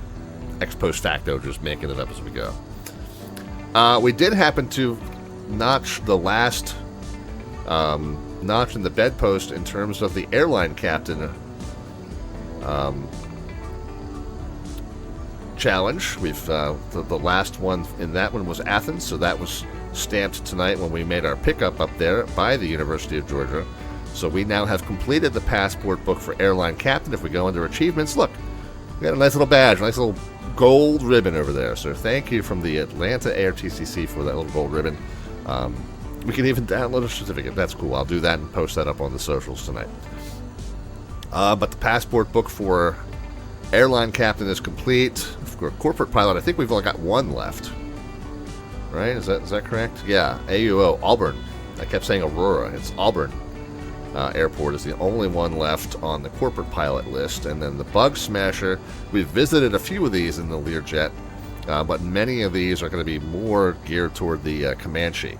And since we have now decided to put the Boston ARTCC wings flights on hold, this will be a good thing for us to kind of get some hours in that Comanche the next month or two. And then we can maybe even work on the Hawaii ones as well in the Comanche. Maybe go down to do the ones from Guam, the ones around Guam in the Comanche, while we're holding off on recompleting the Wings Over New England flights.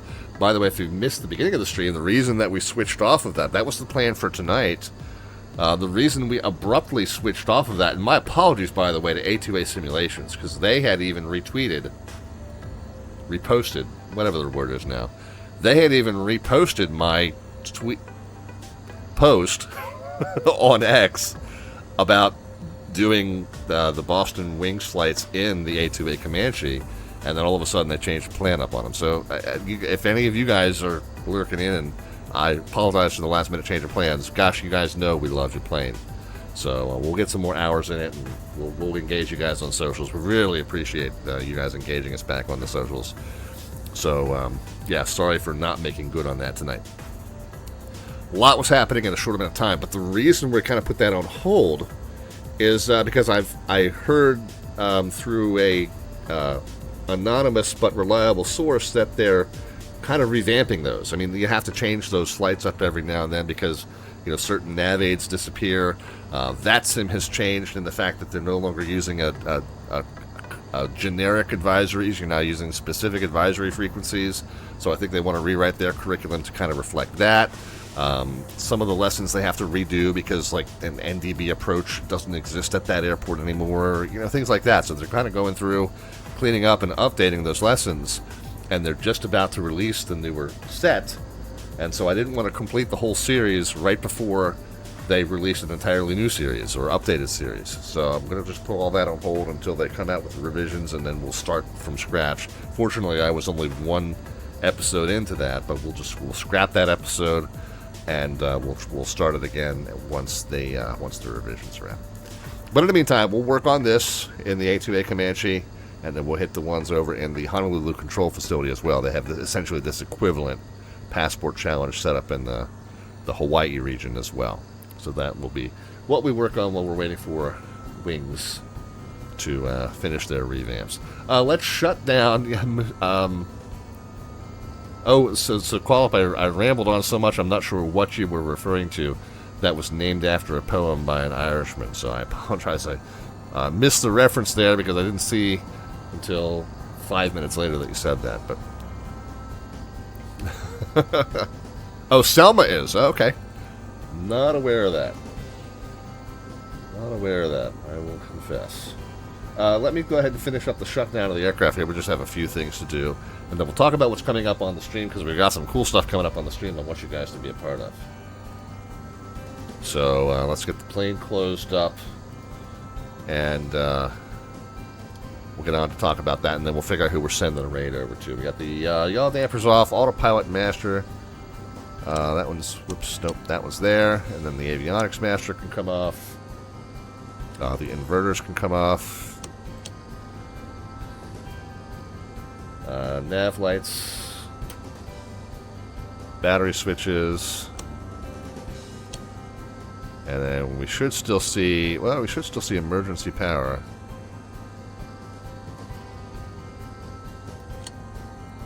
And if we switch that off. Oh, weird. So we have... Oh, no. Yeah. So did I skip a step, or did I need to...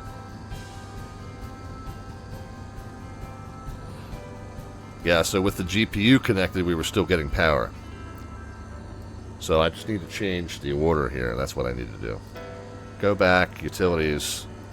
Let's do GPU off. Leave that open. So yeah, so we'll just have to modify our shutdown flow list. So now, so that battery should still be on. Inverters came off.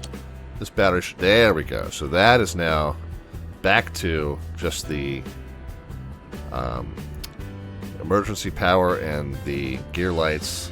And then if we go back to standby and then off, that should shut the rest down. Okay. So I think that's now a little bit more reflective of the correct order. We had a comment on a recent Lear video that I was kind of doing some stuff out of sequence there at the beginning and the end with respect to the emergency battery. So I think that should address those issues. And so then we'll just have to shut the GPU off before we do that whole sequence from now on. So I'll just make that adjustment in my flow list. And now that we're completely shut off, we can go ahead and door closed. We can exit the aircraft. And the only other thing that I need to figure out, I don't yet know, like these are not click spots here, so I don't yet know, and it's probably something I just haven't read properly in the manual. But how to reset the chocks, reset the covers, reset the windshield cover, reset the engine cover. So that's just something I don't yet know how to do, and that's just on me. So, yeah, so we'll switch to that view there, and we will call it a day, right? Alright, well that's where we'll leave it, but as I said, we did want to talk about what's coming up real soon on the stream. Oh, you know what? I don't even have a Twitch window open to figure out who we're going to send the raid to, so let me work on that right quick. Oh, Melvin Leroy's up and running. Is he still up and running, or is he down? Looks like he's still flying. We'll go ahead and send the raid over to Melvin Leroy. Well, I'll tell you what, so our next stream, next two streams are going to be VATSIM air traffic control streams. The next one is going to be, I'll tell you what, let me get the raid to Melvin started. The next one is going to be what we call our winter capital handoff. We're going to be staffing up Raleigh-Durham International Airport, Raleigh, North Carolina, and Reagan National Airport in Washington, D.C. So we're going to be staffing up the Raleigh capital and the nation's capital, and we're going to do a crossfire there. I'm going to be working the feeder approach position at Raleigh, and I think I've got that entire sector, east and west, for feeders. So depending on how busy it gets, maybe hopefully they'll send some resources my way if I need them. Other than that, it should be a nice, fun, busy,